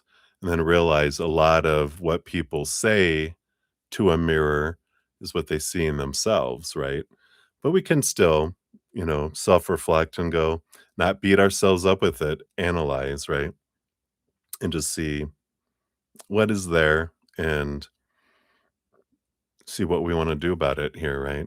So, advice from spirit, this is conflict comes up for growth, so let's use it for our growth. You can't make them think anything that you don't want them to think. Your reputation is what you're afraid of, right? Like you said, but your reputation is what people think of you. You can't control that. What you can control is what you think of yourself and what you think of others, right? But you get to choose the story of who you are, the emotions, your energy, your actions. And so there's some freedom that can come from this. And it doesn't mean you have to stop, contacting and chatting with them. You're like, well, this conflict definitely gave me something to think about. So I'm going to think about this and thank you. Thank you for being honest with your perception. That's what we can offer, and then we just sit with it, and then we can go, "Okay, what's going on inside of me? Because this is everything. Conflict is always for us." So, I know. Yay. Let's see what your fortune cookie if it brings anything else. You got 19 inside, outside. Is drawing 45 minutes to explore who you are. Oh, interesting. So it may help you with exploring feelings and relationships. Well, this might be good right now. Exploring inner knowing, expressing your voice, and self reflection. So fold a piece of paper in half, consider which materials you want to use to express your inner self and outer self. Ask yourself, how do I see myself? On the outside of the paper fold, draw and color an image of your outer self, adding descriptive words. On the inside, draw and write about your inner characteristics. Says hint, you can always reframe this to consider how others see you, right? Well, exactly what we are talking about, right? Because some people might see you as, fiery and hot or, as water and emotional. And you just speak a different language. They speak fire, you speak water, right? Explorative questions. Did you learn something new about yourself or your relationships? Can you name a characteristics you feel proud of? One, and then one you'd like to improve. How can you use one of your strengths today? Right. So hopefully that helps a little bit there. But yeah, so interesting, Kira. Right? You just talked about all this stuff yesterday, and then boom, we've got this wonderful opportunity to shed some more, beliefs around the situation here as well. So hopefully that helps a little bit, my dear. Hang in there. And thank you again for your donation there, you know. And Maria P, I did get your 2 donations via Z PayPal, so we'll get you added on there. You'll be number 15 and number 16 when we get to those. Yeah, you're very welcome. Hang in there. I know, right?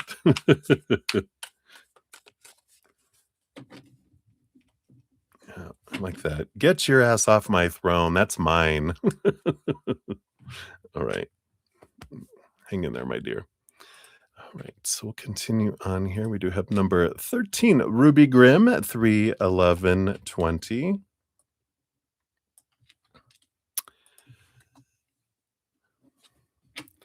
And so,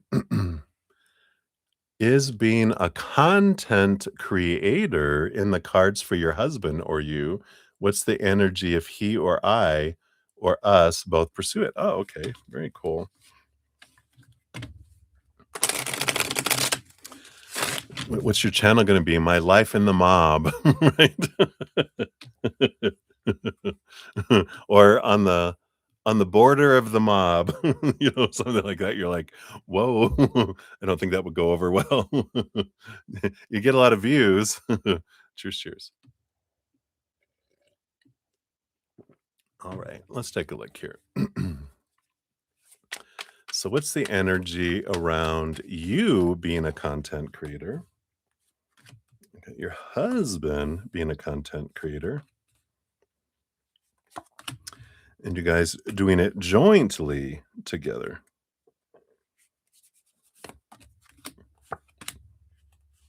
Yep, okay. Wow. Yeah, I like this. I mean, the Ace of Wands, what a great energy to be on the bottom of the deck because the Ace of Wands tells us, you know, it's not about what we do in life, it's about the energy behind it on how we do it, right? Are we doing it for as an expression of our love and our gratitude and we're filling up and overflowing? Or are we doing it to try to achieve self-worth? Those things of the minds of the should, the supposed to, the feelings of lack and fear and need and want, all those energies. All that energy, the difference is what creates or shrinks, right? So, there is that energy around this. So for you, based on your current energy as being a content creator, what kind of energy do you experience with that? Yeah, the Six of Swords. This is about leaving behind old ways of thinking, moving into new ways of thinking. It does, there's taking choppy waters to calmer waters. And I feel like with the Magician and the Four of Swords, this is about peace of mind, finding peace of mind. And it feels like something that they're bringing in here is the content that you would share that would be successful is the stuff you've experienced. It's like if you've experienced a lot of drama in your life, right? And you found ways to find peace of mind through it, you can share a story and you can share it so clearly and impactfully because you lived it. If you're sharing something that, I read about and I took a class on, it's not as impactful unless, you have, you know, learned it, you have, expressed it and what I'm trying to say, right? For your husband, got the King of Pentacles. It feels like that there is opportunity for them financially there. Let's see what his is about here. Yeah, I mean his is definitely Eight of Swords, Ten of Swords, also about, leaving behind mindsets and things that don't, um, you know, that make him feel blinded and bound and trapped and restricted and small kind of energy. Um, so I mean, I feel like again, this is about not doing the expected, but doing what is from the heart.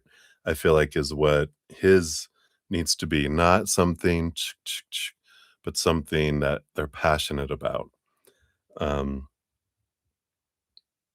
so content creation is about, you know, things that are from the heart. Uh, and so I like that. Collaborating together. Yeah, you got the Emperor energy coming in here. And this is again, they get out of their head from their heart, they make a plan, they put action behind it. So there is that, you go from kings and the suit, just a suit energy into wow, major arcana energy with the emperor. Yeah, you got the Lovers card, I like that. So here is this, joint energy.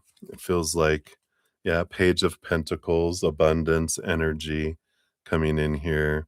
You've got the Moon card, which is sharing a lot of, again, emotional energy and collaborating and creating together. I feel like out of all of these, you know, I feel like you can really do a lot more together than separate, and, even if it's around relationships and you can bring stuff that you guys have learned independently together and,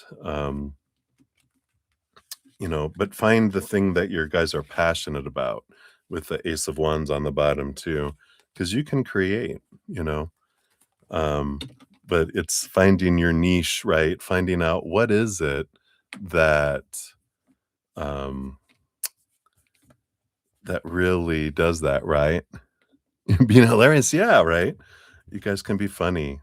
You know, there's some of the hilarious couples on there, it's funny. Some of them are like the husband telling jokes and the wife's in the background going, you know, or smacking them, you know. But there's that kind of, energy that's there. Um, so I like that. I love hilarity. I love couples who laugh together, stay together too, right? That could be your tagline. Take that for free if you want. Let's take a look here. What's your fortune cookie bring in here? I feel like it's this one here. Yeah, speaking of, this is the dark, real, and hilarious, the dead inside deck here. Yeah, I like this. Overstimulated in public says noise, panic, sensory bombardment. So I like that energy here. Overstimulated in public. But I like that. Yeah, I just want to laugh, right? I get it. So hopefully that helps. That is what they have for you, my dear. So many blessings to you. Thank you again for your donations. All right. Let me see here. Think I had anyone else. I didn't miss anyone, right? No. Okay. All right. So we got Buttons McGee. You're up. 31858 is for yours here. So thank you for your donation. And so you have a passed over husband and doggy. Are they together and are they guides?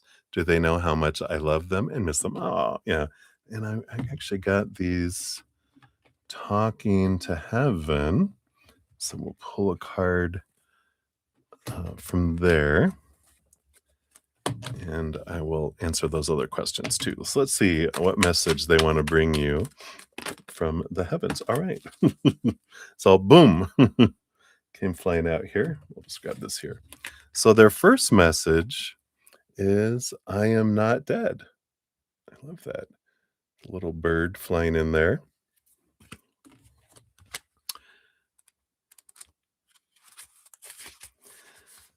And so I feel like it's both of them coming in here. So I'm going to change this to read us and they and we. So it says, only our physical body is gone, and we now know that our bodies are just a small part of who we really are. We're aware that you miss our voice, our barking, our physical presence, but our soul and spirit are very much alive. The times when you felt our energy, we really were next to you as we are now. We each have a unique energy fingerprint, and you recognize ours when we're with you. Trust that feeling. Wow, that's kind of answering one of your questions right away. They are with you anyway. We are actually more alive now than ever before. Gone are all the distractions and stressors that we allowed to rob us of the enjoyment of our life. Now we see how trivial everything was, and that all that ever mattered were the important priorities of love, family, friendship, caring, and helping. But we've also discovered how to turn our regrets into learning and growing. We ask you to do the same. We now see that we never had anything to fear. There is no death, and nothing bad can ever happen to anyone in spiritual truth. Of course, it's important to be smart and careful and always follow your guidance. But please don't forsake joy because of fears, because there's truly nothing to fear. Wow. I love that. We're not dead. So, you know, when and this is their what spirit likes to share with us regarding when people pass over, our loved ones and our animals and all that, soon as they leave the physical body, they're joined to their higher self. They weren't in here only, and then we go up there. We're already up there. We like stick our little pinky down into humanity and become a human, little piece of us. This is an expression of our higher self. Our higher self is still up there. We're just an extension experiencing this life. So when we pull out of, from this experience as this human and we turn in our rental car, we immediately are next to all of our loved ones and we have the ability to be beside every single one all at the same time as if that's the only place that we are. We're so powerful on the other side, right? It's kinda hard for us to comprehend that. So even your doggy is a soul. Um, they've been humans, they've been other things, they're just not an animal soul. They were a higher being that one of their expressions is as the dog and had those experiences. And so they're also by you, but not as a dog, as a higher vibration soul. And they all join all the many guides that are around you that become part of like this collective of guides, sending you love, being there every moment, hearing everything you're saying, giving you messages, giving you in dreams and in the physical world, reminding you of things in your mind where out of the blue. They'll tap a memory so you can remember it.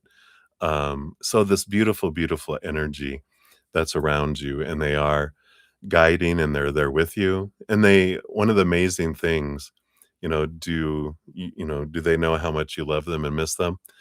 Now that they're in a place of unconditional love, when we reconnect, we have access to everyone's memories and thoughts and emotions and everything that someone's gone through their entire life, all the way back into the womb.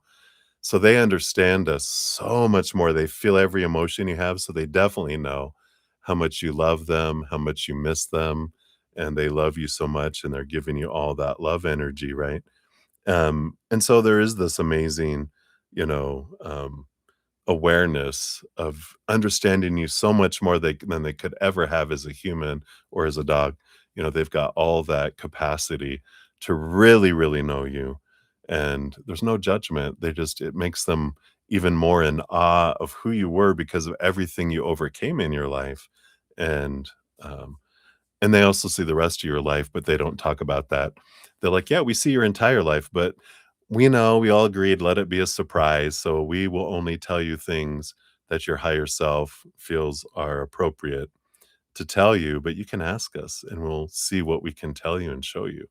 But they are over there, and they're not really over there, they're just not in physical form, but they're by you and they're always by your side. They're not, "We'll come visit." No, immediately they were by your side and they won't leave your side until you're back on the other side. In your own timing, there's no rush. Experience it, you know. You don't want to go through all that again, experience it for as long as you can. We're with you and we're waiting for you when you arrive. So that's what they got for you, Buttons. Let's see what your fortune cookie says here, too. Yeah, I got the dead inside deck. He feels like he's hilarious. Let's see what this is here for you. You've got constantly exhausted. Yeah, I like that. He's like, "Have some coffee. I'm not this anymore. I used to be constantly exhausted, fatigued, drained, hopeless, but now I'm all opposite of that," he says. "I am not fatigued. I have so much energy. We never sleep over here. I am limitless over here. I'm full of power over here and full of hope, because I see everything for what it truly is, not from the noggin." So that's what they got for you, Buttons McGee. Hopefully that helps. So many blessings to you. And I love their energy. All right. So Ruby G, thank you for your additional donation. We'll get that. You'll be number 17 there. All right. So we've got 2 for Maria P, and then we'll circle around for Ruby G here in a moment. All right. So Maria, number 1, we got 3:26:48 for you. Here's your timestamp. Boom, boom. Oh, they're over here. What am I doing looking over there? All right. So for number 1, let's see what we got going on here. So Wally's thoughts and feelings towards you today. Okay. They're separating out thoughts and feelings. What did he think of our ride in bike together on your 1-hour date? Oh, how fun. Ow, ow, ow, ow. What would he like for you to know? Okay. When he said, when I said, should I feel bad that I'm with you even though you're still married? He said, don't feel bad. All right. And is there a question there? You want to know what does he mean there? Okay. So let's take a look and see what we got going on here. So we've got Wally's thoughts and feelings. Yeah, we've got the thoughts here. We've got the Two of Swords, which is the power of story, you know, and I feel like he's like, we get to choose the story about what things mean and how things unfold. And that's that um this is what decides like how we feel and how things unfold. And I feel like that's, his thoughts are, I don't feel like they're conflicted. I feel like he knows the story that he wants, and he does feel he's at a crossroads, with that, the Two of Swords that's there. He's just deciding what what he wants to do and when and that kind of thing. And the Six of Wands on the bottom here, which this is the feelings. So he feels victorious. He feels the equal passionate connection and everything there as well. Um, so, there is that energy that's there. Um, yeah, I don't feel like there's anything significantly different in his, but I do feel like with his thoughts, he does feel like he's kind of standing at a crossroads and he feels like he has to make a decision soon. For whatever reason, he's not telling me yet. What did he think of your bike ride together and your hour date? Yeah, he liked this. It felt like it was something new, something exciting. He liked it. Ace of Pentacles, energy. What would he like you to know? Knight of Pentacles. Yeah, you know, this is thing. Even though it's the slowest movie night, there is movement, it's just the slowest moving night. So, there's a lot going on the inside that hasn't made its way to the outside, meaning, I have plans, I'm thinking about things and doing different things, but he is taking, it takes time for it to get to the outside. He's not in a rush, and, I feel like he just wants you to know there is action, there is motion, it's just slow moving. And then when you said, you should feel bad that you're with him even though he's still married.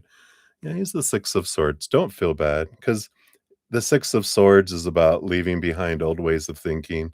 He has plans and to leave, and it's. I feel like from his viewpoint, it's just a marriage of convenience. It's not, an energy of um, like a deep romance or anything like that. They're just living in the same house for now. They wanted to let their son get off to college, get things settled, get him moved out, and um, and now he'll start to see what he wants to do, with all that after that. So I feel like that's what they have for that one. Let's see what your fortune cookie is here. All right, got this one. Yeah, I like this here. It wasn't closure. Open-ending, unanswered emotional hangover. That's how you feel, right? I want closure. I want that door closed. I want you out of there. I don't like this waiting energy, right? So that brings up some good clarity, right? All right. So that's what they have for the first one there. Let me take a quick sip here. Cheers, cheers.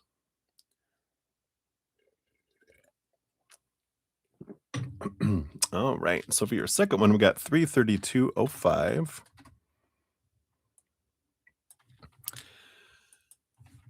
And Ruby, thank you so much for your additional donation. We'll get that on here in a sec here.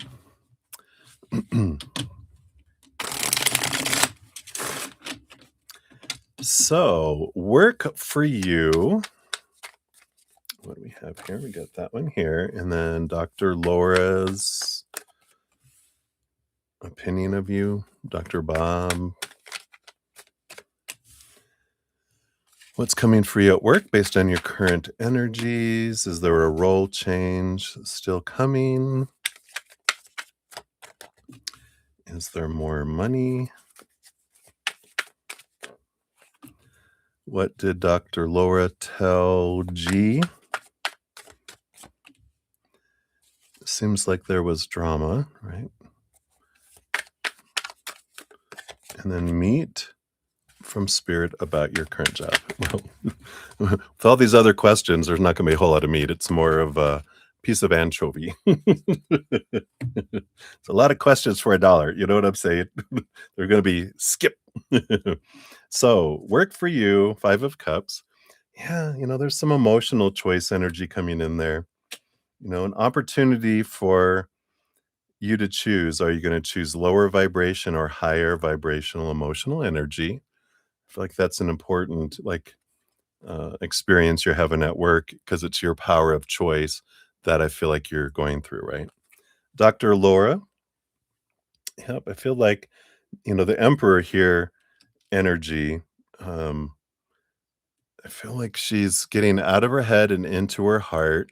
And I feel like that's why you've kind of seen a change in her too, because she used to get so caught up in her mind, but I feel like something's happened in her life where she feels more connected to her heart.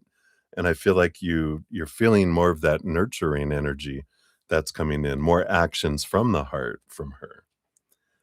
Dr. Bob, Six of Wands, yeah, he's usually like, "You're great." He doesn't have a whole lot of, uh, interest in judging people. He just likes to look for the positives in people, and so he thinks, "Great, you're doing great." What's coming for you at work? Yep, some unseen, unknown with the moon card will be revealed. Um, will you get a role change? An unexpected role change. The Three of Swords is expectations equal disappointment. But it's also kind of more of an unexpected, like you're thinking, oh, it'll be this, but I feel like there's a role change into something different than you were expecting. So that's why it's unexpected, maybe disappointing because you thought, oh, I want to go there. Oh, I'm going to go over there. Is it more money? Page of Swords. I feel like eventually the Page of Swords is about with some additional training or additional certification or something that there's more money available. So there's something that offers room for growth that can lead to more money, but no, not more money right off the bat. Dr. Lower tell G something, Seven of Pentacles. There is something here about slowness. Last thing that grows on the fruit tree is the fruit kind of energy. Um, so I feel like I don't know, they to be more so something that's been growing over time and that they just kind of shared something that's been building up within them over time. Was there drama? A lot of emotion, 7 of Pentacles, 7 of Cups, just talking about emotions and some pent up things. So I feel like, um, you know, there's this energy. I think you said, what did Dr. Laura tell G? Told her be patient with that 7 of Pentacles. And it seems like there was drama. I feel like she was sharing emotions And that's when she told her to, be calm. And then meet from spirit about your current job. You got the 8 of Wands. There's a lot of fire, a lot of energy. And this is all about whatever energy you put into the job is what you're going to get. And I feel like they're just saying that's the real meat of our lives. It's not what we do in relationships, jobs, whatever we do in life, it's the energy behind what we do it, because what we focus on and how we do energy is what attracts it to us. We attract more of that coming in, right? So that's what they got there for you. Let's see what your fortune cookie is. No. Yeah. Blocked, blocked AF, cut off, disbelief, avoidance. You know, and I feel like this is an internal block, not an external one. But I just feel like, and it's like your heart, it's your heart feels blocked, that it doesn't feel like you're living from your heart, you're living from your mind. And that's what we talk about in a lot of your readings, right? It's like your heart, boop, clear, boop, let's bring it back alive. What does your heart want? You've been living so much from fear and doing what people, you think people think you're supposed to be and should be and need to be, and what will people think, what won't people think, and that we're not living from our heart, we're living from our head. And so I feel like that's the bring your heart back from the dead. Like the Grinch has, your heart isn't small, it's just um being been silenced, right? So hopefully that helps, Maria. That's what they have for you. So many blessings to you. Thank you again for your donations. All right. So, Ruby, I think we got that one. So, thank you for your additional ones here. Let me grab that one. You'll be 17, 18, and 19. Appreciate your donation so much. Okay, we got these here. And then this one here.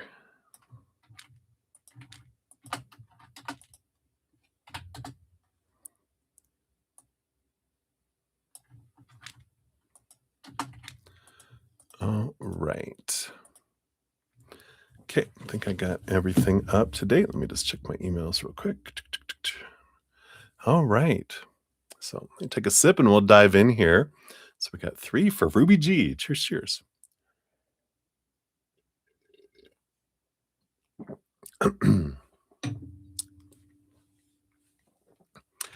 All right. So your first one here, we got 339.28. Well, not your first one, but your first one of your next batch here. Thank you so much. All right. So you wanted to know what past life, if any, did you have with your mom or your dad? Were we always ops? Is like in opposition? Is that what you mean? OPPS? I'm an old man. Abbreviation sometimes. So let's see here. Past life with mom. What can we know about that? Okay. And what about past life with dad? Dad. All right. All right. Yeah. Well, when I get the death card, which is death and rebirth, kind of representing reincarnation, that is a yes, that you had past lives with them, which I knew already, but it's nice to get a card confirming that, because otherwise we wouldn't get any cards, right? So with mom, yeah, you had the 4 of Wands, this beautiful joy and celebration. You were family with her as well in many past lifetimes, at least 4, if not more, but they're bringing in 4.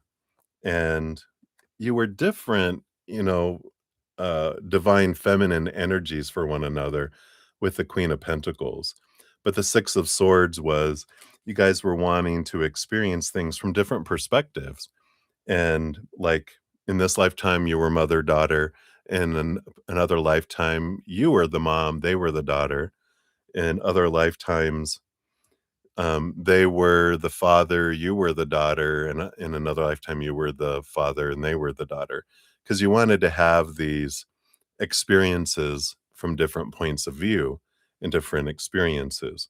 So I like this because it helps us when we look into past lives. I'm so glad that you have all these questions about past lives because I love them. First of all, I do past life readings as part of my um, personal private readings. We really dive into them. But there's this, awareness that, you know, if we feel someone's doing something to us in this lifetime, chances are we did it to them in another lifetime in some other way. It's like we realize, oh, I was never a murderer. No, we killed people in other lifetimes. We definitely had other, things we've done. And past life to past life, there's not such thing as karmic debt. Spirit has shown me that we're curious beings. And if I'm a slave owner in one lifetime, I come back as a slave in another lifetime, not to make up for that, but to see a different perspective of that. So I understand both this perspective, and then I'll even have a lifetime where I'm, someone that's in the town that sees it but doesn't participate in it, then someone that sees it and wants to do something about it, like the underground, helping them escape, or being an advocate for change. And there's all those different experiences that we have. So I like that with your mom. There's always these different roles that you were playing, but that doesn't mean it was just that. They're bringing in these lifetimes that help us with this lifetime, but we've had billions and billions. We're eternal beings. We've had endless expressions in different dimensions and different worlds and different universes and everything, and many different lifetimes as humans. So we've had so many that we've all interacted with each other in all these different expressions. Humanity is just one little deep drop in the sea of experiences that we've had, right? So when I can blow our mind, right? But so that is with mom. And then with dad, you've got the Knight of Cups. Yeah, I kind of felt like you guys were like buddies, and like you were warriors together, man, same age, around same age, like you grew up together, best friends, fighting, um, fighting together against, the tyranny, kind of energy. Yeah, the Two of Swords. Again, in some lifetimes, again, there's this warrior energy that you were a lot warriors together and warriors against one another, as well. So that conflict energy that's below the surface. Yeah, and the Two of Pentacles. I feel like you guys were twins in a lifetime as well. So you were, again, a lot of male energy coming in with those. And then the Eight of Cups too. I do feel like there is energy of loss and being left behind in a lifetime there. Um, because I feel like here in a lot of these three lifetimes they were talking about here, you actually ended up, um, someone died, someone had to walk away, someone chose to, go travel or go somewhere else and live, in a different place. And with the Page of Swords here, it feels like you're with the Two of Pentacles when you were twins. One of you went away for school, and the other one stayed. And this spans across many millennium. I mean, I'm seeing like knights in shining armor. I'm looking at like Harvard, or Oxford. Oxford's the one in England, right? That kind of energy that's there. So conflict energy, but a lot of different experiences with that. So hopefully that gives you a little bit of a tidbit of those. Let me just put these in here. And let's see what your fortune cookie is for that one here.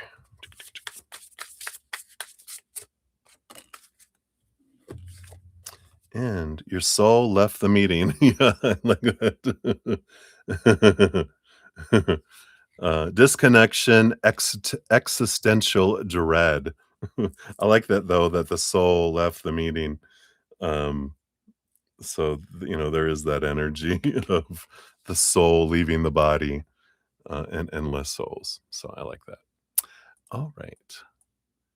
So that is for that one. We'll continue with your other ones here in a moment. Let me just grab this here. Hey, May, thank you for your additional donation. It'll be number 20 here.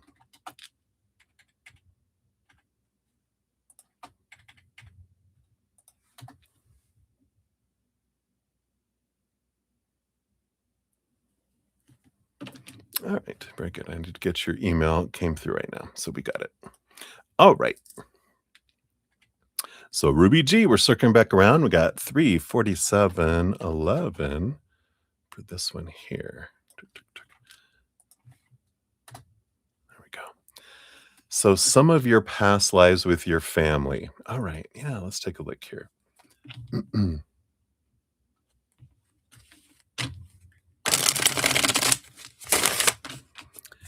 So daughter, let's take a look at your daughter here. First here.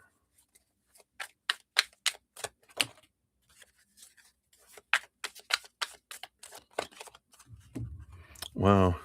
I like this. So with her, I do feel there's 7 specific ones that they're bringing in here with the 7 of Pentacles. You know, a lot of different experiences that you're bringing in. I mean, you've had multiple again with your daughter. Um, and you got the 7 of Wands, another 7. And then with this, you know, 4 of Pentacles too, right? So I like this energy because the 4 Pentacles is bringing in a lot of home energy and protecting the home. As I'm tapping into like these variety of the 7 lifetimes that they're showing me, a lot of it is as family with this 4 of Pentacles, but it says brother, sister, daughter, like mother. And these particular ones are like, no, not mother, um, but like sibling, more type of energy, um, you know, with you, standing up, being strong, rebelling, fighting off things. So it's like a lot of these lifetimes are tribal. I'm seeing a wide variety of different, you know, from South Africa to what is that? Nomad, the nomad, like Khan and those weren't they Mo- Mo- Mongols, right? Mongolia, right? Yeah, Mongols. I see that. And then there is something like fighting off people trying to invade, but it's more swords, you know, times. But I see all this where you guys are joining together. There's fire a lot, you know, and you guys are fighting off intruders. And I feel like that's a big commonality in these lifetimes, and what they're bringing in is how you've battled against people to keep the home safe. So it's interesting that, you know, there's that kind of warrior energy, but mainly siblings, um, through a lot of those 7. Maybe one as like you were their mother in one, but a lot of it, it's different. They were the older sibling, the equal sibling, the, you know, younger sibling, just a wide variety with your daughter. With your son, let's see what we get with your son here. All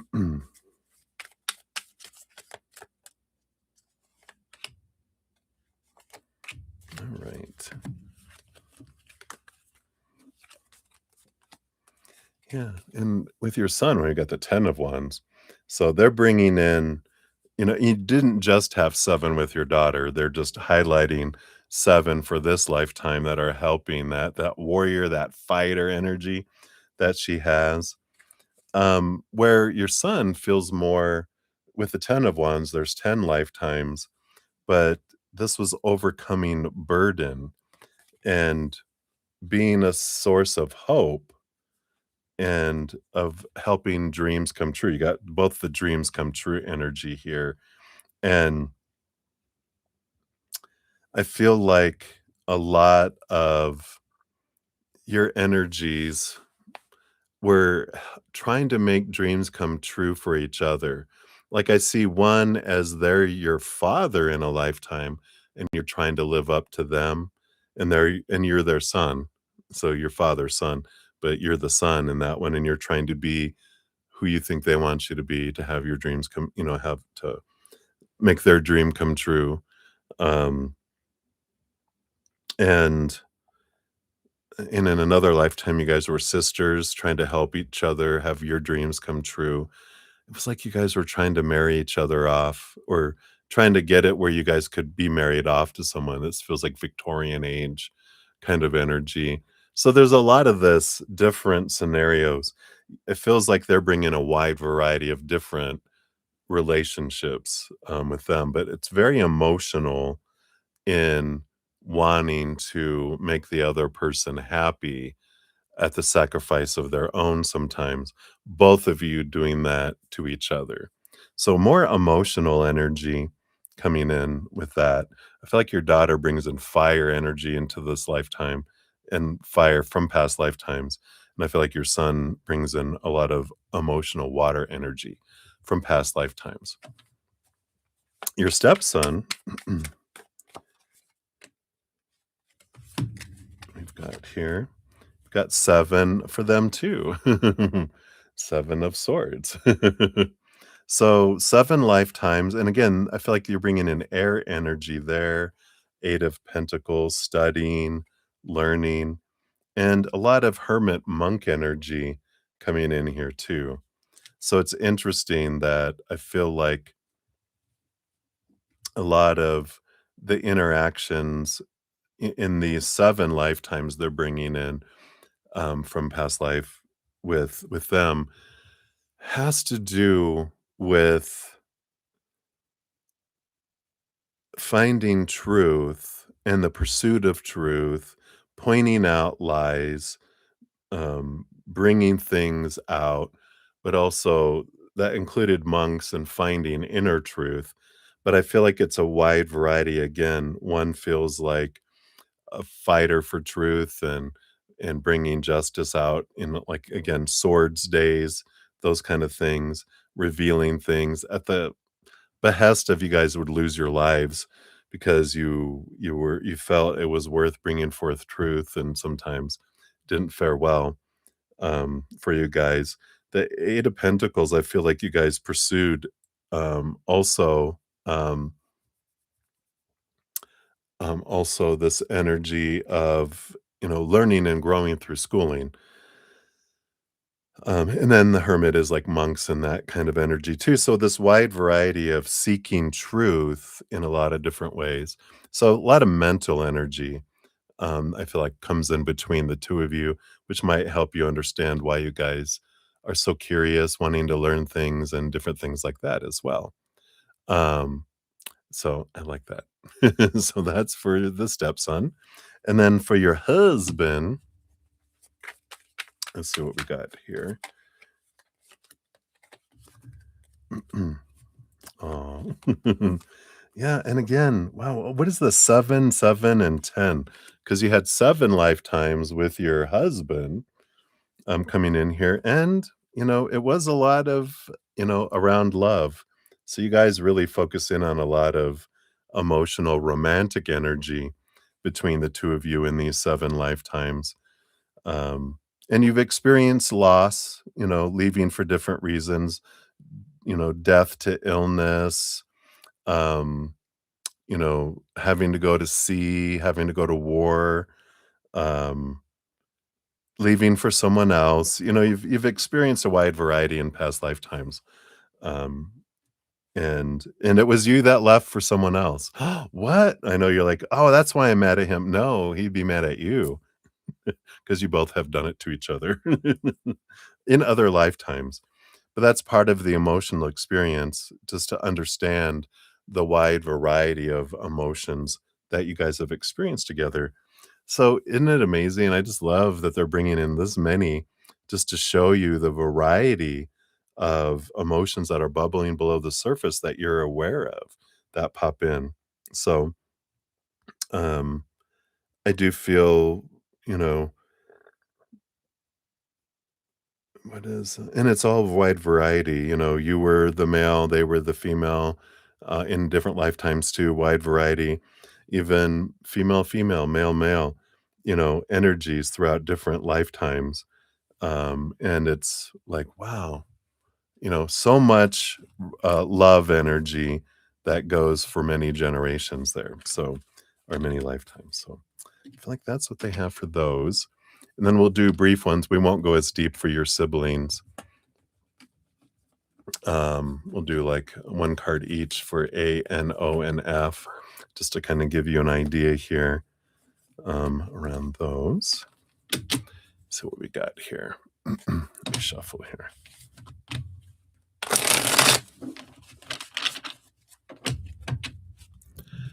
All right. And so A, we got A and N and O and F. All right. So A, you have the 3 of swords coming in here. So I feel like they're doing the 3 lifetimes. There was a lot of heartache and disappointment that happened in these 3 lifetimes that they're bringing in, and this had to do with a variety of disappointments. They're not, like, going into, like, a specific, you know, stories with these, but the theme of these energies were disappointments in the past, and so that helps understand the feeling of disappointing one another, or that you might feel disappointing them because there was disappointment energy in past lifetimes. But this is, you know, the energy you're feeling in this lifetime with your siblings is what you felt from them in a past lifetime. So, like, you feel like, "Oh, maybe I because I was the older one, I didn't, you know, I let them down." Well, in another 3 other lifetimes, you experienced that from them, so you wanted to experience it in this lifetime to see how they felt in that lifetime, right? So interesting. And then for N, you had 8, 8 of swords. You really helped each other. I feel like there was a lot of friendships with this mental energy for 8 lifetimes where you helped each other overcome these thoughts and beliefs and mindsets that didn't serve you anymore, that freed yourself up and helped you, you know, you helped it's like you guys supported one another to overcome these things that people said, whether it was accused of adultery in a lifetime and another lifetime of, you know, what is that? Witches, being accused of witches. Wow, that you guys helped each other, you know, escape the consequences, escape the thinking, help change mindsets. And so I feel like that's the kind of energy that you guys did bring in together into this lifetime too. You have 4 energies here.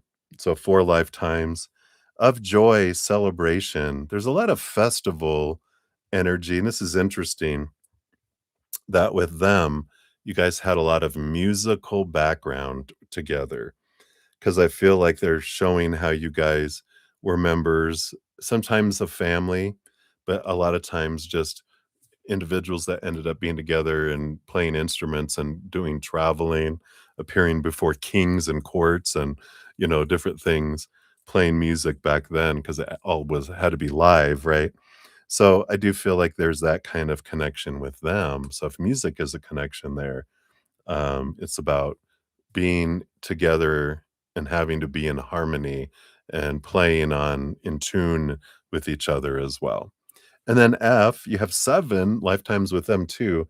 7 of Pentacles, that was a lot about abundance and seeking things. I feel like you guys were thieves together. You were merchants together. What else are you showing me? Circus? Why would you guys be in a circus together for money? Oh, because they would throw money at your feet because you guys were, you know, the big acts in circuses. That's funny.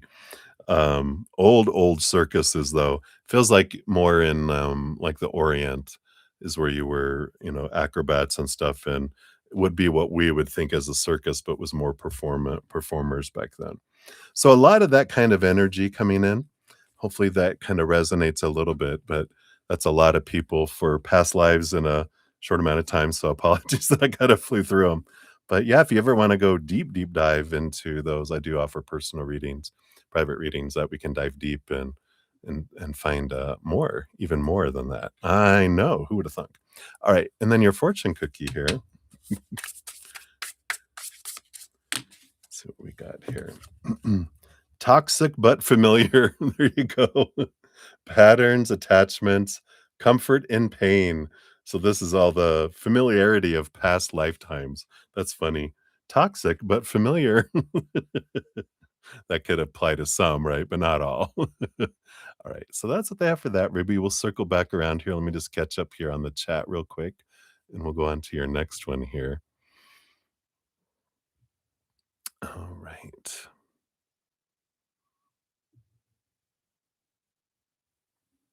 All right. So May, did I get that one?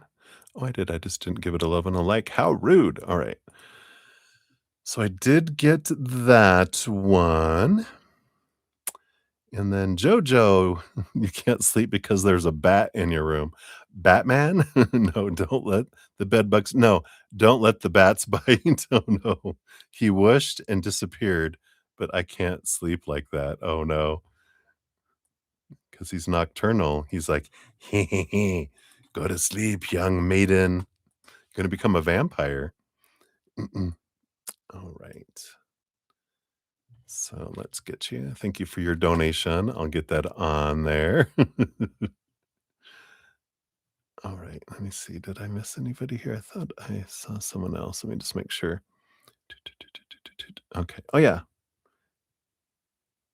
Alan Krutta. Hello, hello. I got you there. We'll get you on the free list. You'll be number 14 on the free readings when we start those. Donations do get first priority, so we will get to those. And then we got Chelsea in the house. Hey, Chelsea, good to see you. Hello, hello. All right.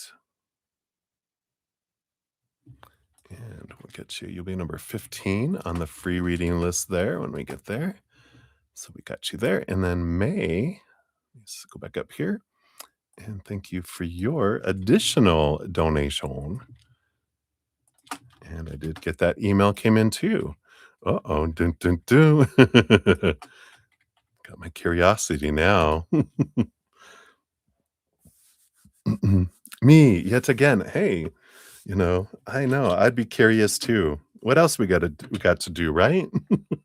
Gotta dive deep into stuff. So thank you so much. I am very grateful for your donations. You're so generous. So we will dive in there. Keeps us out of trouble most of the time. Or it gives us ideas at the very least, right? So cheers, cheers.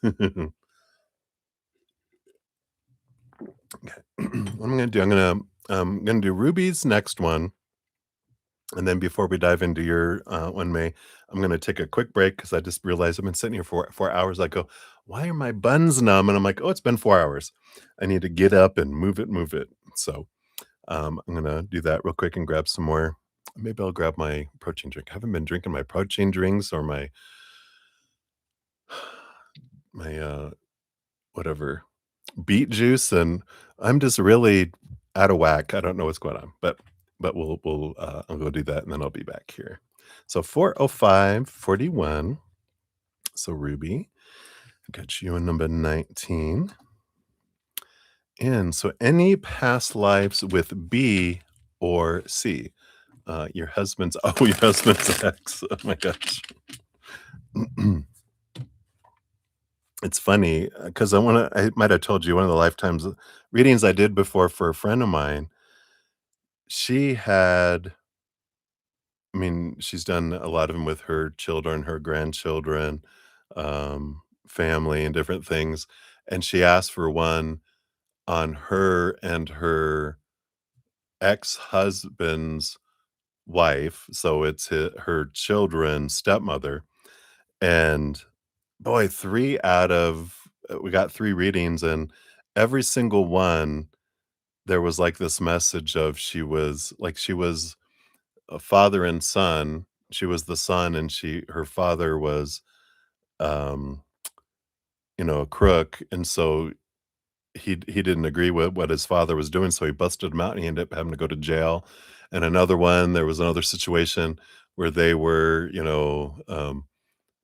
the other person was the thief, the stepmom was a thief, and they ended up getting him, and they went to jail.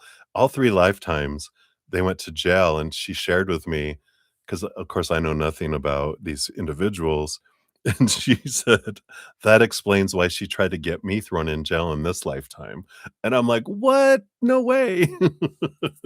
So it's amazing how our lifetimes, it's all about perspectives and learning and growing, so very interesting. So, I know, right? Alright, so, Ruby, let's take a look here. Any past life with your husband's ex? Alright, let's see what we got here. Right, we'll look at that, and then or C, a friend. Alright, we got that, and that, and these. Okay. What do we got going on here? So, I'm interested in this X, right? 10 of Swords. 10 lifetimes together is the way this has been working out, and a lot of conflict over many, many, many, many lifetimes, you know? So wow, right? Crazy, crazy, energy. Let's see what else is in here. Yeah, 7 of Swords, a lot of lying, deceit, spies, you know, but a lot of opposition energy, coming in here. And, yeah, even the 7 of Wands, standing up and fighting, energy here. Sometimes you guys were on the same side with that 7 of Wands, but, and I know this is gonna be hard maybe to comprehend at this time, but you guys are really close friends on the other side. And it's because, you know, our biggest nemesises in human form are some of our closest friends on the other side, people that we really have special bonds with, because at our core, we're very loving beings, unconditionally loving beings of light. And when we come down here and we like, I need someone to be a real biatch to me. And everyone's like, no, no, I can't. We're beings of love. And they're like, fine, I will be that for you because I love you. But that's the only reason. And so we become these things and we forget, of course, we know we're going to forget when we come down here. But when we get to the other side, we're like, hey, buddy. And it's weird for us to try to comprehend that in these forms because we're so connected to the character someone's playing. Just like if you have a favorite villain that you really love to hate in a movie, if you ever met them in real life and you discovered that they were the nicest person ever, you'd be like, "What?" You know? So, there is that energy of, that there. I know, who would have thunk? But, a lot of battles you guys fought against each other and with each other, but you did it to learn from each other through conflict. That's how we grow and expand, and so I feel like that was a lot of what's below here. You learn a lot from each other. Your friend C, you have the Knight of Pentacles. This is interesting. I feel like there's one lifetime with C. Let's see what this is about. They wanna zero in on just one lifetime. Again, slow energy. Knight and the Son of Pentacles are, um, it's like they teach patience, they teach to take it one day at a time kind of energy, if that resonates, because it feels like C helps balance things between head and heart. The Four of Swords is bringing peace of mind, and the Page of Pentacles allowing you to see your worth differently.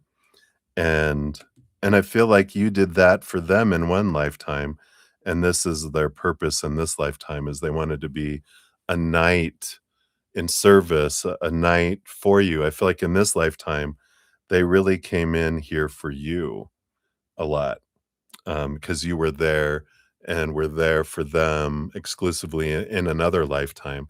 So, I feel like they don't ask for much. I'd be surprised if they ask for anything in this lifetime, and they're such a giver and supporter of yours. Sometimes it almost feels like this feels way off balance, and you're like, "Well, because it was way off balance in another lifetime where you were that for them, and they wanna be that for you in this lifetime to feel what that feels like." So, I like that. So don't feel guilty. Say, "Okay, I'll let them give because I gave so much in that lifetime. They wanna feel what it feels like, so I'm gonna let them," right? So very compatible energy. You even got because you had the Queen of Swords, which is balanced between head and heart. On the bottom of the deck is the King of Cups, which is the exact opposite, but meaning the same thing, which is the balance between, sorry, heart and head. So interesting, right? So that is what they have for you. Hopefully, you probably just fainted when I was telling you about your like best friends with your the actor behind the character of your husband's ex on the other side. You're like, no, no, no, no, no, no, no, no. Yeah, I like it. Social battery, 0%. Drained, antisocial, shut down. I like these cards. So be aware of your battery. All right, so that's what they have at Ruby G. Thank you again for your multiple donations and diving in all of to these wonderful, wonderful past lives. I love it. All right. So we did all those, and then May, thank you for your additional ones here. Oh, blatantly. Uh-oh. What is this? Get you on the list here. That'll be number 23. Okay. Oops, one more. All right. Give that a love and a like so I know I have it. All right. So I'm gonna take a quick break, get some I think I'm gonna get my protein drink. I think I'll get some more coffee, just a little more coffee. And then when I come back, we'll have May. You'll be up for your first one. Then we'll jump to JoJo, and then we'll jump to your other two there, May. So thank you again so much for all the love and support and thumbs up and donations and patience and getting to your readings. And I shall be right back. So cheers, cheers.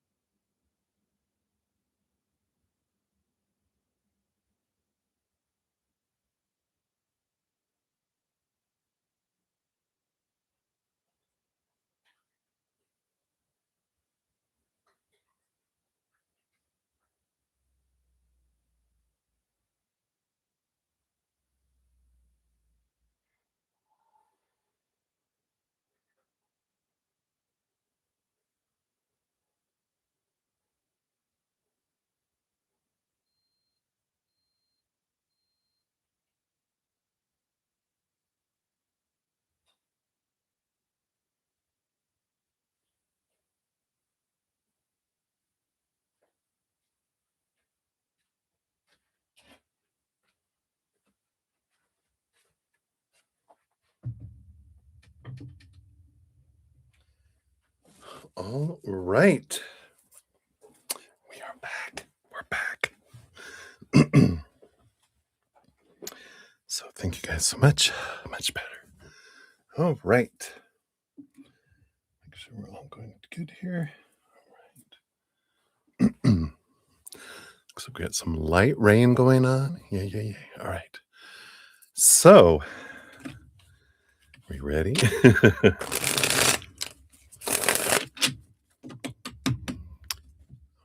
So let us dive in here. So we've got May, you are up. We got 41904. I know, right? We need it bad. We are like drought and fire dangers and all sorts of fun stuff. But now we have a little bit of monsoon coming in. So we are good. All right. So we got your first email here. All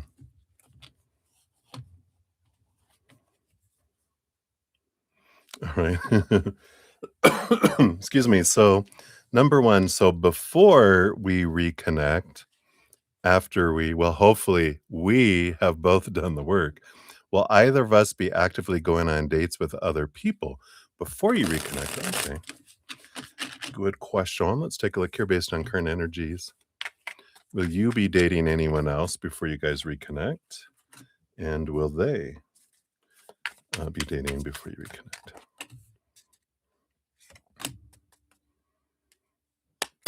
Oh, that's it. All right. So will you? Well, you do have the 10 of cups, which is relationship energy.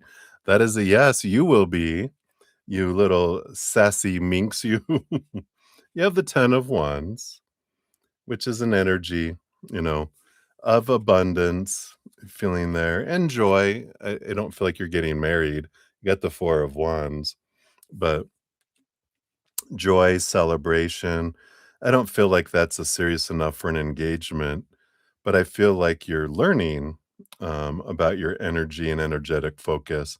So it feels like more stepping stone kind of energies. But um, yeah, I feel like you're enjoying them, you know, learning and growing through them. Um, yeah, no, we got his energy, 4 of Pentacles, 2 of Pentacles, Page of Swords, talking to people, but not dating, not I feel like he's still focused in on, you know, the money energy, at that point coming in here with that energy there. So, I feel like you're in lab, right? You're learning the chemistry in the classroom, and now you wanna put it to the test, so you're blowing up things in the laboratory, and you're enjoying it. You're learning, you're growing, and you love where you're at in it. So that's funny, I like that. Alright.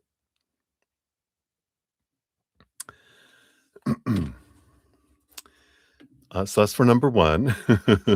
Number 2, family stuff always comes up as one of the many things he's busy with, or dealing with. Can we ask Spirit what the hell he's actually dealing with when it comes to his family? Okay, so he's doing, like, what's going on with family stuff is one of the big things. Alright. So can we know what this family stuff? What the hell?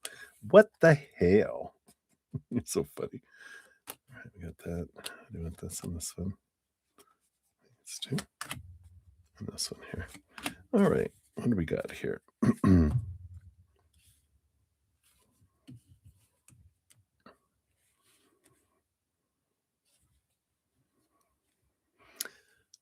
Bottom of the deck, we have the Queen of Wands with the 5 of Wands.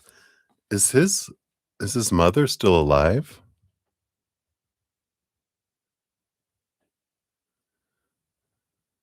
Oh, laboratory. Oh, that's funny. Blowing up laboratory. Yeah. Um, 'cause there's something here. I mean, does he have any siblings? There's something with this Queen of Wands and the Five of Wands, or someone family-wise that is causing drama, there with the Five of Wands. So it could be if he doesn't have a sibling or anyone indirect, oh, that's right, right. I feel like this might even be like an aunt kind of energy, because it feels like someone's interfering more so with dad than it doesn't feel like brother or like wife and young daughter energy. This feels like someone that has nothing to lose. That's why I thought, "Is his mom still alive?" But I feel like it's maybe an aunt, trying to cause, like there's something to do with their father and maybe like life insurance or co-family owned stuff, and that they're like, "Well, we need it all. Your dad doesn't need any of it. He has you," that kind of thing. Feels like there's some sort of drama underneath the surface that comes up with an ant kind of energy. Outside of that, yeah, Page of Wands, so there is fire energy that's coming in here. Let's see what this is for here. Yeah, 9 of Cups, and it does feel here because it feels families after this dream come true energy, that people are taking action, feeling like that we're supposed to have a part of that because they don't have it, so they are, "Well, you guys have plenty. Why making such a big deal about it?" So it does feel like the ant is the instigator, but it feels like there's more people involved here. But it feels like, yeah, it feels like it's not direct family, it's the cousins, aunts, kind of energy that's coming in. Yeah, a lot of expectations, 10 of swords. There's those expectations he hates, right? The Hierophant. There's some sort of legal energy that comes in here too, in trying to balance things out here between the head and the heart. Because I feel like they're trying to be like, well, yeah, I get it, but also, because money means so much, um, it's like I don't want to overdo it, you know? Yeah, because here's the 9 of Pentacles, the Emperor. It's like, I'm the one in charge of the estate, I'm the one in charge of all this stuff, and I feel like that's why the family stuff comes in, because I feel like there's more going on. Because something to do with his father attached to, like, something that his mother like, his grandparents owned, um, something that hasn't been liquidated, like the family farm or the family ranch, kind of thing, and people are wanting him to sell it so that they can get the money, and if not, then buy us out, and, "Oh, no, you need to pay us more than that," and blah, blah, blah, blah, blah, blah, blah, kind of stuff. Pressure, a lot of that kind of stuff coming in here. Yeah, and it goes back to, again, the 6 of Cups. It goes way back to childhood, you know? Again, that's that, you know, I'm the child and all these people we're the adults, but now I'm the one that's in charge, and all these adults are, um, trying to manipulate or trying to bully him into, doing that stuff. So I feel like that's what a lot of the family stuff, just, and they're hitting him where, that again, that whatever this was that was built, um, but because he's such a business person, that's why whatever grandparent, this is the main owner of whatever this big family property or business or whatever is, that's why he's in charge. So, I feel like that's in addition to I do feel like father is sick, but I feel like the big family stuff, about family has a lot to do with that stuff. Right.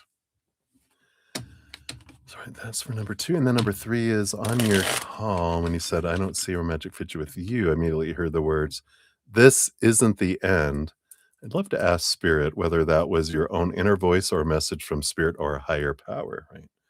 All right, we'll take a look here. So what was "This isn't the end"?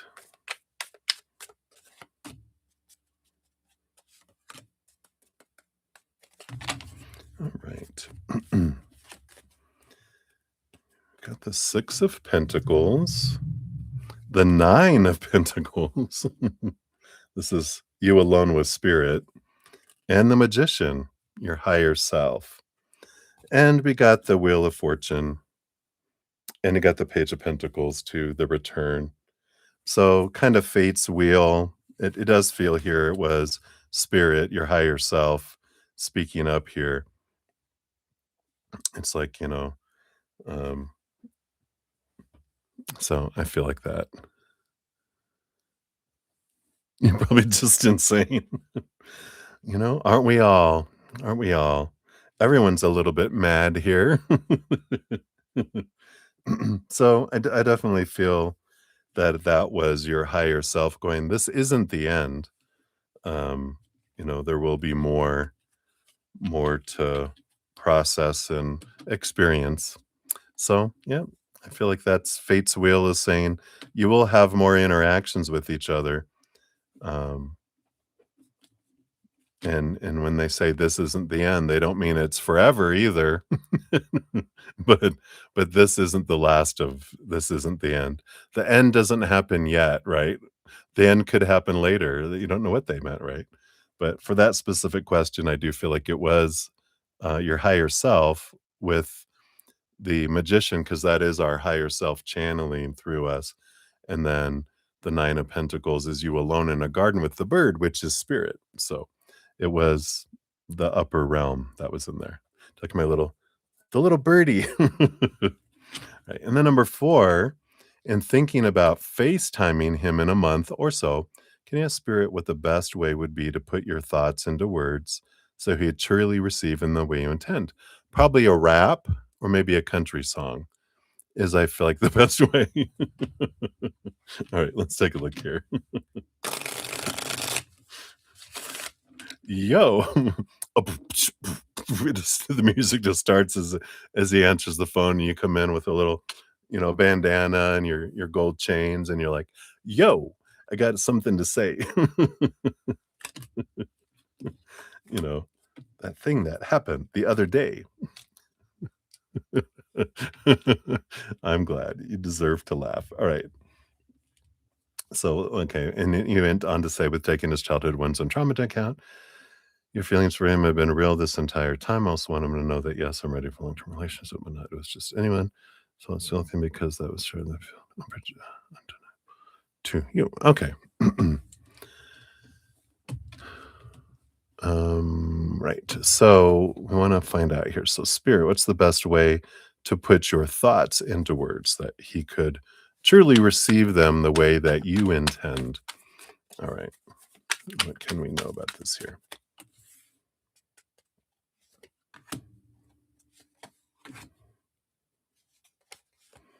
Oh, it's funny. They said country song, right? You'll get a pen and paper. Just remember your timestamp. Your timestamp is always available in the pinned comment, right? That's funny that they mentioned, like, um,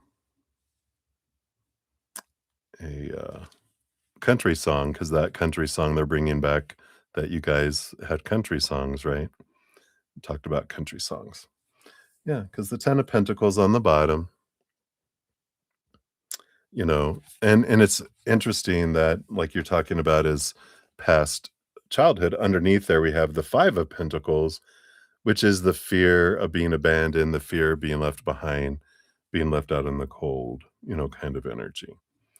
So it's realizing the difference between, what we felt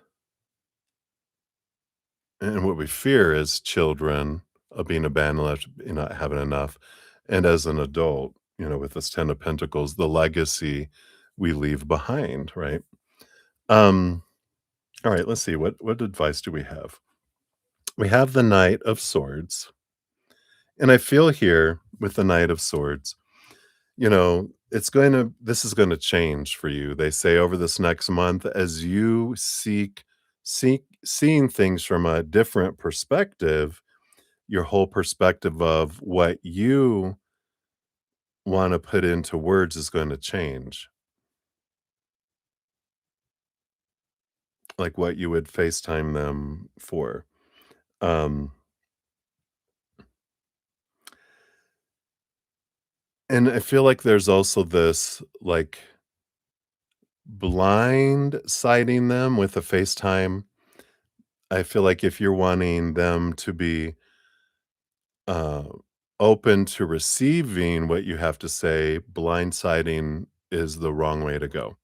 It would be reaching out, saying, um, I'm wondering if you would be open to FaceTiming, um, because I would like to share something with you, um, and it's important for me to be able to share this with you, kind of thing. And I feel like that's important to, you know, um, even if this is for closure or, whatever this may be for us, um, I I would appreciate if you would give me the opportunity to share uh, some of my thoughts or some of my perspectives or something like that. But that doesn't sound good, right? um,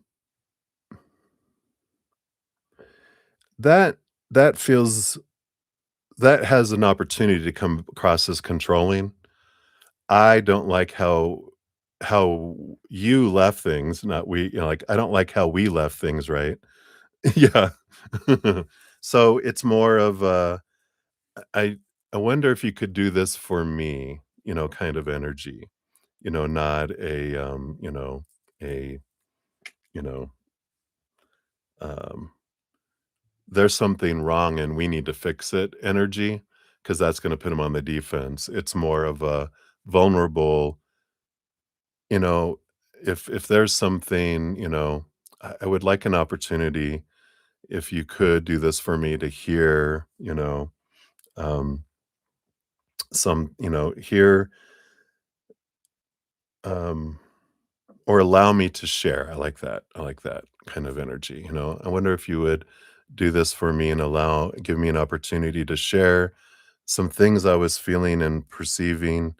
Even if it's for closure, you can put that out there because he's like, "Oh, okay, if you need this," I feel like he'll go, "Okay, well, if you need this, I will listen," because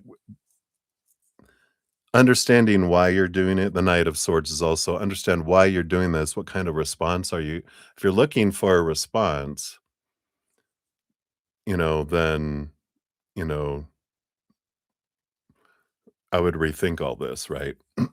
Because if I'm doing this for me to be able to say what I feel I wanna say, but if I have a need, right? Yeah. Well, the in the email here, right?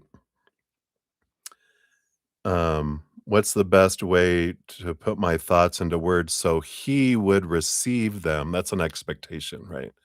I want him to receive my words the way I intend him to receive it. That does sound, that does sound like expectations. Like, I want a result from this.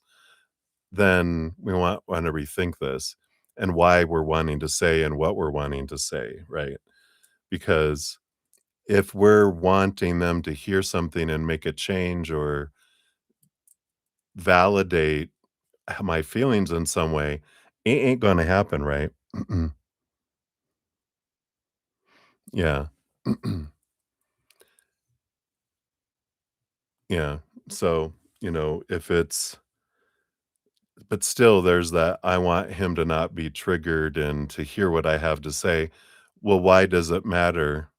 You know, that's this is these are questions. This is not an attack or, this is like good clarifying energy, right? To go, what am I wanting from this? What am I wanting them to do with the information? Why do they need to be able to receive the information? What behind there is that I'm, looking for from them? If I'm doing this for me, then it doesn't matter if they trigger or not, or they receive it or whatever.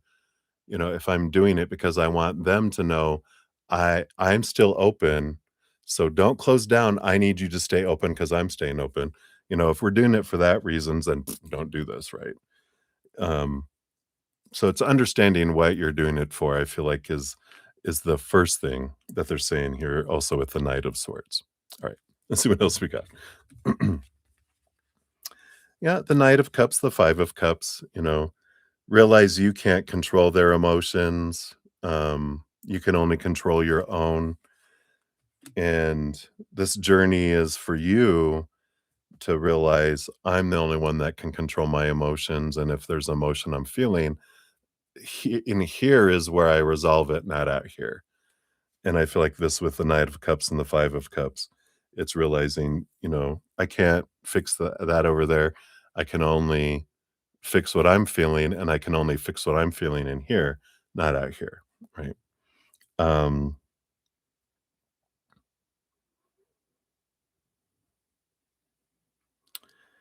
and yeah, let's see what else we got here. Because we got the World card, the Eight of Wands. So this is an ending of an old cycle, the beginning of a new adventure, and the Eight of Wands is this,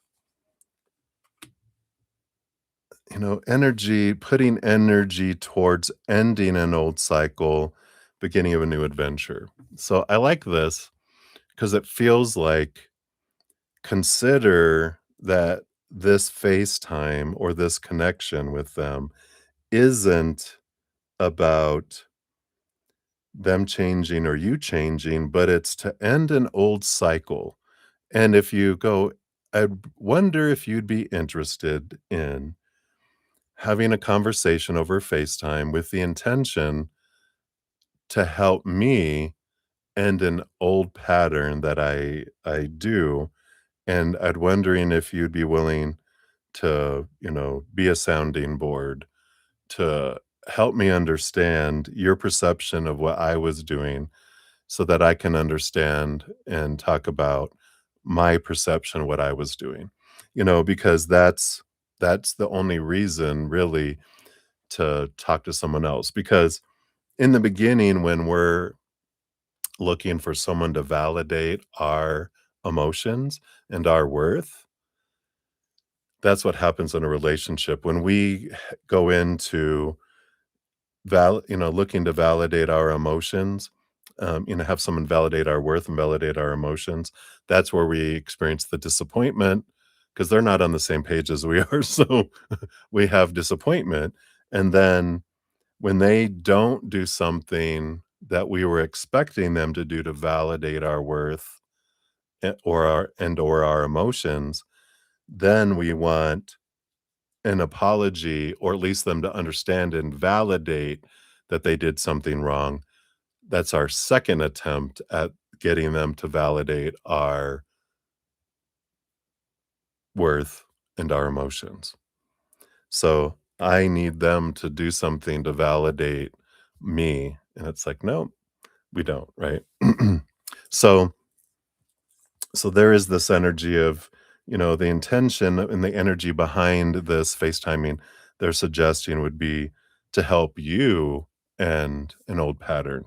And identifying what pattern that is between now and then, of course, is what you're working on and going, yeah, I see now. And maybe by then you might not even need need it, right?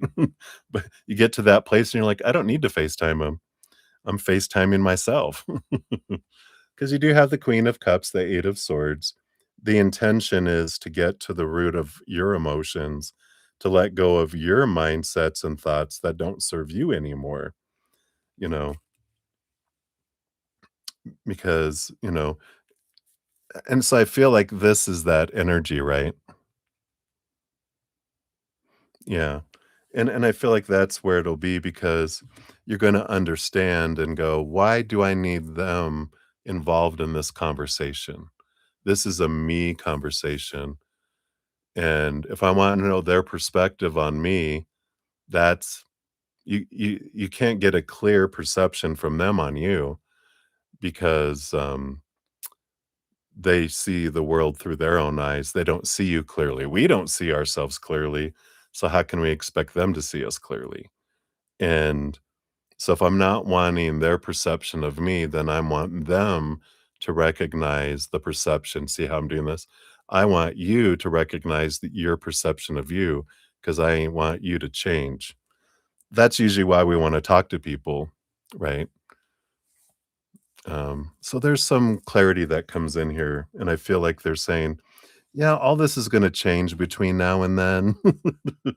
I feel like you're going to have so much growth in these next 4 weeks or ish, you know, that you're gonna kind of gonna be like, "I don't think I see now what my intentions are of wanting to connect with them," even if it's, "Well, I want them to know that I'm still open," you know, um, to something in the future, then it can be just a simple it doesn't have to be in depth, like you said, "Hey,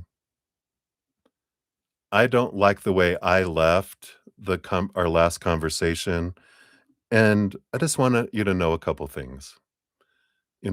I do really care about you, and I do think you're an awesome person, and I get that you don't, presently, you don't feel like you could be someone's, romantic, but, um, I'm taking time to look into, myself and see what's going on and evolve and, you know, uh, like, don't consider this bridge burned if anything changes in the future. Just know that I still think you're an awesome person and, blah, blah, blah. It can be that. It doesn't need to be, let's I have a PowerPoint presentation that I'd like to take through the conversations we've had, and I would like to have some notes from you on these, please. Right? So, hopefully that helps. Let's move on here. We went deep into that one there. Let me take a quick sip here as I read number 5 here.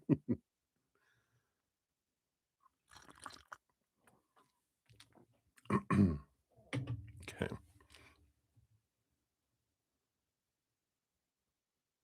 Okay. So when when we see someone and I believe it that is true for everyone that, you know, versus just phone or text or whatever, when we're seeing a human, there is something because we see them as a human and not just an AI bot on the other side, although these days it's becoming more like, I don't even know if I'm real right now. Maybe I'm AI, you guys. No, I'm not. Not that I know of. Maybe I'm a robot. Anyway, I'm an android. I'd even know. Oh my gosh, I became self-aware. All right, so let's take a look here. Does it impact him differently when he sees you? Um, yeah, I have the Ace of Pentacles, the Five of Pentacles, even the Hanged Man here. And then sometimes um, we might even feel intimidated, with talking to someone, especially if we feel we're not worthy, like with this Five of Pentacles. It might challenge our self worth. It might challenge us to go, like, wow, I don't deserve to be with you, kind of energy. It can almost work against us as well as for us. It does humanize things. Just try not to look too beautiful, maybe a turtleneck, no makeup, hair down. No, I'm just kidding. Don't have a bustier and have your shirt open and look hot, you don't wanna do too much damage where they're like, "Sorry, what did you say?" You're like, "Eyes up here, eyes up here." But, yeah, I do feel like with this energy here, I was not expecting that. Yeah, sunglasses. Hey, well, you're gonna be wearing your rapper outfit, hat on backwards with sunglasses and, "Yo, what up, Max?" I'm gonna tell you this song I call, the Max Attack, So, but I do feel it affects him, but it might affect him in a way that, you know, but I feel like it just equals out. I don't, you know, I feel like, FaceTiming so they can see your expression in addition to your tone, I feel like, it does make us feel more human, because if you're not empathic, like I feel all of your guys's when I'm chatting with you, I feel like you're sitting in front of me, but that's because of my empathic gift. Not a lot of men will have that connection ability, so seeing the interaction can help them as well.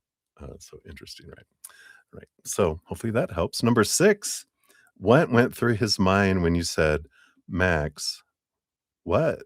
After he told you, "I don't see a romantic, future with you." Did he think, "Oh, crap, she knows that's not what I truly mean," or was he surprised that was your reaction?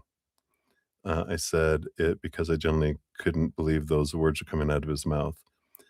Did you say, like, WTF? Is that what you were putting here? It just says Max, what, period. Did you go, what the F? Let's take a look here. What went through his mind? Oh, like, what? Like, what did you just say? Ah. You also feel like I'm there? Like here? Because I am. You mean like, you feel like I'm there too? I love that. I love the energy of spirit. Alright, let's take a look here. So, what? Did the little, what?" So, what was he thinking when you did that?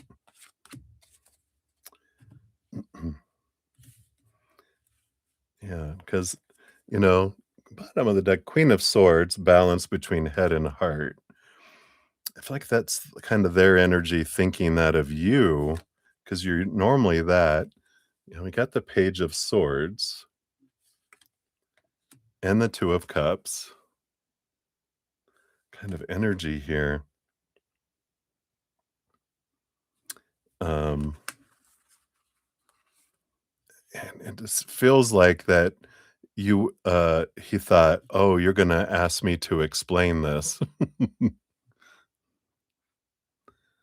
Like, as the pillow goes flying, right? I feel like his first thought was like, "Oh, you're gonna ask me to clarify this," was his first thought, and then the King of Wands, the Hanged Man, yeah, there is this, um, energy, King of Wands and the Hanged Man, trying to see things from a different perspective, and it's almost like it's I feel like he almost had an out of body experience where he literally his energy took him into seeing the conversation, like, almost like did his life pass before his eyes? 'Cause it's like he kind of felt like he was in a dream, like he was seeing it from a different perspective, like, "Whoop." It's almost like how some traumatic responses, we detach, kind of energy. I feel like that's what kinda happened. That's interesting, and, yeah, and we have the 3 of Cups and the Strength card coming in here. It's almost it's weird. Um, he with this Leo energy, I feel like they kind of felt like your strength, and it's like the 3 of Cups. It almost felt like he had 3 people ganged up on him because I felt he felt outnumbered suddenly. What an interesting energy as I'm sitting in it, because 'cause I'm like, he felt your bravery, like, "What?" And then he felt like, "Oh god, there's" it almost like the power of 3, you in your brain and, uh, something like that. But, I mean, it did, it's almost like you had this ancestor energy, it almost felt like witchy, where you're just like, "Woof," and he just felt your power, and he felt outnumbered, like we weren't alone kind of energy. Yeah, me, myself, and I. So interesting that he felt like that kind of like, "Oh, uh-oh," kind of energy. So that went through his mind, but I felt like he detached because he felt like a traumatic threat, and again, it's like that energy of mom, right? Like we talked about. He was like that's what he had to do when he was a child, is detach so he didn't feel the fear and the pain, emotional or physical pain. He learned to detach in a moment of sudden, attack, and so he kinda reversed into that kind of energy. Interesting, right? Maybe that's why he feels like I shouldn't be in a romantic relationship. Oh, wow. So, I feel like that was that. And then number 7, you honestly have no idea what he thinks the depths of your feelings for him are. Does he have any idea how deep they really are, or does he convince himself they're not as deep as they actually are? Okay, let's see what we got here. Does he get it? Can he comprehend? Does he understand the depths of emotion? And this is gonna this is gonna be a no. Predictions.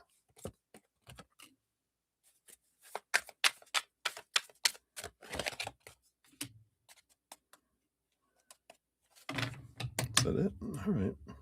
Oh, yeah. Well, we got the Hermit. We do have the Queen of Cups. When he's alone, he can kind of grasp. Well, I mean, this is like mother energy. Oh, look, and here's the lion, the lioness. He he relates it a lot to his mother's emotional depth, where she could go into deep sobbing and deep expression of love every once in a while. Depends on where she was in between being sober and being drunk. There was this happy drunk stage, and then there was the abusive drunk that she would end up going into. And when she was sober, she wasn't feeling very good, so she wasn't very loving during that period too. So a lot of that, and has to do with they don't have a whole lot of self-love, so they can't comprehend the depths of love. The magician is they do a lot of their expression through action and passion and the attraction energy.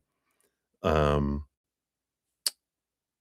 and the Queen of Swords, again, there's this heart, you know, they're reminding me of there's one suit that one tarot deck I have where the Queen of Swords is here and the Ace of Cups, which is the heart, is in a prison underneath her throne locked up. And I feel like that's kind of represents that theirs is all about 6 of Wands, you know, um, passion energy. They can understand the concept and experience emotion, but I feel like it's only a glimpses. It's like, you know, driving by something fast and going, "I saw it. I think I saw what it was," "Take a picture quick." But yeah, so I don't feel like they can understand the depths of that in the way that you understand and feel the emotions, though you both have the awareness of painful emotion, and that's kind of what sets it apart in a way, right? All right.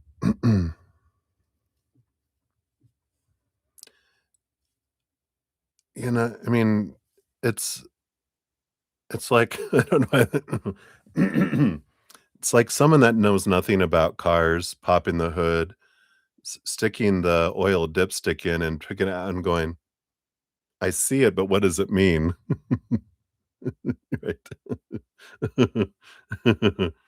Um, I feel like he understands the passion and the interest energy that's there, um, so, I do feel like there's their awareness, through their own, um, experiences, but they're not gonna have the same perceptions as you are because they haven't had the same life as you.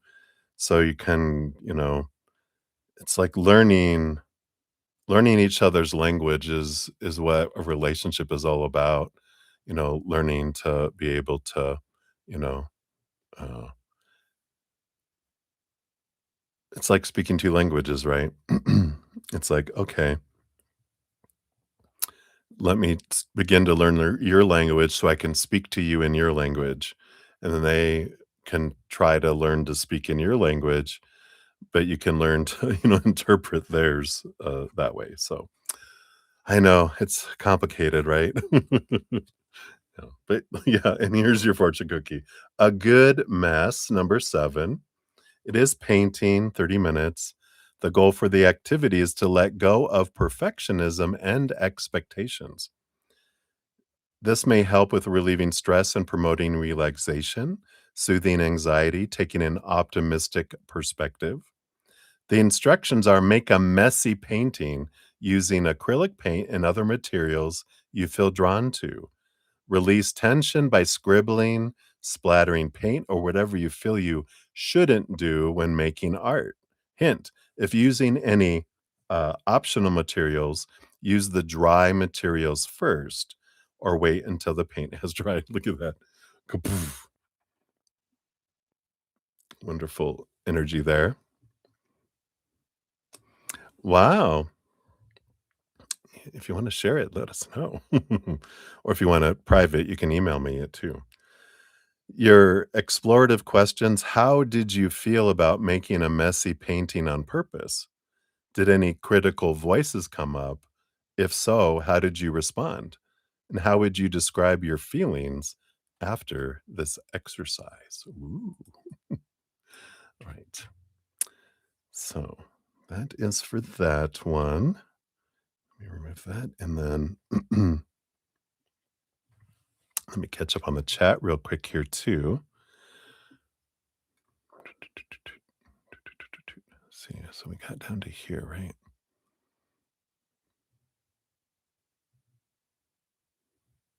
Yes. So I got down to there. And we've got Brianna. Hello, hello. Good to see you. We'll get you on the donation list. You'll be number 24 on the donations, and we're about to start number 21. So it's not as far away as that may sound there.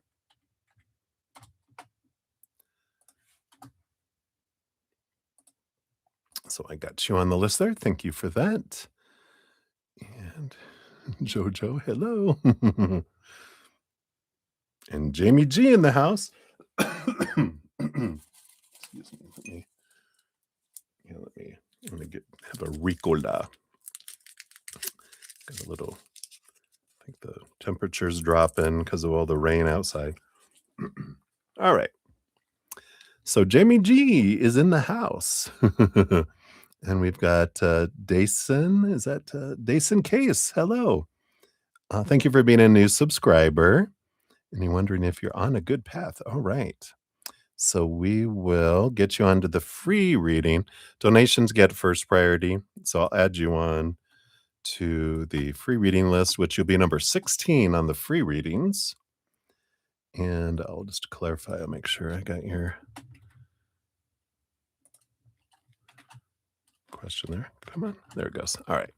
So we got you. And then Jamie G, let's jump up there. Thank you for your donation.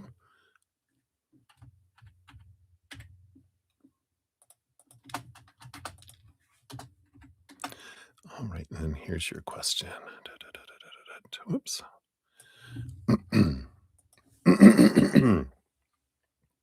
Pardon me. All right, we'll give that a love and a like. And I think you added in here. I really want to know about A. All right. Okay. So we will put that up there. Got it. Got it. Got it.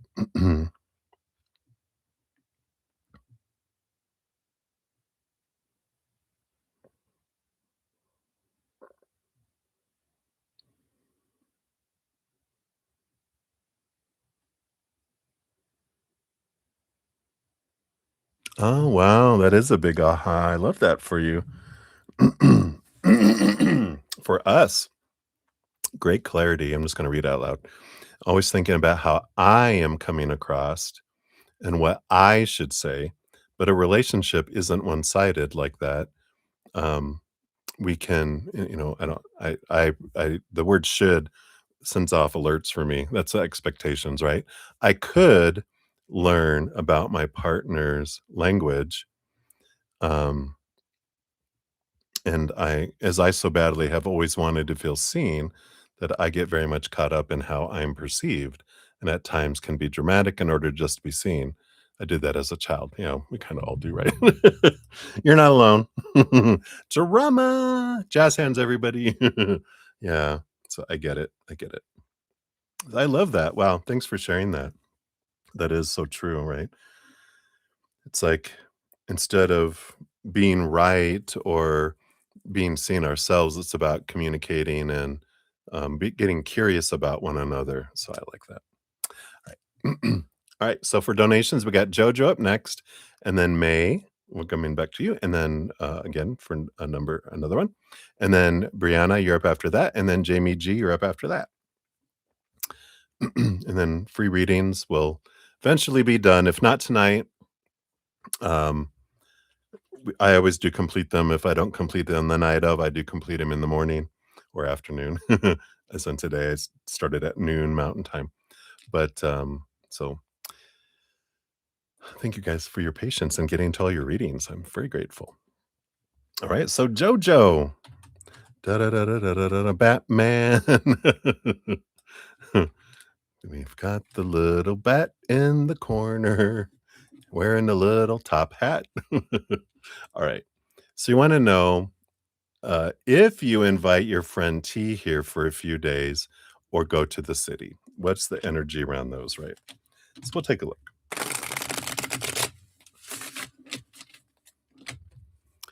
So if you invite them to come visit the bat for a few days, what kind of energy do you have there?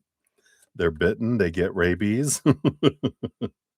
Better them than you. They become a zombie and they start the zombie apocalypse. Hey, sounds like a good plan. Let's just get this over with, right? All right, so that's the energy if you invite them there or if you go to the city.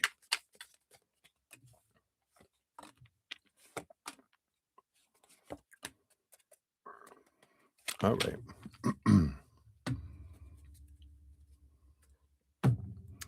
So let's take a look. Bottom of the deck, you do have the Eight of Swords. So regardless, there's a kind of a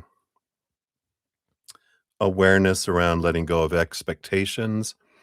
The more we focus on expectations, the more we suck the life out of the interaction, right? So it's more about gratitude on what you do enjoy about them and have enjoyed um, energy with whichever either way you go, focus in on gratitude around it, not expectations. It's like, I had such a great time and, I'm so grateful that for what you did there. I'd like to invite you, like in this case, I'd like you to invite you out to the country. You don't have to clarify you're not a sociopath or anything like that. That'll just get them thinking. Just, stick to the gratitude. All right. So I like this. You inviting them to your home, the Four of Pentacles, 10 of Cups, joy, celebration, great energy with that there. So that brings a lot of great emotional energy. Yeah, and then you kill them. They do die from a bat bite. Let's see what this is about here. Yeah, there is a you got even the world card, which is a good card. This is a an ending, new beginning energy that pops in here. Um, you've got the King of Cups, this wonderful energy here with, you know, the King of Cups is like, again, that energy. I think we got that in your original reading, right? That, such a good fit. We just really fit well and very compatible energies. Yeah, and the Ace of Cups energy. So very positive energies, inviting them out to, you know, the witch's house in the forest. So I do like that there. And then if you go to the city, yeah, there's patience, temperance energy. Kind of feels like things go slower there, which is interesting, right? Or you have the star card, balanced energy. Yeah, with this temperance and the star card, I'm getting balanced energy. The five of cups energy feels a little more, yeah, definitely not as happy as that 10 of cups. And the ace of swords, clarity. What is this other energy with this ace of swords? It's almost like it's the conversation isn't as deep, and that makes sense. It's like in the city, there's so much to do and so much activity, so much disturbance from other things, distractions kind of energy. I feel like the when you invite them to where you're at, it's more remote, more quiet, kind of less things to do in a way, but it allows some good conversation, some realness to come in. Walls are down, kind of energy. So I like that. That's what your fortune cookie brings in here too. But it feels like, yeah, inviting them for a few days, um, is an exciting, uh, kind of thing, and it makes a big difference. It feels getting away from all that and asking them to bring a net to capture the bat. Yeah, I feel like this is what you want to face, right? Feeling like you're being too much, fearing rejection, overexpression, and shame, right? And I like this because here is like over being something, being around a lot of people, but being yourself when you're, in the, away from all that activity. So I like that for you, Jojo. That's what they got right now. So many blessings to you. All right. Yes, Jason Case, you are on the list for free readings. You're number 16. Donations do get first priority. And so I haven't started free readings yet. I'm about to start number 22 in the donations, and I've got 4 to complete right now. Uh, and who knows what else will come in. It happens. But a donation of any kind you guys can get prioritized on and move above the free readings onto the donation list if you'd like. All right. So I think I've got everything else on here. All right. So thank you again, Jojo, for your donation and enjoy.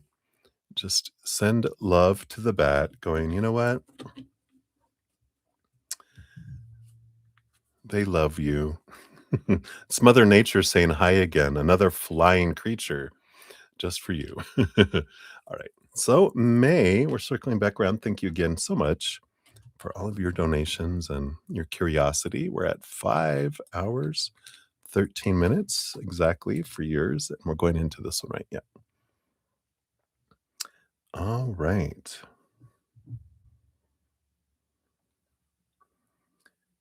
Oh, okay. So these are those 4. Okay, gotcha.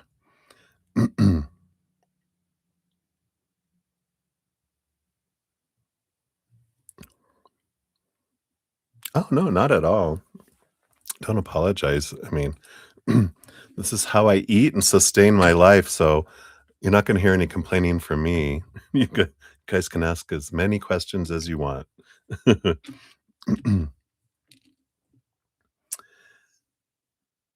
Right? So, I mean, this is what I do. This is my job, right? This is my dream. So, please, yeah, don't worry at all. Um, so let's see here.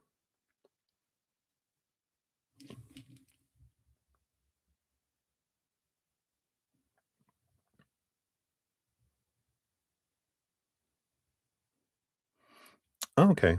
Very good here. I just want to make sure I was looking at the right email here. So, in his perfect world, what does he need to hear from you now?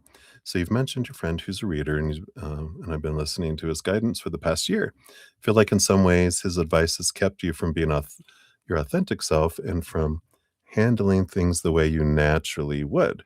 That's been true in both positive and negative ways. He basically made me feel like I messed things up by messaging Max.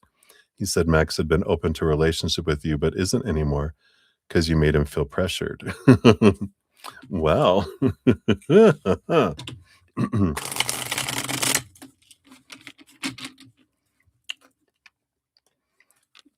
first of all, is that actually true? We'll look at that, right?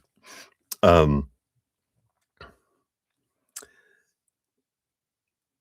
I mean, I you know, it's the power of Beatrice. The power of Beatrice consumed you. I can't That's the way you can start off your conversation with Max. "I can't help it was the power of Beatrice," you know? It compelled me. The power of Beatrice compelled me. Yeah, exactly. You know, if, you know, I and of course, disclaimer, I've been single for 17 years, and I'm so independent and haven't been even interested in dating, just in my spiritual journey and everything where I'm at. Um, it's like, if me messaging someone can, make them feel pressured, then they are telling me they do not wanna be in a relationship with me. Because I need a strong person in my life, not someone that's, you know, um, unstable like nitroglycerin. If I shake it up too much, they explode, you know? I'm like, "No, I need someone that's gonna" if you saw the new, Ride or Die, it's a new I think it was out on I forget what it was on Amazon Prime, I think. Ride or Die, and I need someone like that, right? And so, there is that energy of, I don't know. It's like one time, I went to Assemblies of God church, and I got involved in that for a little bit, and I had an earring, just one at the time, and the pastor came up to me, when I was playing volleyball or something with a group, and he was like, "Hey, can I talk to you for a second?" "Yeah, what's going on?" He goes, because I was up on stage, and he goes, "Is there any way that, you can take off your jewelry?" And, because some people, it makes it difficult for them to focus when they see you with jewelry on. I go, "Like my watch?" And they're like he was looked at me like, because 'cause I'm like, "Oh, you mean this?" And I go, "I'd be more concerned that a piece of jewelry can, impact someone's belief in God." And he was like, "Careful." But that's the energy, right? I go, "Is if someone's so, you know, um, unstable that something like that makes them do something, then they're not the one for you." You know? They're kinda telling us, right? So, anyway, let's take a look clear. Was it and I think we kinda pulled a card on this before, but let's clarify here. Is that true that your messaging him made him feel pressured and made him do something, um, sooner than than he was wanting to.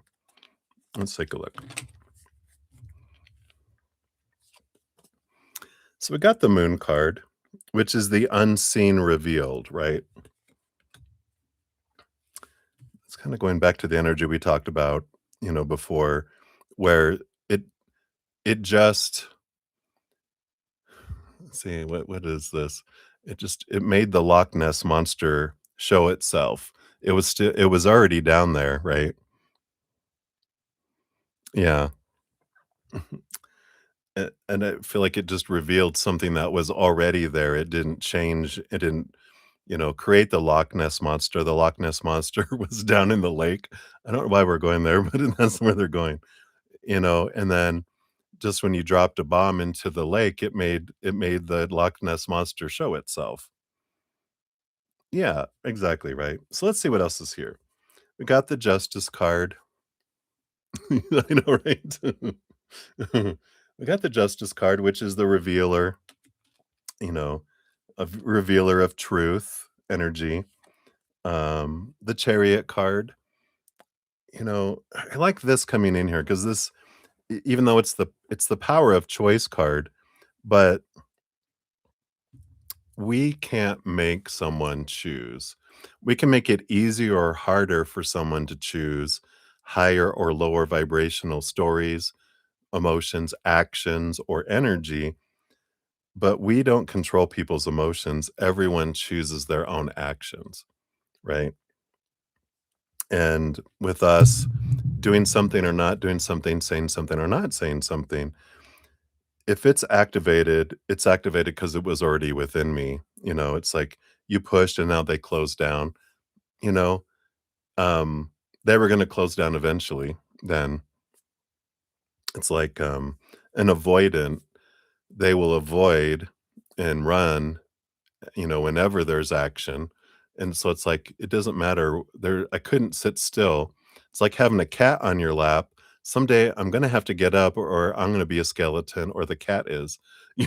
There's I have to move. I have to have, and if me asking for clarity, blows it up, then yeah, yeah.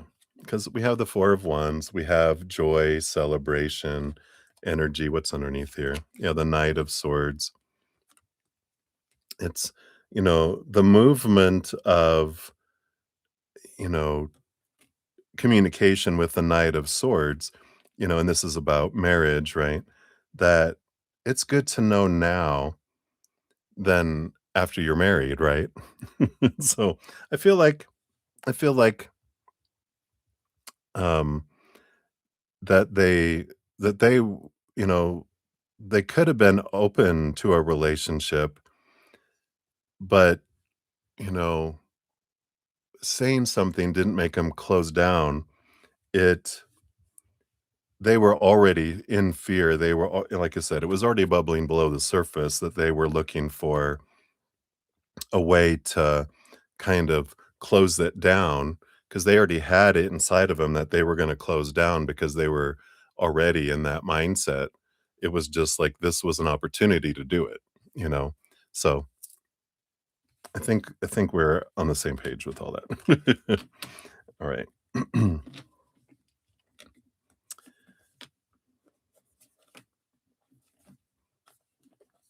So I feel like we got that. And then we answered that other one, right? I think you asked that one and another one about in a perfect world, what does he need to hear from you now? That was what you had for number one, which I think that was nothing, you know, or what we were talked about, right? With he would and but it just doesn't um he needs to hear from himself, not us, right? Because that's our us trying to validate their feelings or trying to do something. It's like, no, they need to they need to talk to themselves. They need to talk to the gods, not me.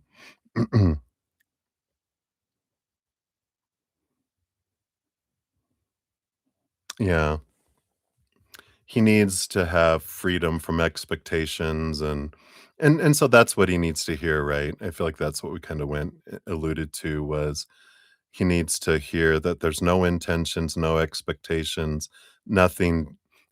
In essence, that's, "Oh, I have nothing to fear. I don't expect anything from you. I just like getting to know who you are and hanging out." Um, that's what he needed to hear. And if we, you know, if what he heard was, "Hey, what's the deal? We haven't talked. We said this was gonna happen, but we haven't talked in a long time. What's going on?" Failure came in. What he needed to hear was, "Hey, um, what's up?" Again, I really think you should dress up as a rap star. Just go, "Hey, what's up? This is my new personality. I don't want no commitment. If you piss me off, I will pop a cap." You know? Yo. But, and I feel like you're getting, what he was saying that he needs, right? He needs that freedom so that he doesn't feel like he'll fail, right? And that's the whole thing. We feel like we'll fail, but it's like there's no failure. There's just talking about what has happened. We can always talk about everything. There's no right or wrong, good, bad. There's just experiences, and we can talk through our experiences without judgment, with just love, right? And so I feel like that's kind of what he, was looking for. Right. And then number three, so second, you feel like you need to trust your own gut and intuition going forward. For example, I'm guessing he'd tell me not to FaceTime Max, but honestly, I don't really care because I want to. And my intuition tells me that doing so would be me staying true to myself. Exactly. You can do that. I also don't want to dim my light or suppress what my heart is telling me. All right. So I guess the question is dive into that feeling that you're having here, right? Yeah. Yeah. And that's the whole thing. And I like this for you about trusting your inner voice and that there is no right or wrong. There's just different. There's different choices with different experiences and different outcomes. That's why we have spirit. We're like, "Hey dudes, I'm thinking of doing this, but my spidey sense is going off. Do I need to know anything about this?" And if our heart is like, "Let's do it," and we go do it, and it doesn't turn out the way we want, then, I'm gonna reach out to them, and then they're like, "No, blah, blah, blah, blah, blah," phew, and you're just like, "Wow, that was unexpected." You're like, "Okay, well, I needed to know this. I needed to know. I'm glad I wanna know this now." But I'm all a proponent, and we've talked about this before, we're gonna call it the power of Beatrice is, you know, if I wanna know something, I'm gonna ask. What am I afraid of? Well, what if that makes them do this? Then they're a wuss, and we don't wanna be with them anyway, right? I need a man, not a mouse. If if if me asking something, you know, if I need someone who's fire resistant, then I want them to catch on fire and you drop and roll and go, "I can't be with you because 'cause you're fire." You're like, "Okay, thank you. Good point. Thank you for, letting me know you're not fire retardant." And, um, and then that's good. It saves me time, saves me waiting and wondering and everything. I just ask, and then if, you know, it brings awareness, like, um if I have tendencies that are unhealthy and I bring them up and they're like, I like it happened in one of my relationships, they're like, your mistrust of men isn't going to work well in our relationship. You need to go get that shit fixed or it's not going to work. you know, oh, good to know. And I'm glad I did because then I went to therapy, learned a lot, healed, left them because I'm like, yeah, I healed myself right out of that relationship. um, and it's like, yeah, good advice, But I like that. I like this energy of, you know, um, doing that of seeking and, if you're unsure, that's when we ask for advice and go, I'm not 100%. If it's not like a hell yes, it's a hell no kind of energy. I like that. Like if I'm not sure, if I'm standing at a crossroads and I'm like, should I do this or shouldn't I? Well, let me ask spirit, can you guys bring me information to help make this a no-brainer? Show me what I need to see so I can make an educated decision. Because usually I'm undecided for two reasons. One, I don't have enough information because it's like equal, equal. And I'm like, I don't know. Or we know what we want to do, but we're afraid. In either case, spirit can help us with both. We can ask them, can you give me clarity and make it a no-brainer? And then if it's the fear that's holding me back, then there's this, can you show me something that gives me the courage to step forward? Because they will show me something like, well, if you don't, then you'll never know. They'll drop the wisdom. Well, it's better to have tried and failed than never have tried and never known. And it's like, good point. I like that. All right, boom, let's go. They'll give us the wisdom.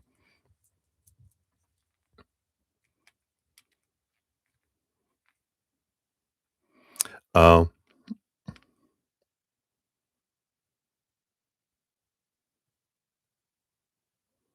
oh, yeah.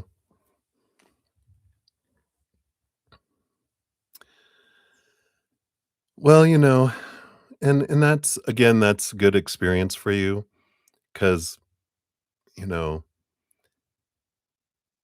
people can make it easier for us to feel like we, effed something up.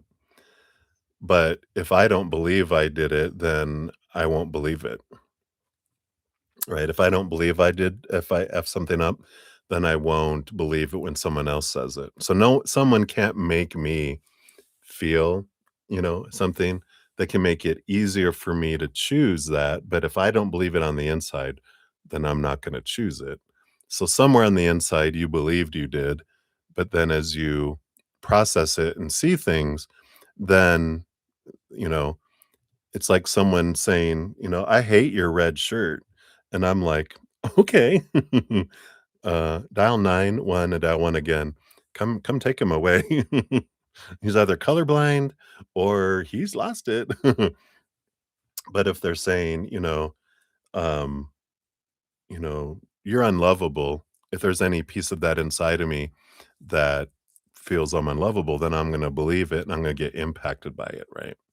So it's good this friend of yours is, they are this character they're playing is perfect for you because they're challenging you to step into your power and go, "You know what? If I don't believe something, I don't have to believe it." It's like, "That's thank you for information. I'll think about this." But that's the whole thing with spirit, with all me too, is um, this is just information. Spirit doesn't expect us to do anything with it. They don't have expectations. They're like, "You asked, we told you. Now what's next?" They don't attach their worth to whether we listen to them or not. They don't attach our worth either to whether we do anything with what comes through from different people. It's just information, and they're along for the ride. They're like, "All right, so we answered your question. Now where are we going? What's next? What experience are we having?" It's all about adventure. And the more we see life as an adventure instead of work and meeting expectations and judgment of ourselves and realize, no, there's no right or wrong, just different. Then the freedom that comes from letting all that judgment go, the grading system go, and just experience, it's a life changer that comes in. So I love this for you. Let's pull a card here too. Channeling, channeling, channeling, cards, cards. So okay, thank you. Do I need you need to even say anything? They're like, no, we're just gonna give you a card. Yeah. I love it. If you want happiness, get alone and trust spirit. Humans get involved and present company, I don't exclude myself. I'm like, Um, let your heart be your litmus test. What feels right for you? Um, and let love be the litmus test. Let joy, does it feel like joy? Does it feel like unconditional love and gratitude and peace and play? Then that's going to be spirit. If it feels like limitation, judgment, restriction, um, you know, fear, sadness, anger, then that's going to be lower vibration human influence. And so when we know the difference, that's our litmus test. It's like the Bible. I used to be a Christian a long time ago. I think until I was 29 is when I came out, and then that wasn't conducive with that organized religion. And so I was like, you know what? I think I just need to step out of this and out of the box into bigger things. And I forgot where I was going with all that. So, um, oh, the Bible. Thank you, Spirit. That I still had friends were kind of in, kind of out, and they're like, "Well, what in the Bible is true and what isn't?" And I'm like, the litmus test for anything in life, including organized religions and everything, is unconditional love, creator, conditional love, man, judgment, control, man, unconditional love, joy, laughter, play, spirit. And it makes it very clear. Life is really easy. We complex it, right? Complicate it. So I like that for you. And then number 4, um, is he actually say, can you tell me if he's actually looked seriously into things you've asked him about? Lately, I feel like he's just been repeating what he's already told me instead of trying to look into.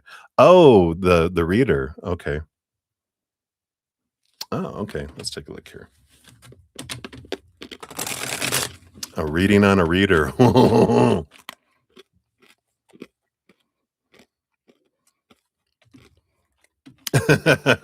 Right? Excuse me for crunching in the microphone again. All right.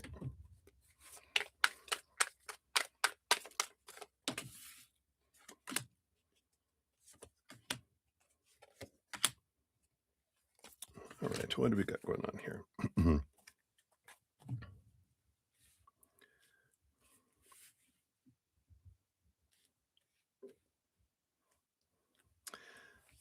The bottom of the deck, we have the 9 of swords here. We also underneath it have the 5 of pentacles. So, there is a little bit of expectations energy. And then, of course, this fear of being abandoned, left behind, not being good enough. Eh, What spirit is bringing into me, a conversation I had with a friend of mine who was becoming a counselor. And this can work with tarot and spirituality and everything too. Whenever we're in a service kind of place, when we're listening to other people go through things, and this is the conversation that I had with my friend who was again becoming a counselor. He was like, one of the biggest challenges is not um, you know because he goes, you're going to get triggered. He's like, it's realizing no matter how hard you try, as a person listening to another person, if you have anything related to what someone else is going through, if you haven't resolved it inside of you, you're going to trigger along with the other person. And so, if there's any fear of being abandoned, being left out and behind and out in the cold, and they have expectations and fears, then that can come out in that, right? Boom. Wheel. So it can be difficult, to do that, you know, um, and that's honest, and I love that he's honest with that, right? So when, uh, we start triggering, then we're gonna start it's like to hear accurately with tarot, we have to be at a higher vibration, right? We have to have our fear noise turned down because it's the whispers of spirit. When the more our energy is in unconditional love and joy and laughter and peace and play, the more we hear clearly. When we trigger and the noise gets loud, it's hard to hear, I think this is what they said, but we might be hearing some of our own chatter that comes in as well. So, you know, I feel like it's, you know, good to keep that in mind, um, as we're doing things. But so I feel like there's some of that coming in here. Yeah, we have the 8 of Cups, the fear of someone walking away and leaving us behind with the 8 of Cups. There is the Judgment card, which is the calling, the pulling, you know, seeing things from a different perspective. Yeah, from a balanced state with the King of Cups, balance between head and heart, then we can see the higher perspective. Um, so I feel like they're kind of reiterating everything I said here, right?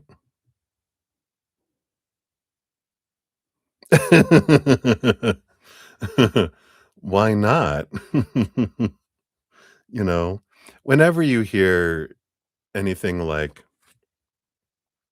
shouldn't, not supposed to, let me see, I have to do it the other way. Should, all the shoulda, shoulds, not, supposed to, need to, have to, musts, oughta, those are expectations, right? Nelson's working on that, you know, and so there is that, that energy, of, realizing, that those are man expectations. And again, that's, there is no shoulds from spirit's perspective, just different choices, different experiences. And, you know, yeah, I could have not slept with them and delay it, draw it out. Well, you shouldn't have done this, you shouldn't have done that. Now you screwed all the whole bloodline up, I'm reminding of Dune, the new series of the sisters. If you I don't know if you guys are any of you are sci-fi fans, but there is that energy that comes in with that, and of feeling like I messed something up, now I've ruined everything. And it's like, no, you know, there's nothing in this life that is real anyway. It's all a game, it's all an experience. We come down here to experience. There's no right or wrong, just different. And oh, what if it's like if we don't hit it in this lifetime, we'll hit it in another lifetime. We're eternal. We're not going to run out of lives. We have plenty of time. So why are we being so serious, right? Right. And let's see what else we got here too. We got Page of Cups, self-love.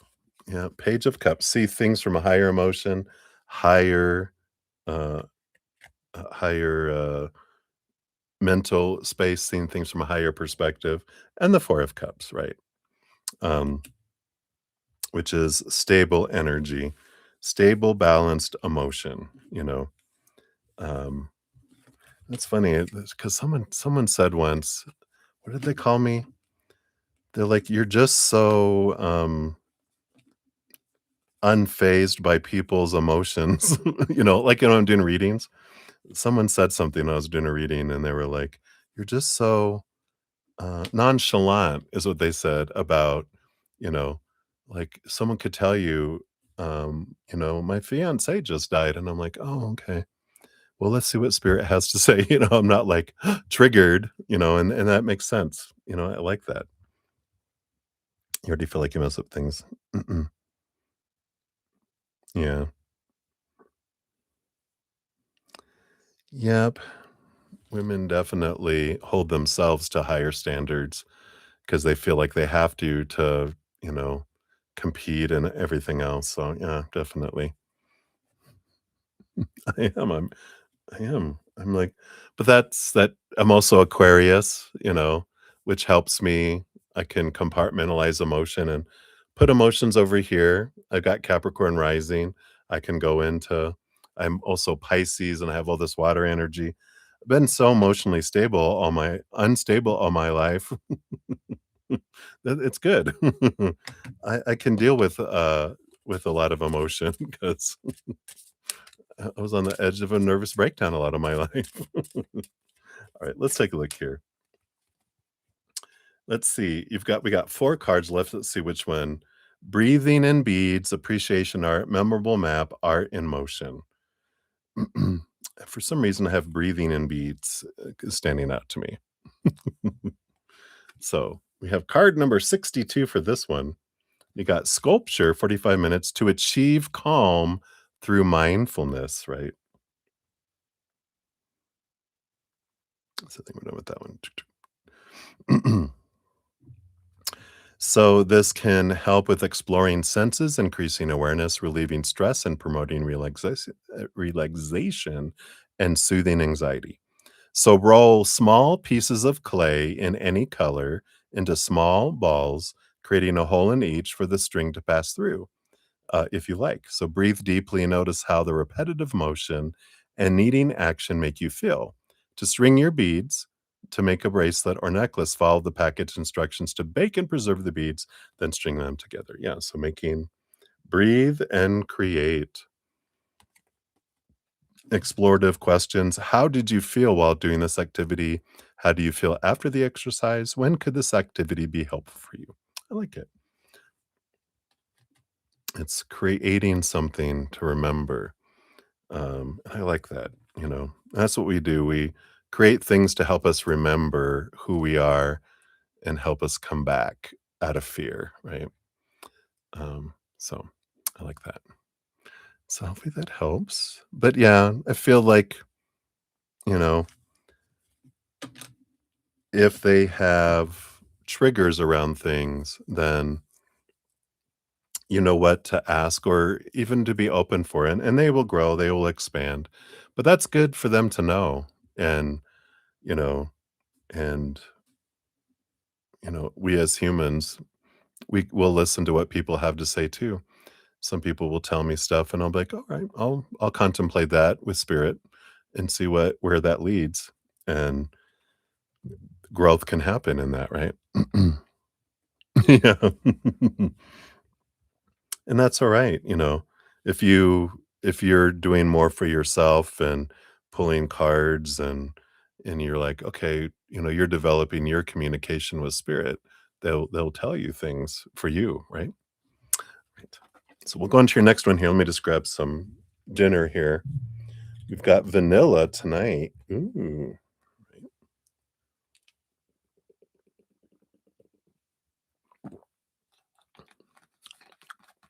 not bad, not bad. We'll take it. All right. So May, again, thank you so much for all of your donations and support. I'm so grateful. And thanks for your vulnerability. I'm sure as individuals re-listen to this on playback or right now, I feel like we're all learned something through it all. So I appreciate you.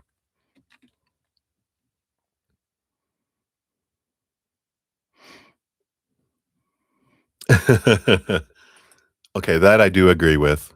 No, I'm just kidding.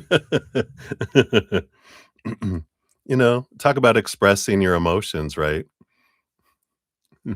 Do this, don't do this. You should have done this, don't do that. I'm like, you know, we always perfectly express ourselves in the moment the exact way we need to, based on our upbringing, our energy, the energy in the moment. We always are perfectly expressing our emotions. If we feel we need to, you know, get upset, then we can get upset. Because we're going to get upset sometime in a relationship. And, you know, we also learn about how to make up and how to talk through things when we do get upset. And it tells us a lot about each other when in situations, am I going to deny that I blew up and I lost my cool and I went off and I reacted? Well, if I do, that tells me a lot about someone. If they're like, "No, no, no, you made me, do that." Oh, okay. I'm also gonna make you cry right now because goodbye. You're not for me. Or, well, we need to work through something, regarding this. We don't say goodbye right away, right? We're like, let's just understand this, what's going on, right? All right. So let's see here. Let's go into here. This one here.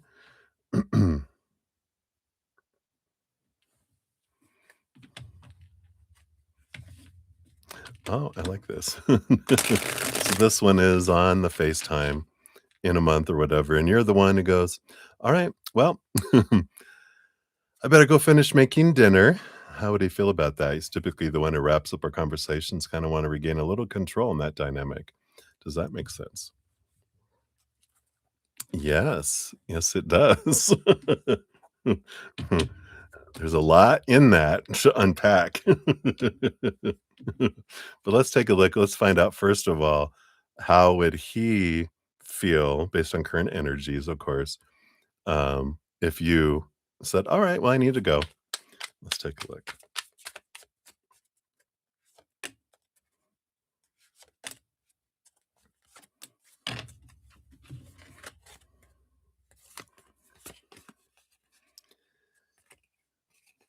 Yeah, we got the Knight of Swords energy here.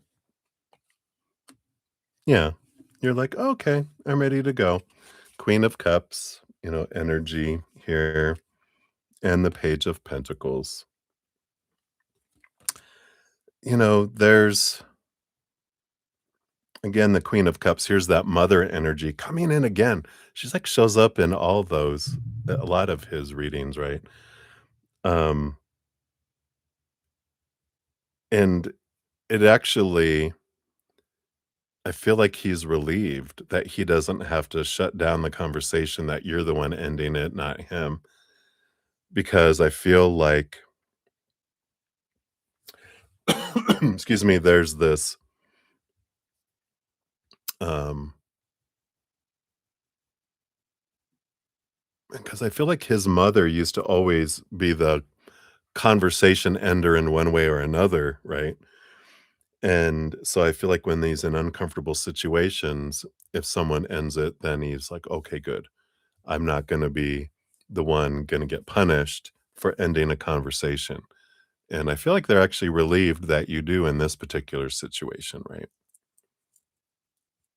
So I like that, you know, that release for him there, because I feel like the FaceTime is gonna be uncomfortable for him anyway. So with you wanting to end it, I feel like he's gonna be like, "Okay, bye." Blink. You might be going to hit the button and he hangs up first.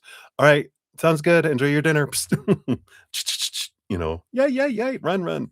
Kind of energy that's there. But, um, so I feel like that's how you would feel about it. Um,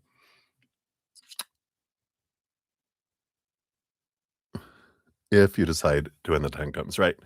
And, this I wanna regain a little control in that dynamic. That's where the work is for your side, right? And I know you get that, because I probably feel after I've read that out loud to you, you're like, "Oh, wow," right? You said, "Oh, selfishly, I wanna be the one in control, and I wanna be able to be the one that disconnects," right? It's like, "Oh, oh." But, there is that, where are you gaining control back when we look at that situation, right? Where do I feel out of control, right? I feel like they're the one ending the conversation, so I'm not able to speak my voice, right? Um, and and there's more as we dive deeper into that, right? So if I feel like they're cutting me off, they're ending the conversation, I have more to say. They're not letting me say what I need to say to them. And it's like, well, wait a minute, what do I why is it important that I say something to them? Why is it important that I say something to them and then I need them to hear me? right? Feeling seen and heard, right? Because we're that energy is us attaching our worth to someone else's actions or their non-actions, their words or their silence. And when it's like, who needs to hear us the most? Me. I need to hear me. I need to hear me. I need to hear what I have to say to me. And and a lot of times whatever we're needing someone else to say to us, like I need someone to tell me that I hear you. I need my inner children to hear from me. I hear you. Because that's what is needing to be heard is our emotional inner child, 7 years old and younger, and our mental inner child, 7 to 14, even our body, um, which is our teenager, our 14 to 21, looking in the mirror and going, I hear you. I love you. I adore you. I love you. Telling our body that and letting our emotional and mental inner child feel that embrace, going, you're always, I'll never leave you guys. You're always with me and I love you. It's like, wow. That's what we're wanting to hear is from someone we trust, um, that we can believe it because we know if we're lying to ourselves or not. So I like that. I like this awareness that's kicking in with all this. And I feel like moment by moment, you're seeing how this has been for you. So hopefully that helps. Let's see. I feel like memorable map is your next one here.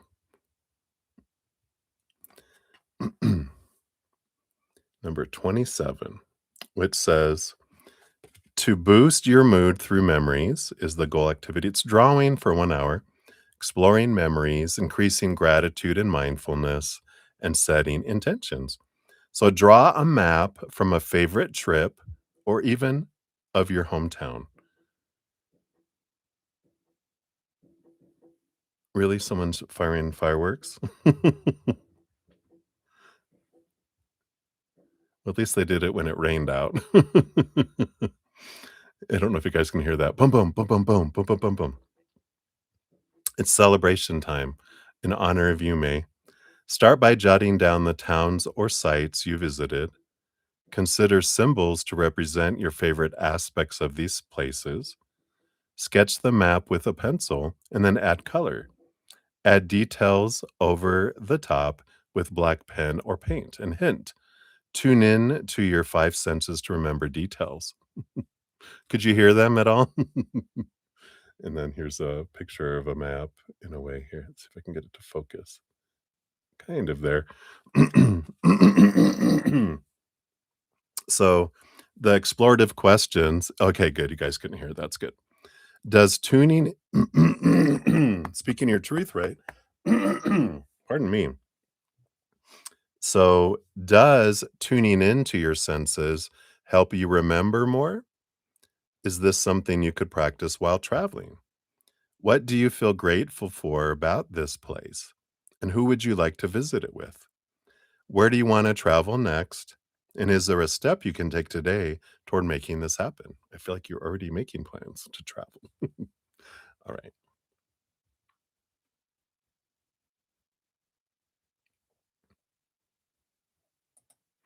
Oh, that was an email there. And then this one is, if you were just blatantly honest with your feelings on a call with Max, like absolutely pouring your heart out, uncensored, what would be his thoughts and feelings, right? Sorry, I just totally saw that here. Well, I think this was one of the emails. Maybe that was supposed to be the added on to the last one. Sorry to give you your fortune cookie for it, but well, let's take a look here. So what would be his thoughts and feelings if you were just blah? Yeah.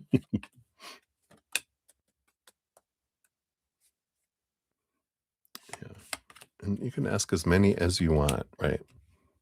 You got your gift early. So thoughts and feelings. Yeah, interesting. We got on the bottom here, we have the Knight of Pentacles. Slowness here. What would have been their thoughts?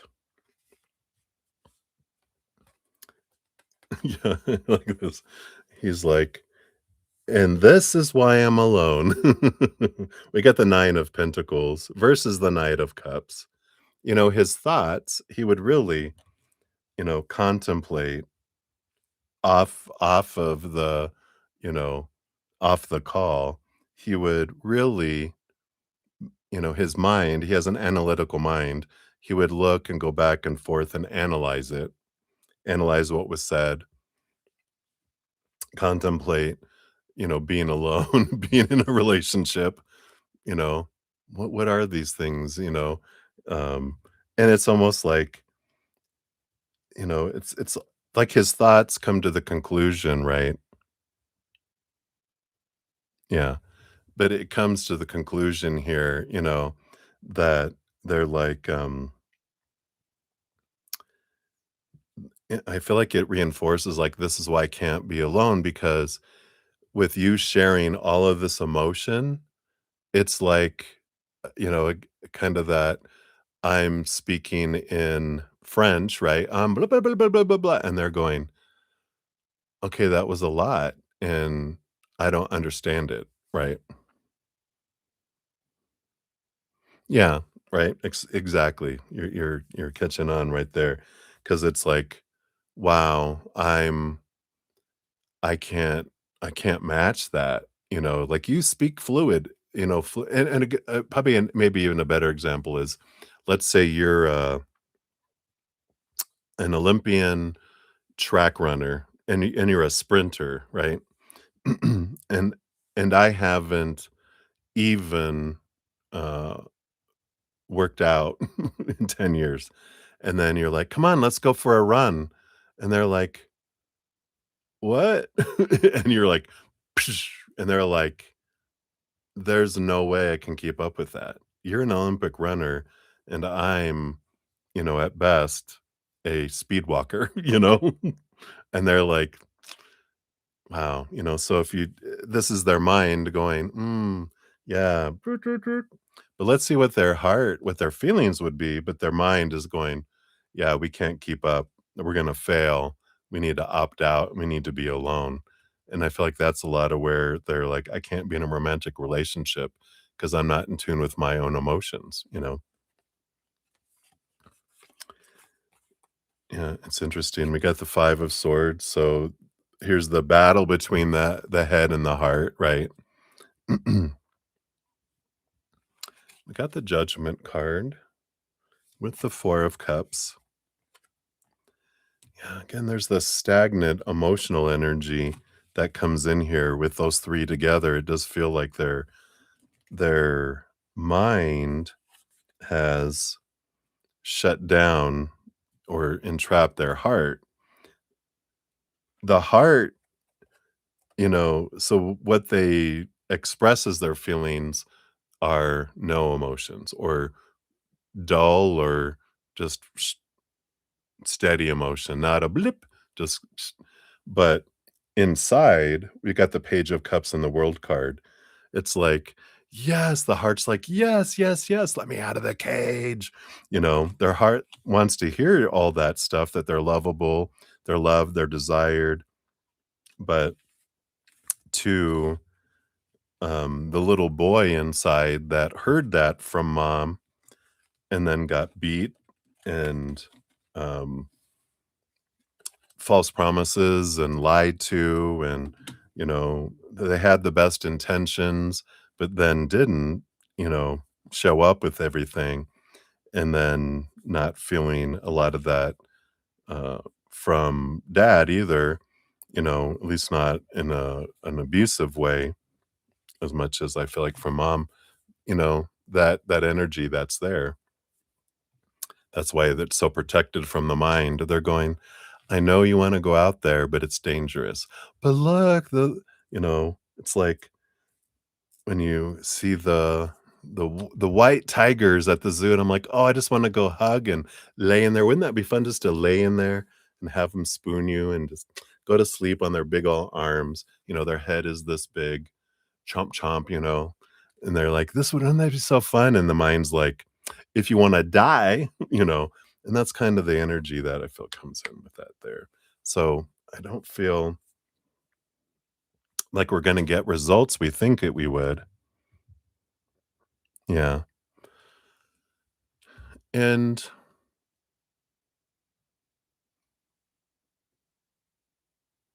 I don't know, coming from someone that can feel a lot of people's emotions and pick up on a lot of things from people, that information helps us understand who someone is and what they're going through, and it's helpful for us not to take things personally, right? That's really why when we wanna hear what other people think and feel, we wanna understand for our benefit, right? Because we wanna go, "Why are they acting that way toward me?" It's about me. It comes back to being about us, right? It's, um or control. I want them to feel a certain way, and I need to know I gotta be able to tap in because then I can tweak things to have them act and be who I want them to be, and so that again, puppet strings, So it's really about our biggest thing, right? Yeah. Which that's not our responsibility, it's if we speak from heart, if we speak from love, that's what matters. If I'm speaking from unconditional love and joy and laughter and peace, then that's all I can do. Um, because, if I'm speaking from fear, then I'm putting out fear energy, their inner child. It's like we're all like dogs. We pick up we pick up the 3. We can sense joy, we can sense anger, we can sense sadness in each other. If there's fear, energy, which is sadness or anger, we boop, boop, alarms go off inside of us unless we're in a big joy, and then we don't have to go into the fear energy if we're in a place of joy. Joy is so much more powerful than fear energy of sadness and anger. We can do that, right?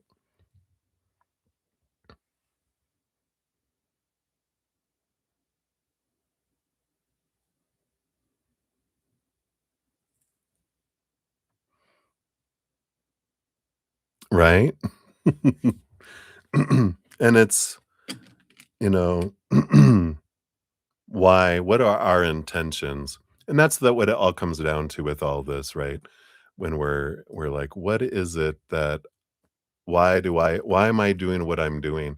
Is it a filling up with love and joy and it's just overflowing with no expectations? Beautiful, right? But if my intentions are transactional in a way, I'm going to do something because I'm hoping I'll get something back. That's transactional and that right? It becomes a transactional relationship.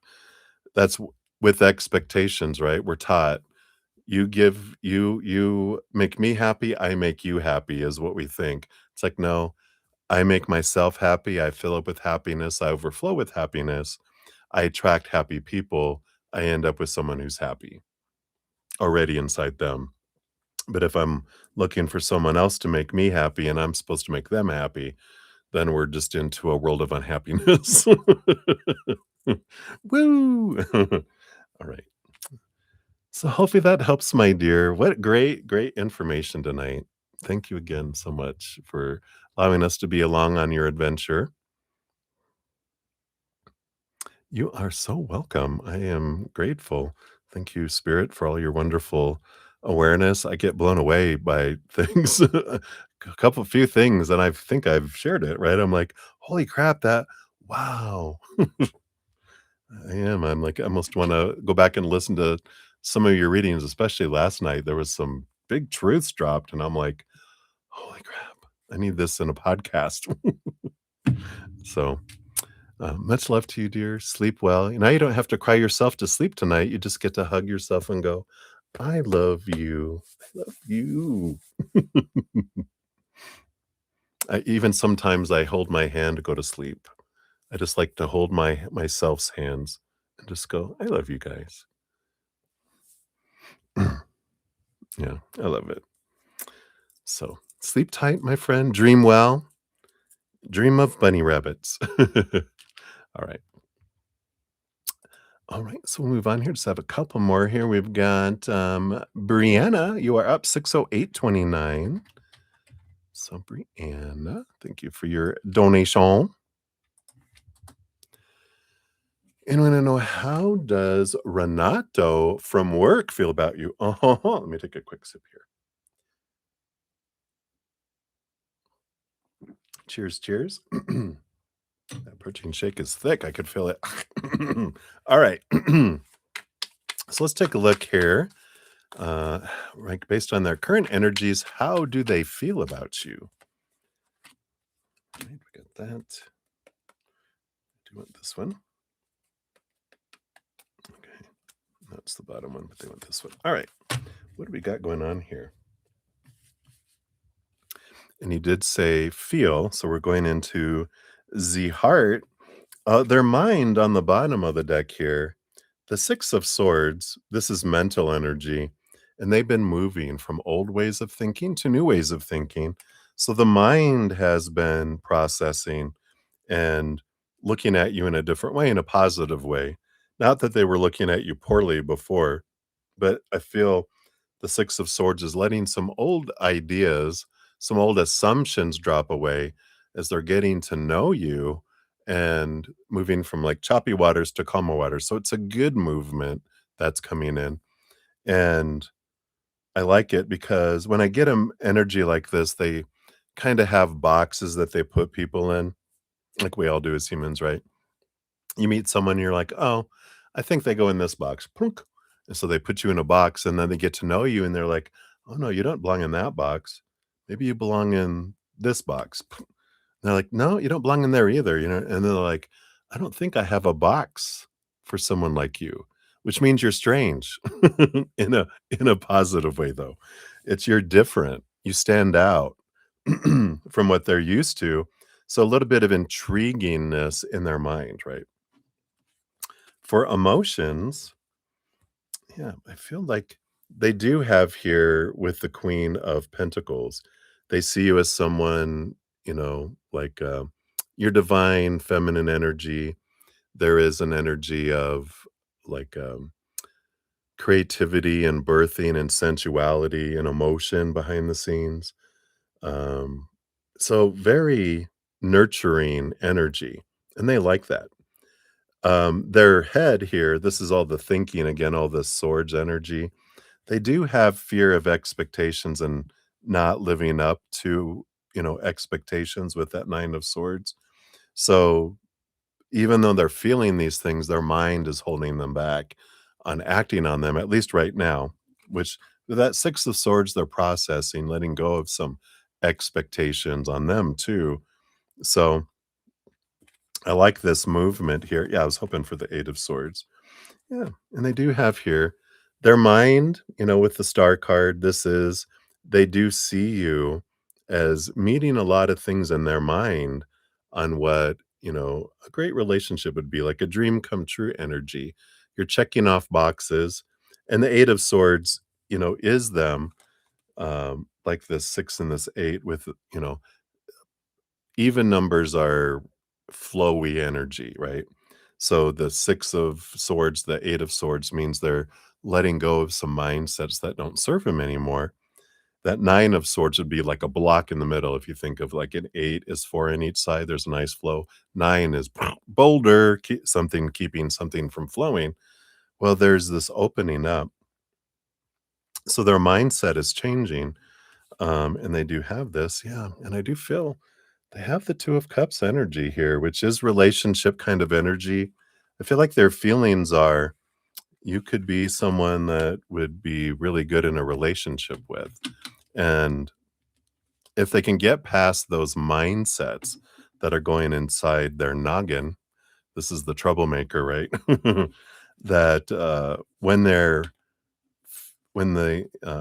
their fears are outweighed by this feeling of from the heart, then that's when they take action. But until that happens, they kind of the fears will keep things under wraps and keep them from acting on their heart. But there definitely is that emotional energy below the surface that's there. So I like that.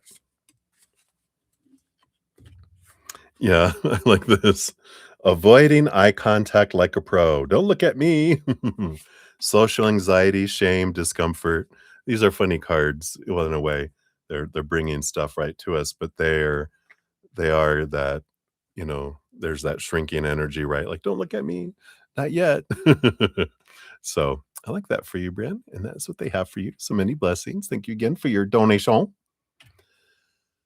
All right, Jamie G, you are up 613.54. So thank you for your donation and your patience in getting to your reading here.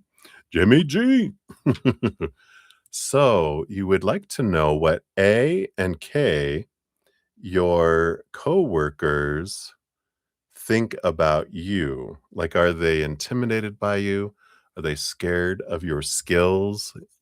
You got skills like Napoleon Dynamite. I feel like they try to block me or make sure I can't participate. So I really want to know about A. I feel like A and M are the ringleaders um, blocking you. Okay, let's take a look here. So, so you want to know A and K, but you really want to know about A, right? So we'll focus in on A. See what can we know about A here? About how they think about you, right? Not feel, but think their brains. Okay. And then let's see here, M. I just want to, since M, it might be a ringleader. Let's see what's also in their little, under their hood up there. I'll give you one idea of what card comes up. If there's any card that would be Golden Child, I think the Sun card would be here. Here's the Golden Child, the Sun card, riding on the horse. Yeah, I think there might be a little bit of, "Why are you getting opportunities? Why do you get this?" But let's take a look here. So A's, how does A feel and think here? Yeah, I feel like, the Page of Cups, I feel like, you know, Page of Cups is an energy of happy and upbeat and different things, and the Seven of Swords is like liar, deceiver, pretender, and I kind of feel like they feel like you put on a false a false mask when you're around management or you're around people. Like you put on this, "Hey," and then, you know, so I feel they feel like you perform for people, right? Which remember that when what other people think about us, it's like the guilty dog barks first, right? It's like the mirror. What people are going, "Oh, look, they forget there's 3 fingers pointing back at them." So you're like, "Oh, really? You think I'm a performer?" When people tell us how they feel about us or think about us, they're telling us so much about themselves, right? It's like, "Oh, really?" I had one of my boyfriends that was like, "Are you cheating on me?" And I'm like, I was like, "What are you doing?" I go, "I know if I'm cheating on you or not. Why are you accusing me against me? Are you trying to gossip about me with me?" I go, "I know I'm not cheating, so why are you telling me this?" "Oh," and they were. So interesting, right? So there's that energy there. Um, Again, we got joy and celebration energy with this 4 of Wands. And I do feel like A wants to be celebrated, and they don't feel like they're celebrated, but they feel are celebrated. So that is kind of where that, hits them there. Um, and they want an opportunity to be seen.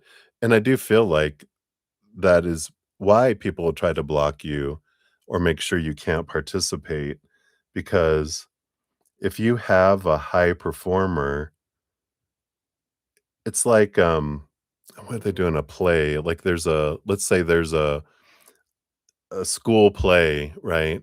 and you have an opportunity to be in the lead, to get a lead role, right? And but they bring in bring in a seasoned actress from Hollywood, and you're like, "Oh, well, crap." They're gonna make me look like I suck at acting because they have all the experience and, the training and everything else. That's kind of the energy that comes in here. They're like, "Let other people have center stage," you know? Actually, I had one time when I worked in corporate life that my boss, it's when I was at coach level, which is like we have representatives and seniors and then coaches that help train people and, you know, counsel them and, get them to help them improve their stuff and all that. And, my boss took me into a conference room, which that meant, "Uh-oh, this is either money or, um, a serious or a private conversation because we had cubicles, right?" I'm like, "Uh-oh." And she said, "I've been having other coaches give us feedback, um, that you're doing too much and you don't leave them any, like, you catch all the stuff and you fix it all, and they don't get a chance to, and it makes them look bad." And I'm like, "Okay, and what's the solution to this?" They're like, "I need you to do less." And I'm like, "What?" I go, "Shouldn't they do more? Shouldn't that encourage them to work harder and do more?" But they told me, "No, you need to do less." And I didn't realize, I'm like I go and she goes, "People are intimidated by you." And I'm like, and that's not true. I yeah, I'm not intimidating. People can be intimidated, right? Because that has to do with their self-esteem. And she goes, "So if you can give me a list of everything you're working on, and before you work on a project or something, pass it by me first, and I'll see if maybe I can get someone to work on it with you, because I feel like they could learn from you, but, people are scared to work with you because, again, of all my experience, I'd been with the company for many, many years and, like, high performer kind of thing, um, and so I feel like this is the kind of energy that it's like one of the things I learned, and maybe you can glean from this if it fits, is instead of me trying to do things and do it on my own, I started asking people, "Hey, would you like to work on this with me? I think you're good at this and da da da da da." And they're like, "Really?" And I'm like, "Yeah, yeah." And then I would consciously, even though in my head I'm going, "We can do this so much better," I'd be like, "That sounds great. Let's do it that way, and we can maybe tweak it with this." And they're like, "Yeah, yeah, yeah." And I'm like, "Okay, could be better, but it's going to be enough, and it's going to get the job done, and it's going to make them feel good and help them grow." And then I'm working with people instead of trying to outperform them, right? And there's this change that happens when we do that, right? That helps that helps the team. And that's what we learn is instead of trying to be the leader of the pack, we become a pillar, one of the pillars, that hold up the table, right? The table legs that hold up a strong table, and that it's not a single one that tips over easy, right? When there's 4 legs, it's very solid, right? And I like this, the 4 of Wands. Okay, I understand now. The 4 pillars that are holding things up. And so there can be a change of energy that comes in with this, some good awareness around this. But, sometimes that's what we have to do when you're a when you're a golden child and you have the talent and stuff, it's, you know, if I'm not asking other people to do stuff, then are we surprised that other people aren't asking us to do stuff, right? And it's like, "Oh, yeah, when's the last time I asked?" And maybe I can ask more and ask people like, I wanna work on this project, like, I wanna do this song thing, because of those things, these ideas I'm submitting. It's like, what if I work on it with other people? What if I ask them, "Hey, Would you be interested in doing this? Would you be interested in, working with me on a project? And identify what expertise you feel like they could help. So anyway, some energy there. A, what else about A? Yeah, because remember, A has their own dreams that they want to come true too. They've been trying and trying and trying and patiently been trying to build things. But yeah, they feel like an adversary. And and it's possible that you don't even realize that um they're they can be intimidated, right? I can't, they're my enemies. Yeah. So, you could, I choose not to. We'll put it in truth, right? You could, because instead of having them be enemies, you can become allies instead. You don't have to be best friends, but you can be allies. You can become pillars that build it, right? So, there's this energy knowing that there is solutions, there is ways that come in here, but it's understandable here.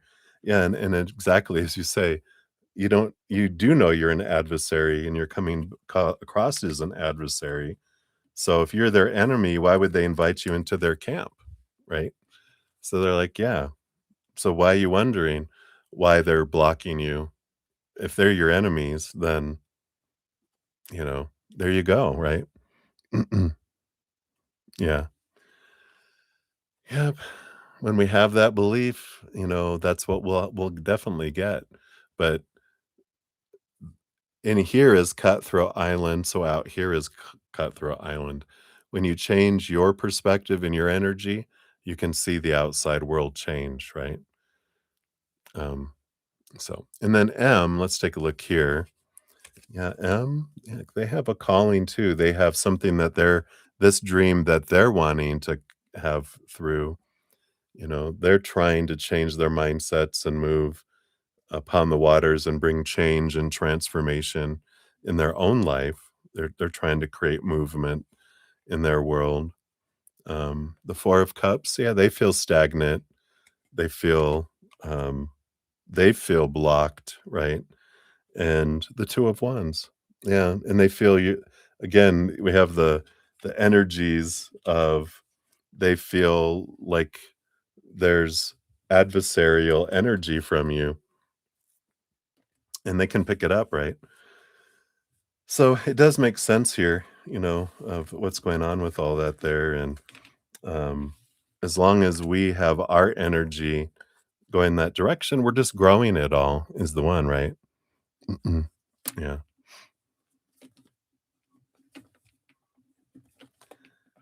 Right. Let's see what your fortune cookie brings in here. But that's understandable what it's all in there, When our energy changes, then change happens out here. If we maintain energy in here, then we get the same result out there, right? 'Cause we can't keep doing the same thing and expect a different result. If we want change, then those things have to change too. Yeah, I like it. Warning vibes. You knew, you ignored it. Intuition, ignorance, self betrayal. Yeah. And it's an interesting energy when we realize, you know, everyone's a mirror. So, like, they're mean to me while I'm mean to myself. And my thoughts about others might be mean, but ultimately, some way I'm being mean to myself. I'm not allowing myself, these things. But hopefully that helps a little bit there. That's what they got. Jamie G, golden child. It's not easy being a golden child. I know. But, in that experience, I don't think I told you that when I started including people and getting involved, everyone got to know me, the real me, and realized, wow, you're not as much of an ass as we thought you were. I'm like, what? I know. I'm like a nice guy. What- I'm a wild and crazy guy, like, Steve Martin. But hopefully that helps a little bit. My dear, So thank you again for your donation. So many blessings to you. All right. So May, good night. Sleep tight. Thank you for your additional donation here. I'm going to bed for reals. Okay.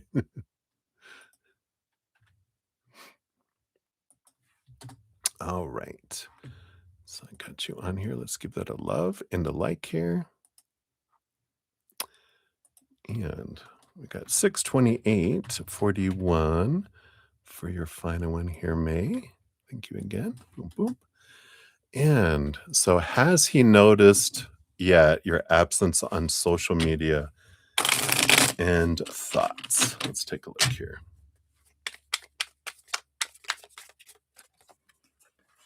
Okay. And thoughts. Oh, thank you. What else?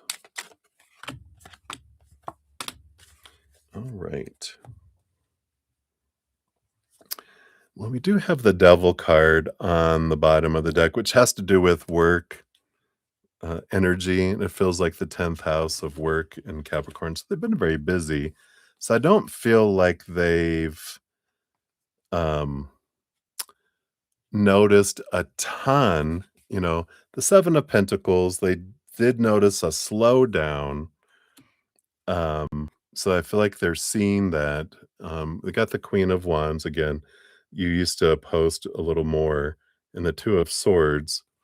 Um, again, kind of conflicted because I feel like they're trying not to look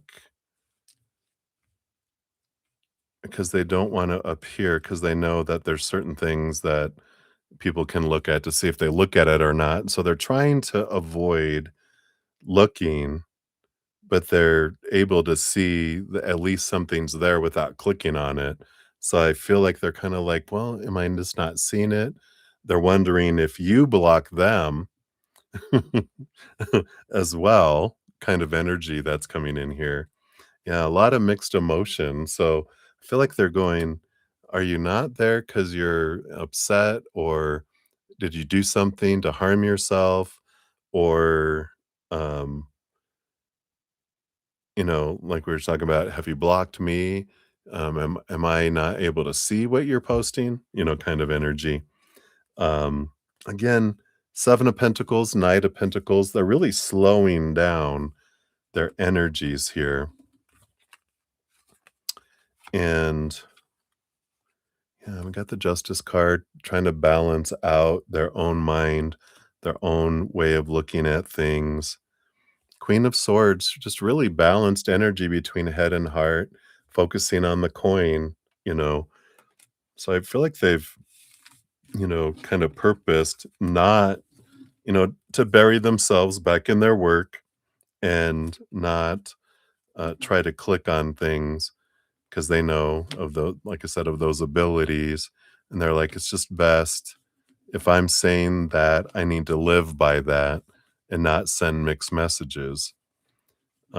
So if anything you learned, be very clear in your actions and your words because it feels like, you know, I if I said things and did things that didn't, that weren't matching up, I need to really make sure that I'm communicating accurately because they're like, I think I did give mixed messages before.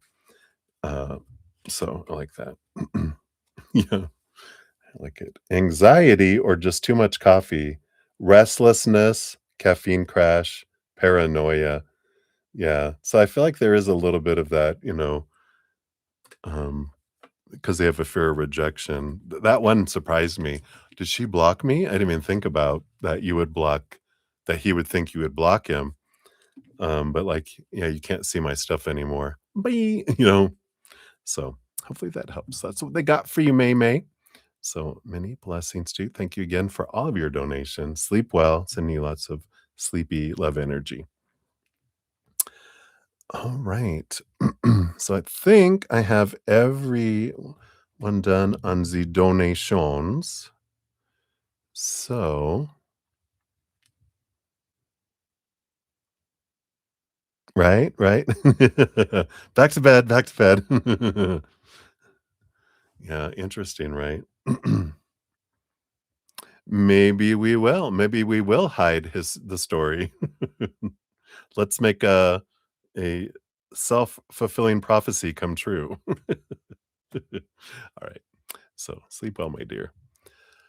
All right, everybody. Well, I think that is it. So let's dive into the free reading. So we'll start here. We got Debbie O, 63331.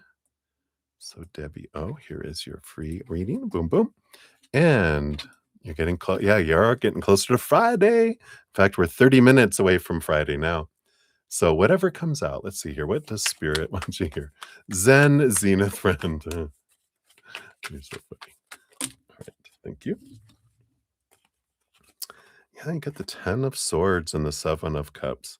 What a great energy. I feel like you really, the 7 of Cups is, there's a lot of different emotions that we feel. And the 10 of Swords, one of these big releasing energies that comes in, the more we, kind of face, this expectations of what are supposed to be and should be and need to be and have to be. When we are hear any of those words, I loved how when Spirit started bringing me all these words that matched expectations, it's like, when I see it and I hear it, it leaps out at me, like, well, we should go do that. I'm like, should? We could do that. Let's get our power back, right? We could do that or could not. Or I get to is something we can replace it to that I was reminded today. I get to go do something instead of, "Oh, I should," or "I have to," "I must." It's like, I get to, or I could go, or I could not. Well, if you don't go, you get fired. Well, it's still my choice, and then I'm like, "Okay, I'm gonna go, I get to go." So, I'm gonna look at it differently, and there's this great transformation that happens that changes our emotions from feeling lower vibration to higher vibration. There's this empowering energy that comes in.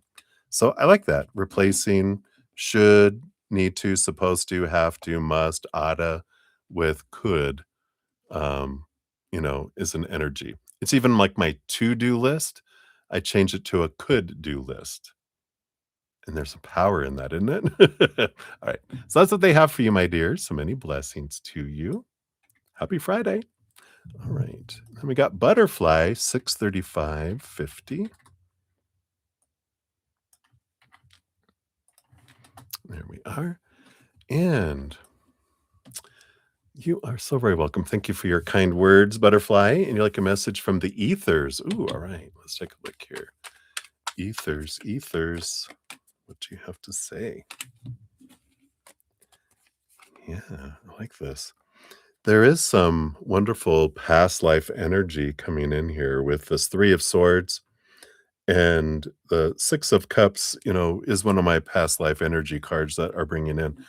And I feel like they're saying here, you did come back in this lifetime to experience, and it's interesting because 'cause they're like, not so many disappointments as having unexpected things happen that are actually like a gift that comes in.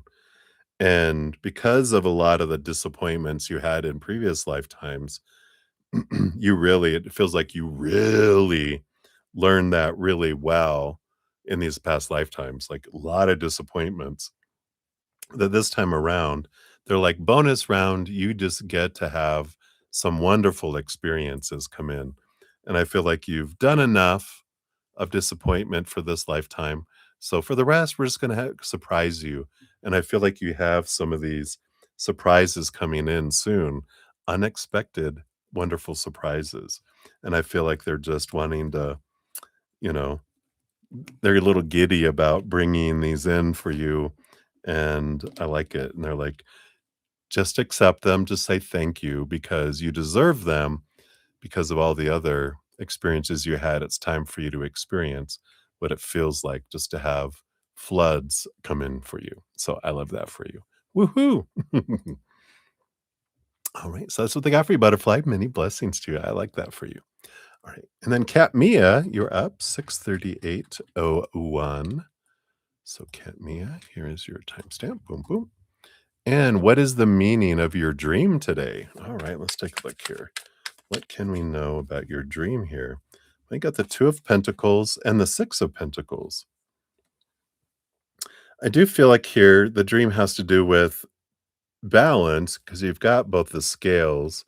Sorry, you got scales here, and then this is about balance too with the Two of Pentacles. And this dream is about, you know, choices and weighing things on a scale. Because I feel like your dream was trying to help you see what's, for this side and for this side. What does this feel like? What does this feel like? And I feel like it had to do with choice, choice, choice, choice. Now, one dream, I feel like you might have 2 dreams. One dream has to do with you showing you one side of the scale, then you either had a previous dream or you'll have one next that's gonna show you this side of the scale to allow you to see both sides and see it clearly.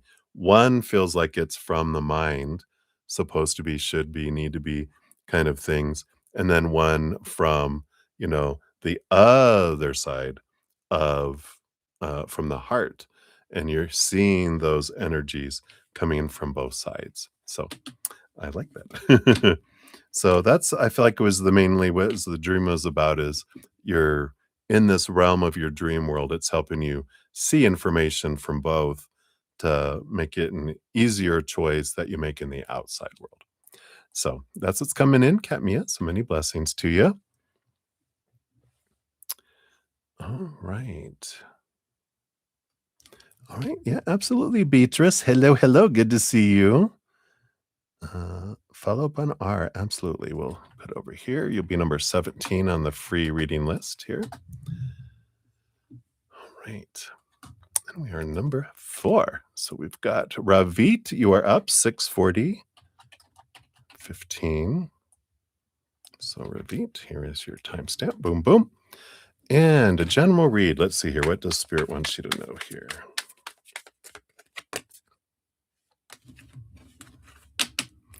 So you get the 7 of Cups and the 9 of Cups. I like this here. There is this energy here. It's important for you right now to feel all emotion. The 7 of Cups, the 9 of Cups is that emotional fulfillment, the feeling like a dream come true energy. And they're like, yeah, we all love to feel those because that kind of resonates with how we feel in the upper realms. But the 7 of Cups is all emotion, and there's no wrong emotion, no right emotion. There's lower vibration, higher vibration. They're different. They bring us different experiences, and we did come down here to feel the emotions of fear, which are rooted in, like, anger or sadness, depending on if it's fight or flight, and it's like this tapestry here. It shows us the opposites. And if we didn't have the dark shadow lower vibration, we wouldn't see this amazing, beautiful design here. If we didn't have the shadow, we also wouldn't see all of those designs here. It would just all be beige. Pretty. It can be pretty in itself, but wow, psh, psh, pizzazz, right? So it's important for you to feel your emotions. You don't have to act on them or react to them. You can just know that I'm going to feel them for 90 seconds and I'm going to breathe through them. I'm gonna allow myself to feel, and then after 90 seconds, we loop through an emotion. If we suppress it or push it down, it can keep looping if someone said, like, for 7 years, they can loop, before they rise again to be felt. So I feel like it's important. Feel all the feels. There's no wrong emotion. So that's what they got for you, right? So many blessings to you. Right. And then we got Donna Marie, 64224, was it? It sure was. You got little mirroring going on here. So Donna Marie. So I'd like to ask your husband has a procedure in September. Any messages for the outcome? So of course, anything around medical, disclaimer down in the description area. I'm not a licensed medical professional, of course. Tarot's for fun and entertainment purposes. So disclaimer made, check, check. So looks good. Queen of Cups and 4 Pentacles. Queen of Pentacles, of course, is about abundance and Mother Nature, Mother Nurture. wonderful earthy energies. It's the Queen of Cups, but I saw the Four of Pentacles, which is solid foundation in the physical world, but I swear that said Queen of Pentacles. But it is, I feel like there is this positive energy that comes in here, a lot of nurturing energy. Um, I feel like there's even some emotional release in this procedure that's coming up here. And it's interesting that they're bringing it up here. Um, if you haven't seen, you might even have this book. Let me see. It's like knock everything down. This is a great book. You Can Heal Your Life by Louise Hay. You don't have to purchase the book though, but you can actually ask like spiritual and emotional reason for, and whatever procedure or symptoms or what do they call it, diagnosis or whatever, and see what comes up and see what relates, because there can be some emotional release in the body when we have procedures done on it, and there can be a source of an emotion that's underneath whatever's going on with our physical bodies. So that's so interesting that they're bringing it in that way. And of course, you got healing readings by Donna Marie, so you probably know about all this already. But I love that, looking into that and seeing what's at the root, because it does feel like there's gonna be an emotional release with the procedure too, with whatever they're doing, removing, whatever it can be. There can be like, "Oh, wow." Like, if they're it's like I don't know why they're bringing in gallbladder, but it's like if we're having the gallbladder removed, whatever energies around the gallbladder also gets removed, whatever's stored in there.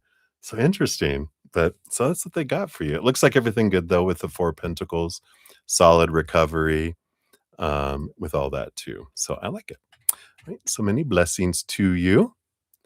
All right, and then Starfall, you're up 6:45, 11. There we go. And a general read. Let's see here. What does Spirit want you to know? So you got these two together. You got the 10 of Swords, the Queen of Wands.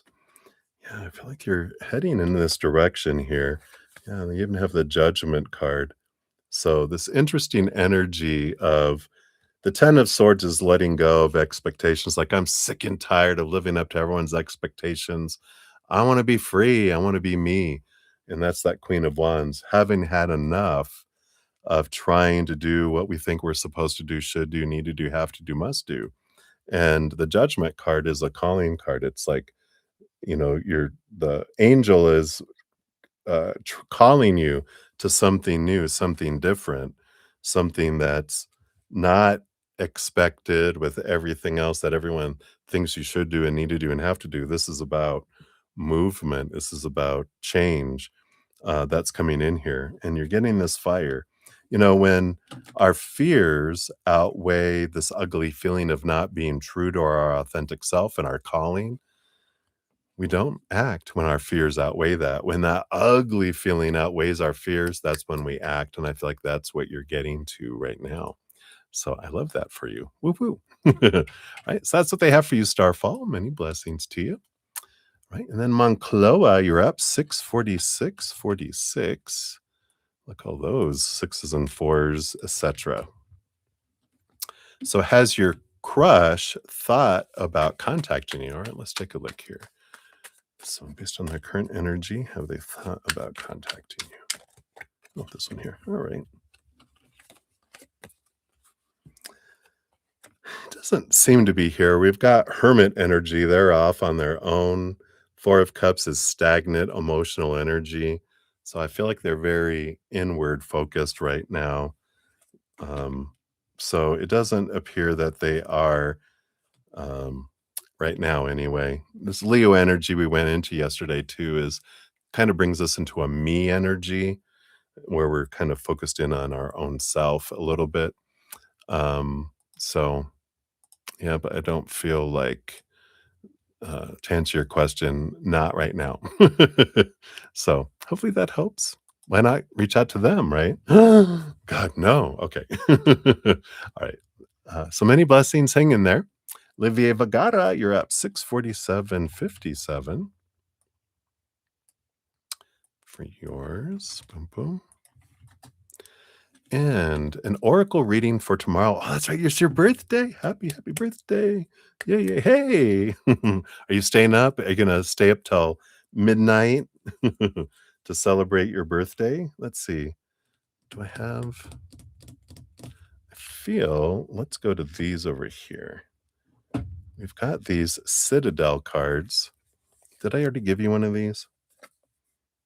But I'm going to do one of these Citadel, which talks about energy. So we'll see here for the next rotation around the sun, kind of like what archetype um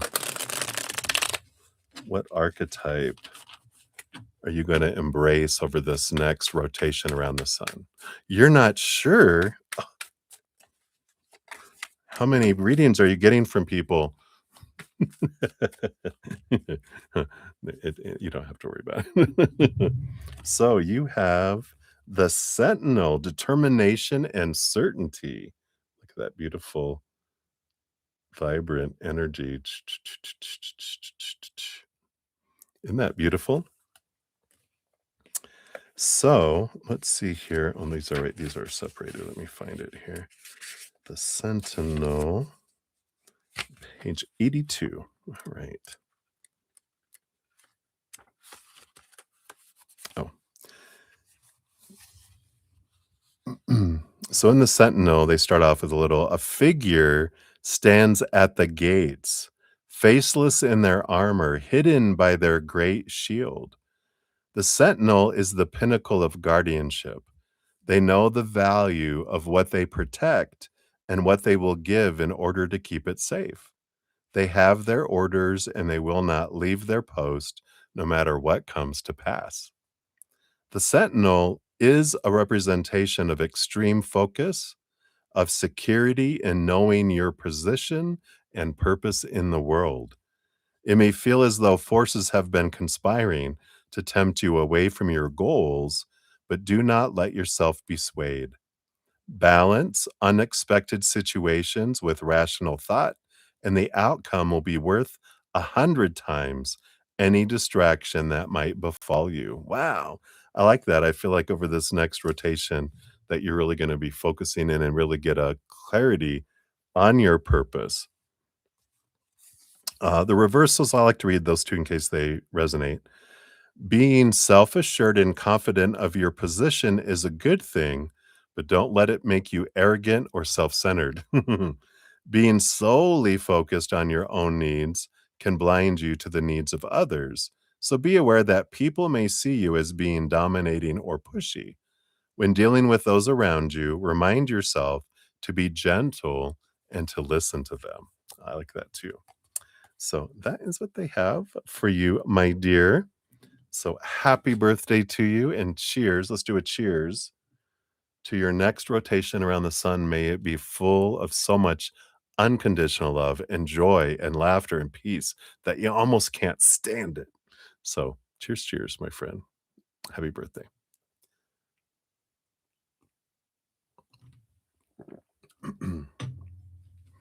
Whoop, whoop. All right. Celebrate, celebrate. Oops. That didn't work. Let's try that again. There we are. All right. And then we have Monty up 65201 for you.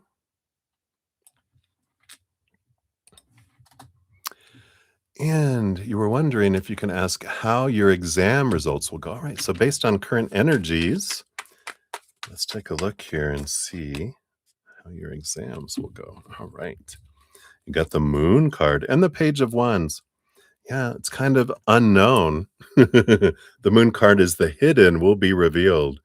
But the Page of Wands here does talk about your energy, and your energy is what is going to create, how well you do or how well you don't do, right?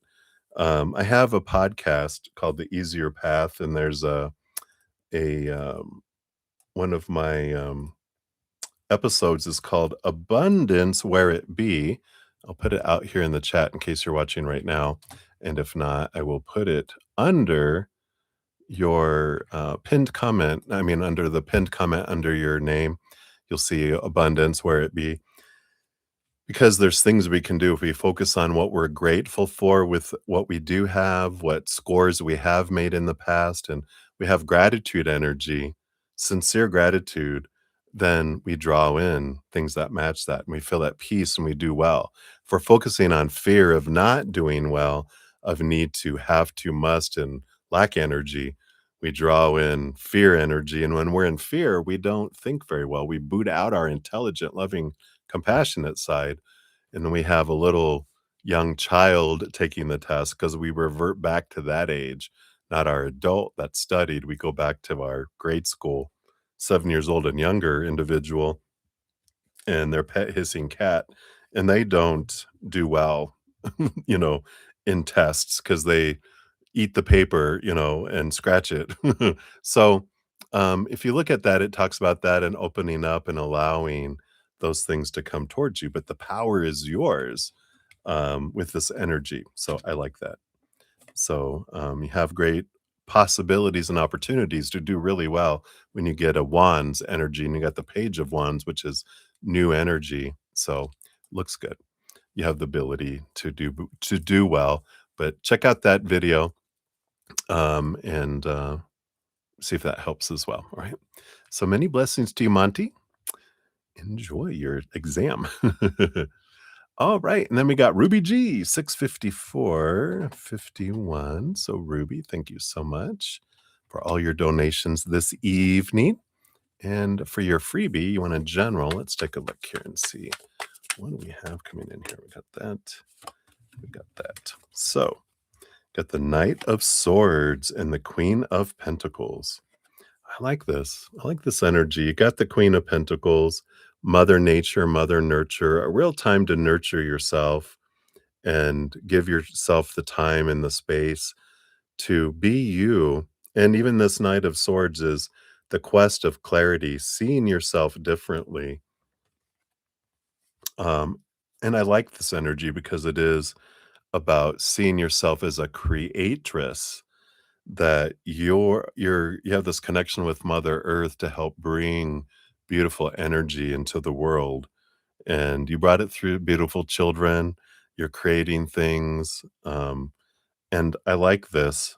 And the Knight of Swords does talk about communicating with voice, and I feel like that's important for you to sing, and it doesn't have to be publicly and make that a career or whatever, but singing helps you process emotion, because you don't have to think about stuff. It just flows. And I feel like singing is an important thing for you to do. Um, so I like that. So that's what's coming in for you. So many blessings to you. All right, and then Ateshi Singh, we got 65623 for the Jew. Here's your timestamp number 11. Boom. And what type of convos do Hugh and Franklin have about you? All right, let's take a look here. Boys will be boys. All right. Yeah, I feel here we've got the 9 of Cups. So there's conversations about, what they really like about you, dream come true energy. And the 5 of Pentacles, which is this fear, of being abandoned, being left behind, being left out in the cold, where you feel you're lacking, kind of energy that comes in here a little bit. So I do feel like they talk about the wonderful things about you that they like. But this thing that comes in here is I feel like they talk about how, for everything you have to offer, you don't believe it. It's like you have trouble believing, like, confidence, right? They're like, "You don't have the confidence that you could have with all the stuff that you offer." And so I feel like that's, kind of what they talk about a little bit like that, is like, if you knew, you'd be dangerous if you knew how confident you could be with what you offer, but you don't.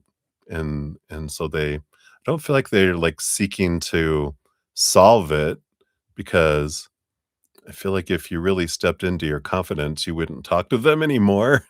I feel like that's what they're thinking. Yeah, don't solve that because she's gonna realize she's too good for us. I like that.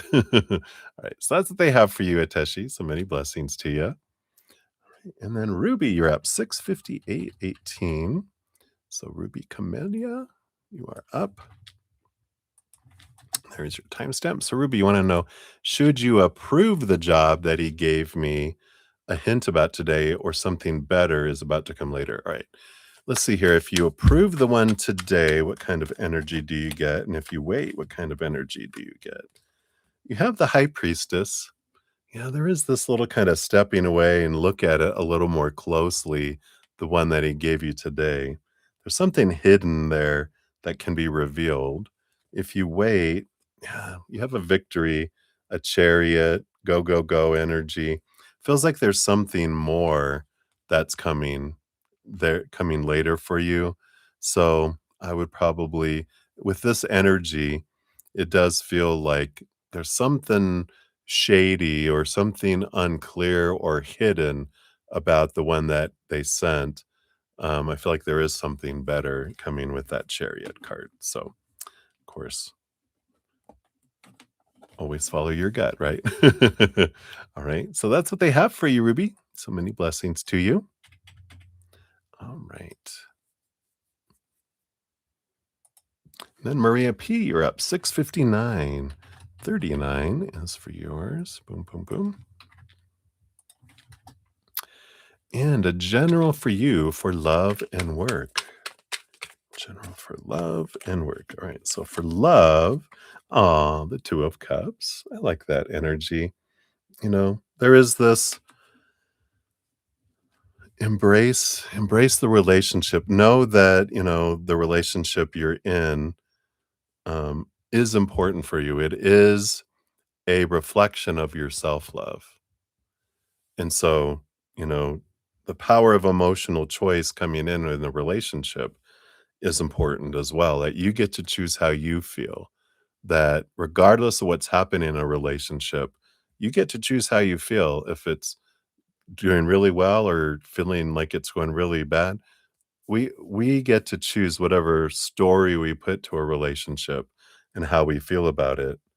And I feel like there's this power of emotional choice is really being kind of focused on and highlighted, spotlighted is the word right now, to go, what do you want to feel in a relationship?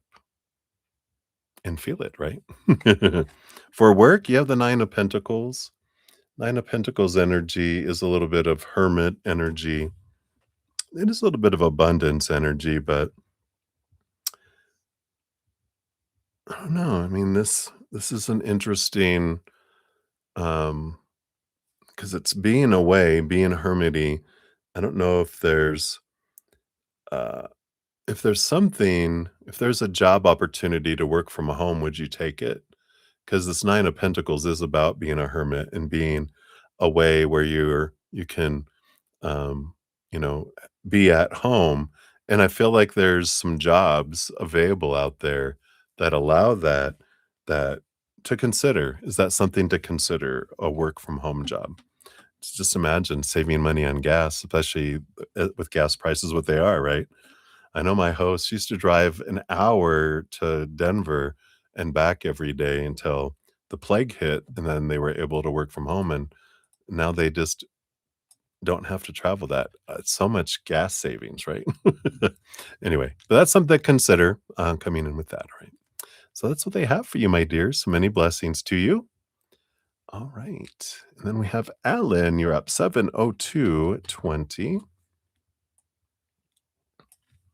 So Alan, here we are.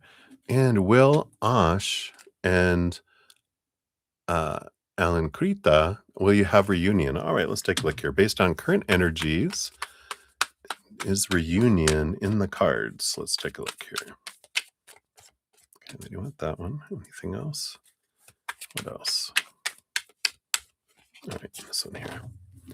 So we've got Queen of Pentacles. We have the Fool card.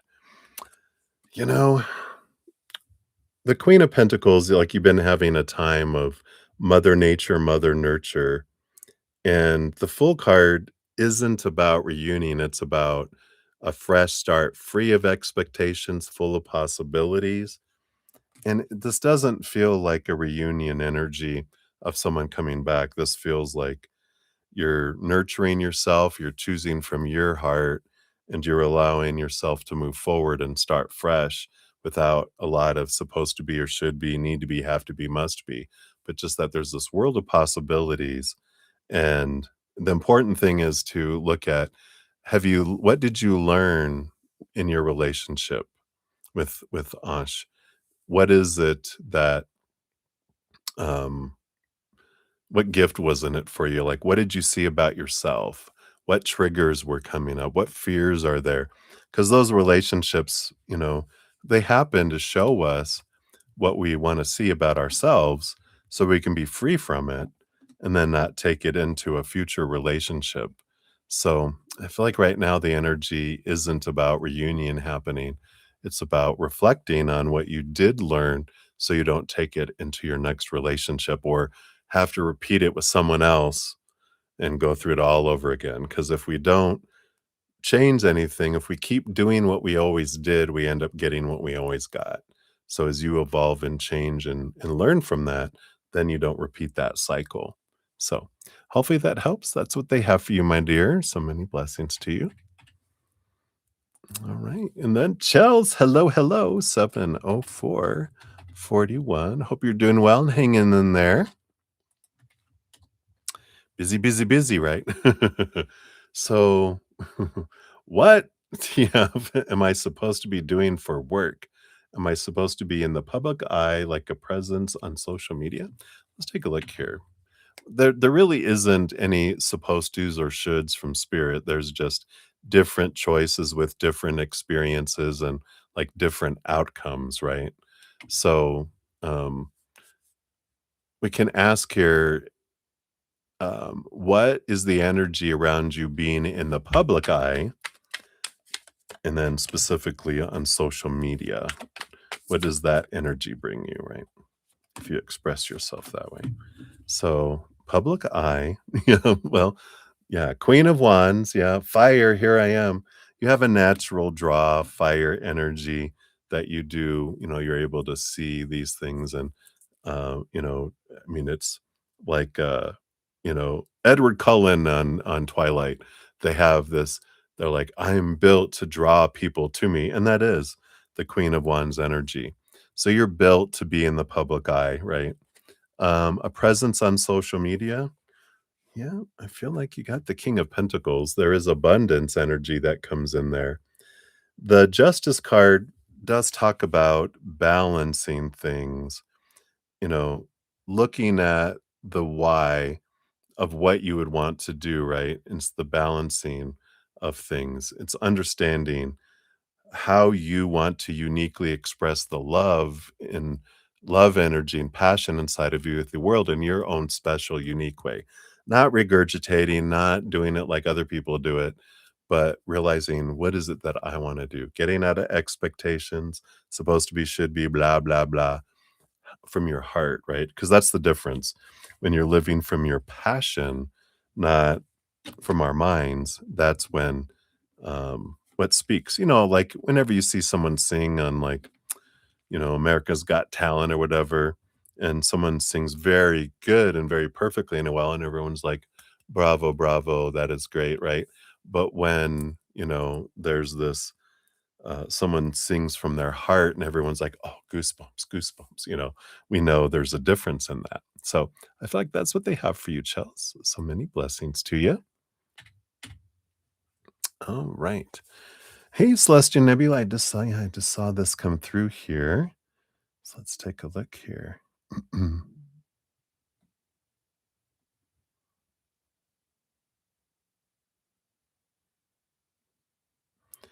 All right.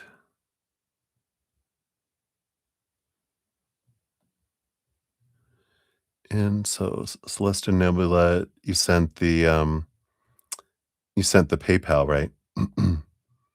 All right, very good.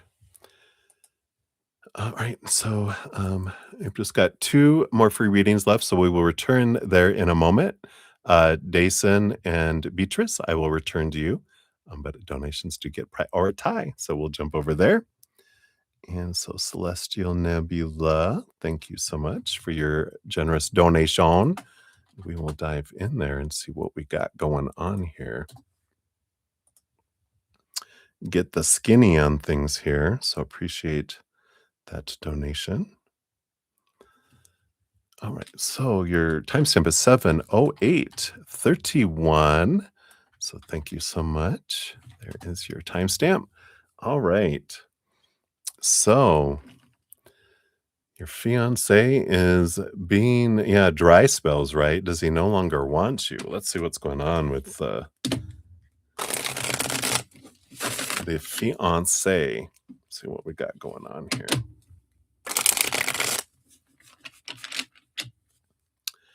All right. So, first of all, does he not want you anymore? Is that what the energy is here?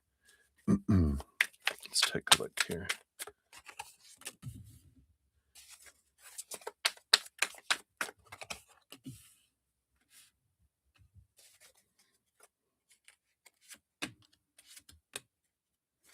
All right. See what we have with these other ones too here. Okay. You know, these first three cards that came out together. Oh, you live together too, right? Well, that's good. Keep an eye on them. But we have the 10 of swords, which is this, you know, it is an expectations card where it feels like the life, when we have a lot of expectations or we feel there's a lot of expectations on us, it can sometimes feel like the life is being sucked out of our relationship or whatever we have going on, right? And it can be from a lot of different things going on in their life here too. So we've got the Hanged Man and we got the Hermit.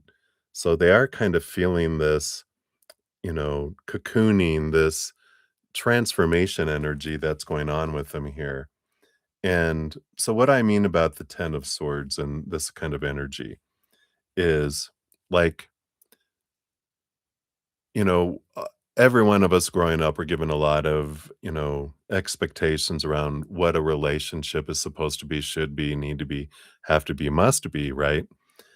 And when we meet someone, we're like, "Wow, look how amazing they are," right? But then we start dating and we get in, date exclusively, we get engaged. Suddenly, it's like there's more they have to do to try to get up to 0, right? They're in the negative suddenly. You get married, it goes off the charts, right? Because we've had all these thoughts about what is attached to the titles to these definitions we put on things.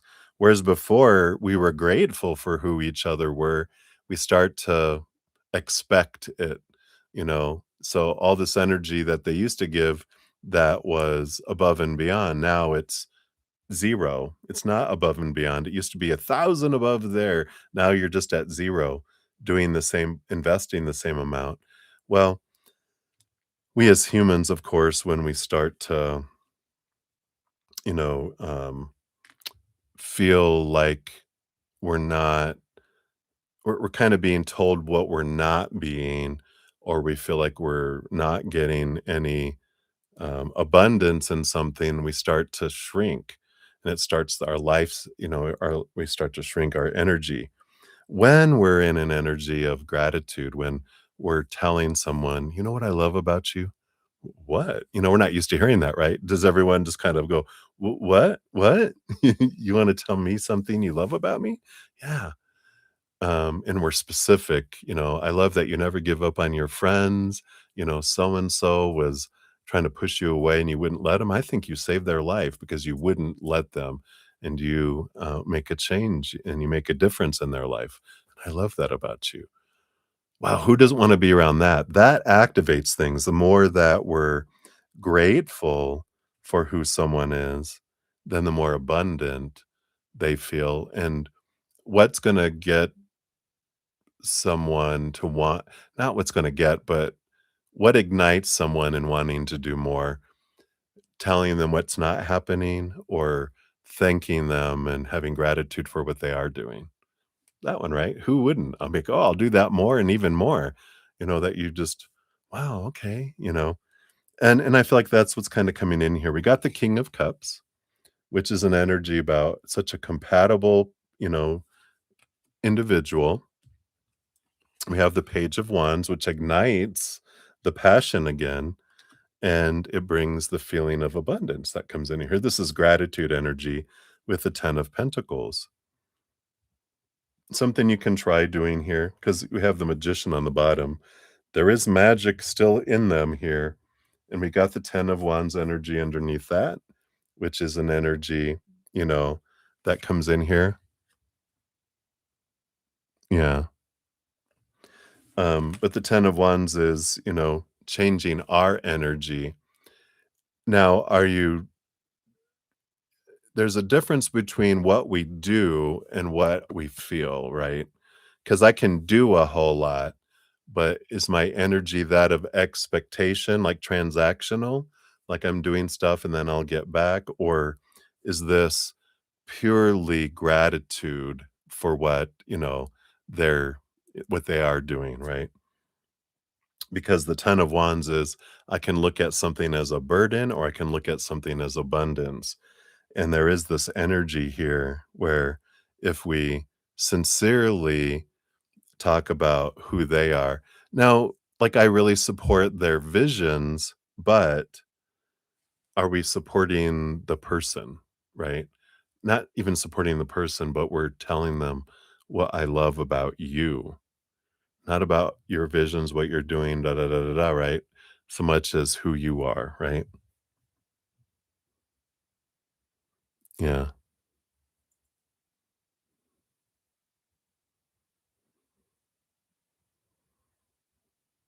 Okay.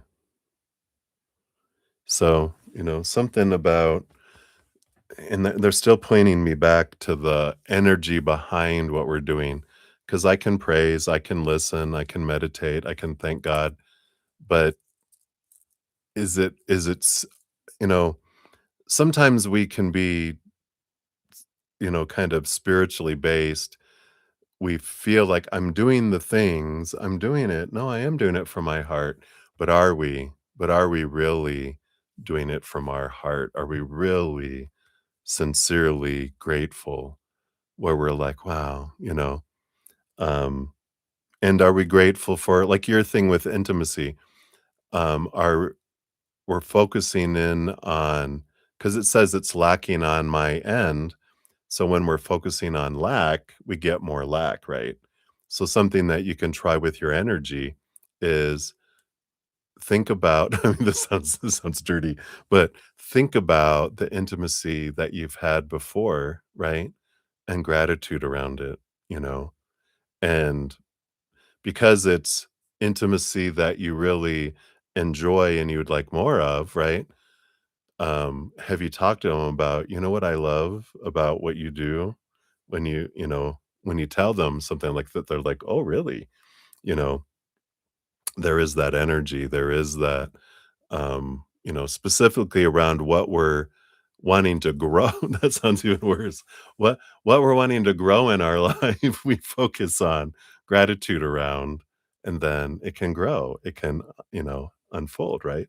So, um, I feel like talking to them about what you love about their passion and, um, you know, I mean, even saying, "You know what I really, I was thinking about, that time when we had, we did that, you know, and they're like, "Woo woo, it's getting warm, right?" And so I feel like that kind of energy can transform and kind of move some energy that comes in there as well. Um, so I like that. And if you haven't checked out my abundance podcast episode, abundance where it be. That can also be with that. We talk about energies, but we also talk about inner child. And sometimes our inner child, might have some old beliefs on I have to do so much to deserve so little. So there can be a block there that can be removed too. So that can be something to look at with that. Now, you also have a fortune cookie, which says appreciation art, number 42. This is creating a collage in 45 minutes. This is to increase feelings of gratitude and happiness. So, this can help with expressing feelings, regulating emotions, releasing stress, self reflection, and soothing anxiety. So you can collect images or copies of photos of things you appreciate, like favorite items, people, places, experiences, etc. Don't create a pornographic one. You're like, all right, here we go. I'm going to put that up above the bed. That's hilarious. Glue the images on the paper, and if desired, use a paintbrush to seal them with decoupage medium. So they have an example here. I don't know if you can see it very well in the video here, but and then you have explorative questions you can ask, which is, how do you feel after focusing on gratitude in your art? Is there someone you'd like to express appreciation to today? And is there an element of your collage you would like to focus on calling into your life today? Yeah. So that is what we have for you there. So, yeah, definitely check out that video and see if doing those things brings a change in there for you. But I do feel like, there still is energy. I just feel like they feel like there's a lot going on and they they feel that emptiness feeling that's coming in there. So it's almost feels like they are like the gratitude of things that they do and you know like work, but I feel like if focusing in on the character of who they are and what you love about them, this sincerely, but especially like if you're looking at increasing intimacy, then I would focus in on, talking about that, saying, I was thinking about the other day, I was thinking about, you remember when we did da da da da da? I feel like that will start to change things, but verify that energy on the inside too. Okay. All right. So thank you again. Hang in there, Celestial Nebula. Many blessings to you.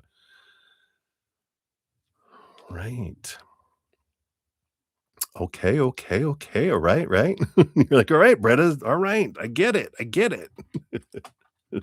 So many blessings. Appreciate you. Hang in there. All right. All right. And then we got Softly Me in the house. Hey, hey, good to see you. So one of the things you predicted came true for you. Ah, awesome. I love it. I love it. One of the love readings I did. Oh, very nice. I am so grateful. And then you'd like a general. So yeah, we'll definitely do a general. Thanks for sharing that. We'll definitely dive in there. All right. So we've only got 3 free readings left here. And so we up next here, we have Dason. You are up 72142. There is your timestamp. And so thank you for being a new subscriber. And you're wondering, are you on a good path or not? Can you ask if I'm on a good path for success? Yeah, we can take a look here because, of course, with spirit, from their perspective, there is no good path. There's no bad path. There's no better or worse. There's just different paths with different experiences and different outcomes. So when we ask here, am I on a path for what you would deem as success? We can take a look at here and see if that's what they feel for you. Because based on where you're headed, you know, our energy changes, right? We make different choices.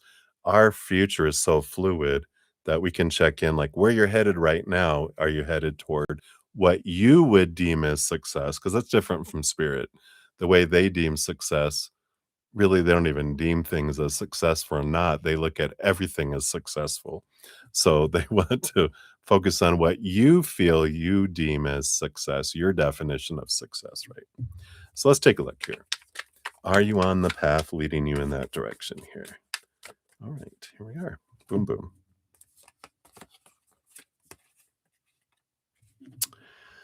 You know, I kind of feel like there is a need for some alterations.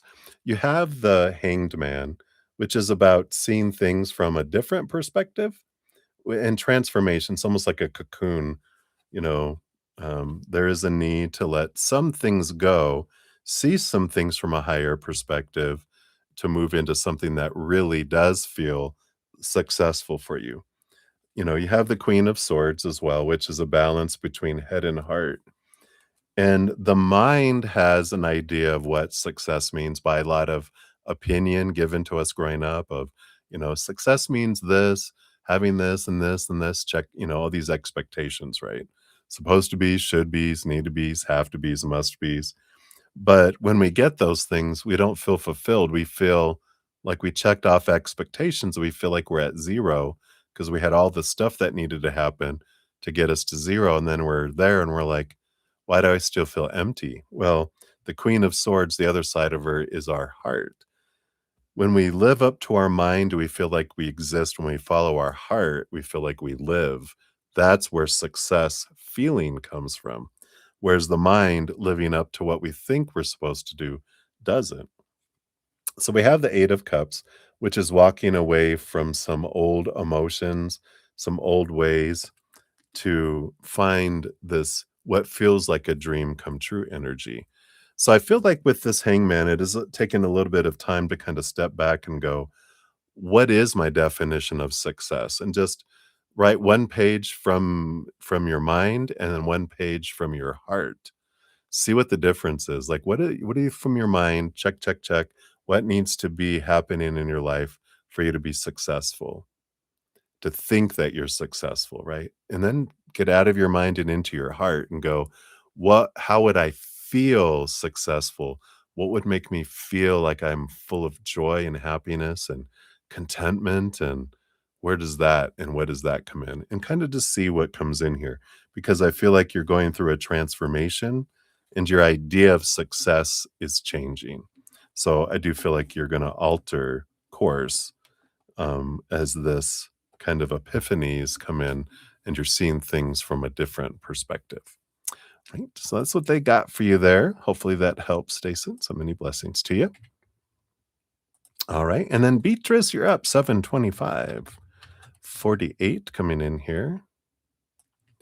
So Beatrice, here's your timestamp.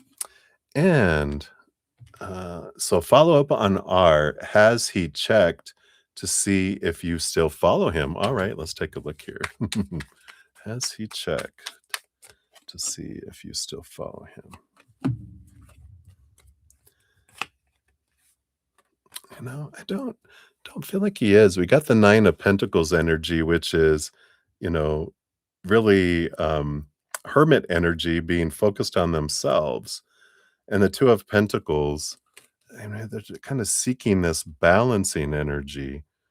So I feel like they're just all about this me energy. They're just focusing in here, and I don't feel like they're all that curious about things. I feel like I don't know if they have ADHD as well, because I'm getting this energy of like hyper focused on what's happening right here and not about a lot of thinking about other stuff. Unless I get triggered into wanting to look there, I won't because I feel like I'm super focused. Excuse me, on what's happening in front of me, which, you know, that's what happens with ADHD. Um, uh, especially in more intense cases of it, because that's the way their mind works. It's all about here now, what's going on. So they sometimes forget friends and family and and lovers and everyone else because their mind just takes them, and then they go over here, bunny trail, bunny trail, bunny trail, and they realize it's like my host sent me something. I went to I went to take out the trash and I ended up mowing the lawn and now I'm at the grocery store getting sushi. You're like, "What? What happened?" Like, where's the trash? Oh, the trash is still on the floor in the kitchen.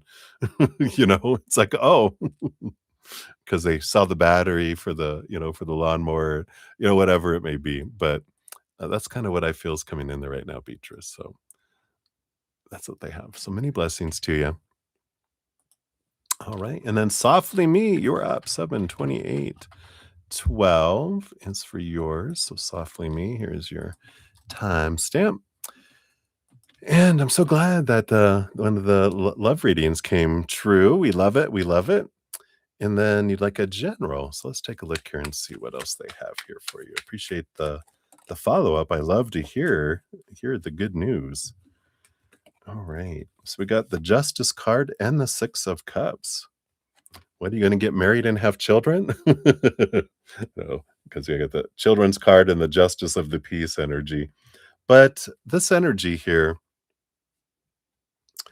because the Six of Cups is bringing in here like some past life energy. And the Justice card does rule over the house of relationship. And I feel like there's some wonderful balancing energy that's coming in. And I feel like you have some past life connection energy that's flowing in, that's allowing you to see things from a different perspective than you would have before. It's almost like you have some past life great knowledge and emotion, high vibrational emotion and knowledge that's leaking into this life from past lives to help move through this emotional love experience that's coming in here for you. So I like this energy because it's helping balance the scales, from things that we're taught supposed to be, should be, need to be, have to be, must be, all those expectations. It's like we always start off with our scales way out of balance because we're like just loaded up with all these expectations and everything from the past. And then we start to learn and grow. But they're like pouring in this knowledge to really help balance the scales extra fast, extra quickly. And I feel like you're getting some ahas and epiphanies just like this in the future. You're just getting it because you're remembering from a past life, but it's an emotional memory. So it's more of a feeling, and that brings like wisdom that comes from that. And it allows you just to approach something and go, oh, well, I'm just going to do this. And then it just works out beautifully. And you're like, where did that come from? From a past life. So I love this energy coming in here for you. And hopefully that helps. That's what they got for you, my dear. So many blessings to you. All right. Well, I think that might be it for this evening. Let me just check one more time here for any donations. I feel like something's flying around in here. Maybe it's static electricity. Maybe there's a little bug flying around. I'm like, got fleas. All right. So I think that is everyone. Let me just do one last little look up here. We did Beatrice. We did all those. We did all those. Yeah. So I think we have reached the evening. I will be back tomorrow. I'm on Wednesday through Sunday night. So I got Friday, Saturday, and Sunday night still coming in. If you haven't checked out my podcast, The Easier Path, the link is always down in the description area of the video, or on my main page at the very top. We just finished out a little mini series. Here's the last video podcast about growing our gifts and growing our empathic abilities. So if you want to check that out. Also, I am celebrating this month reaching 2,600 plus YouTube subscribers. And so every Monday I'm having a drawing. You're automatically entered when you have your, if you're doing a donation or a free reading, you're automatically entered. I put out a video on Monday for the month of July. I already have 3 Mondays we've given away. If you check out that video, there's also a special drawing on August 3rd where you can, if you comment on one of the winner videos, which we have here, they're listed here, if you comment on those, you'll be entered into the drawing on August 3rd. If you comment on each one, you'll have an entry for each one, just one entry per video, though. If you have multiple comments on one video, it's just one entry on that. But if you comment on all three individually, you get entered, and I'm giving away a uh, one 60-minute personal recorded reading, two 30-minute personal recorded readings, and four additional 15-minute recorded readings. So be sure to check that out, and I'll be pulling winners on that day as well. So that is what we've got, everybody. So enjoy, and I will be back tomorrow. Until then, remember, every second of every day of your life, you truly are eternally and unconditionally loved by the mother and the father of all things, our creator. And of course, I love you guys too. So until I see you again, much love. Take care, and we'll see you soon. You guys have a good night.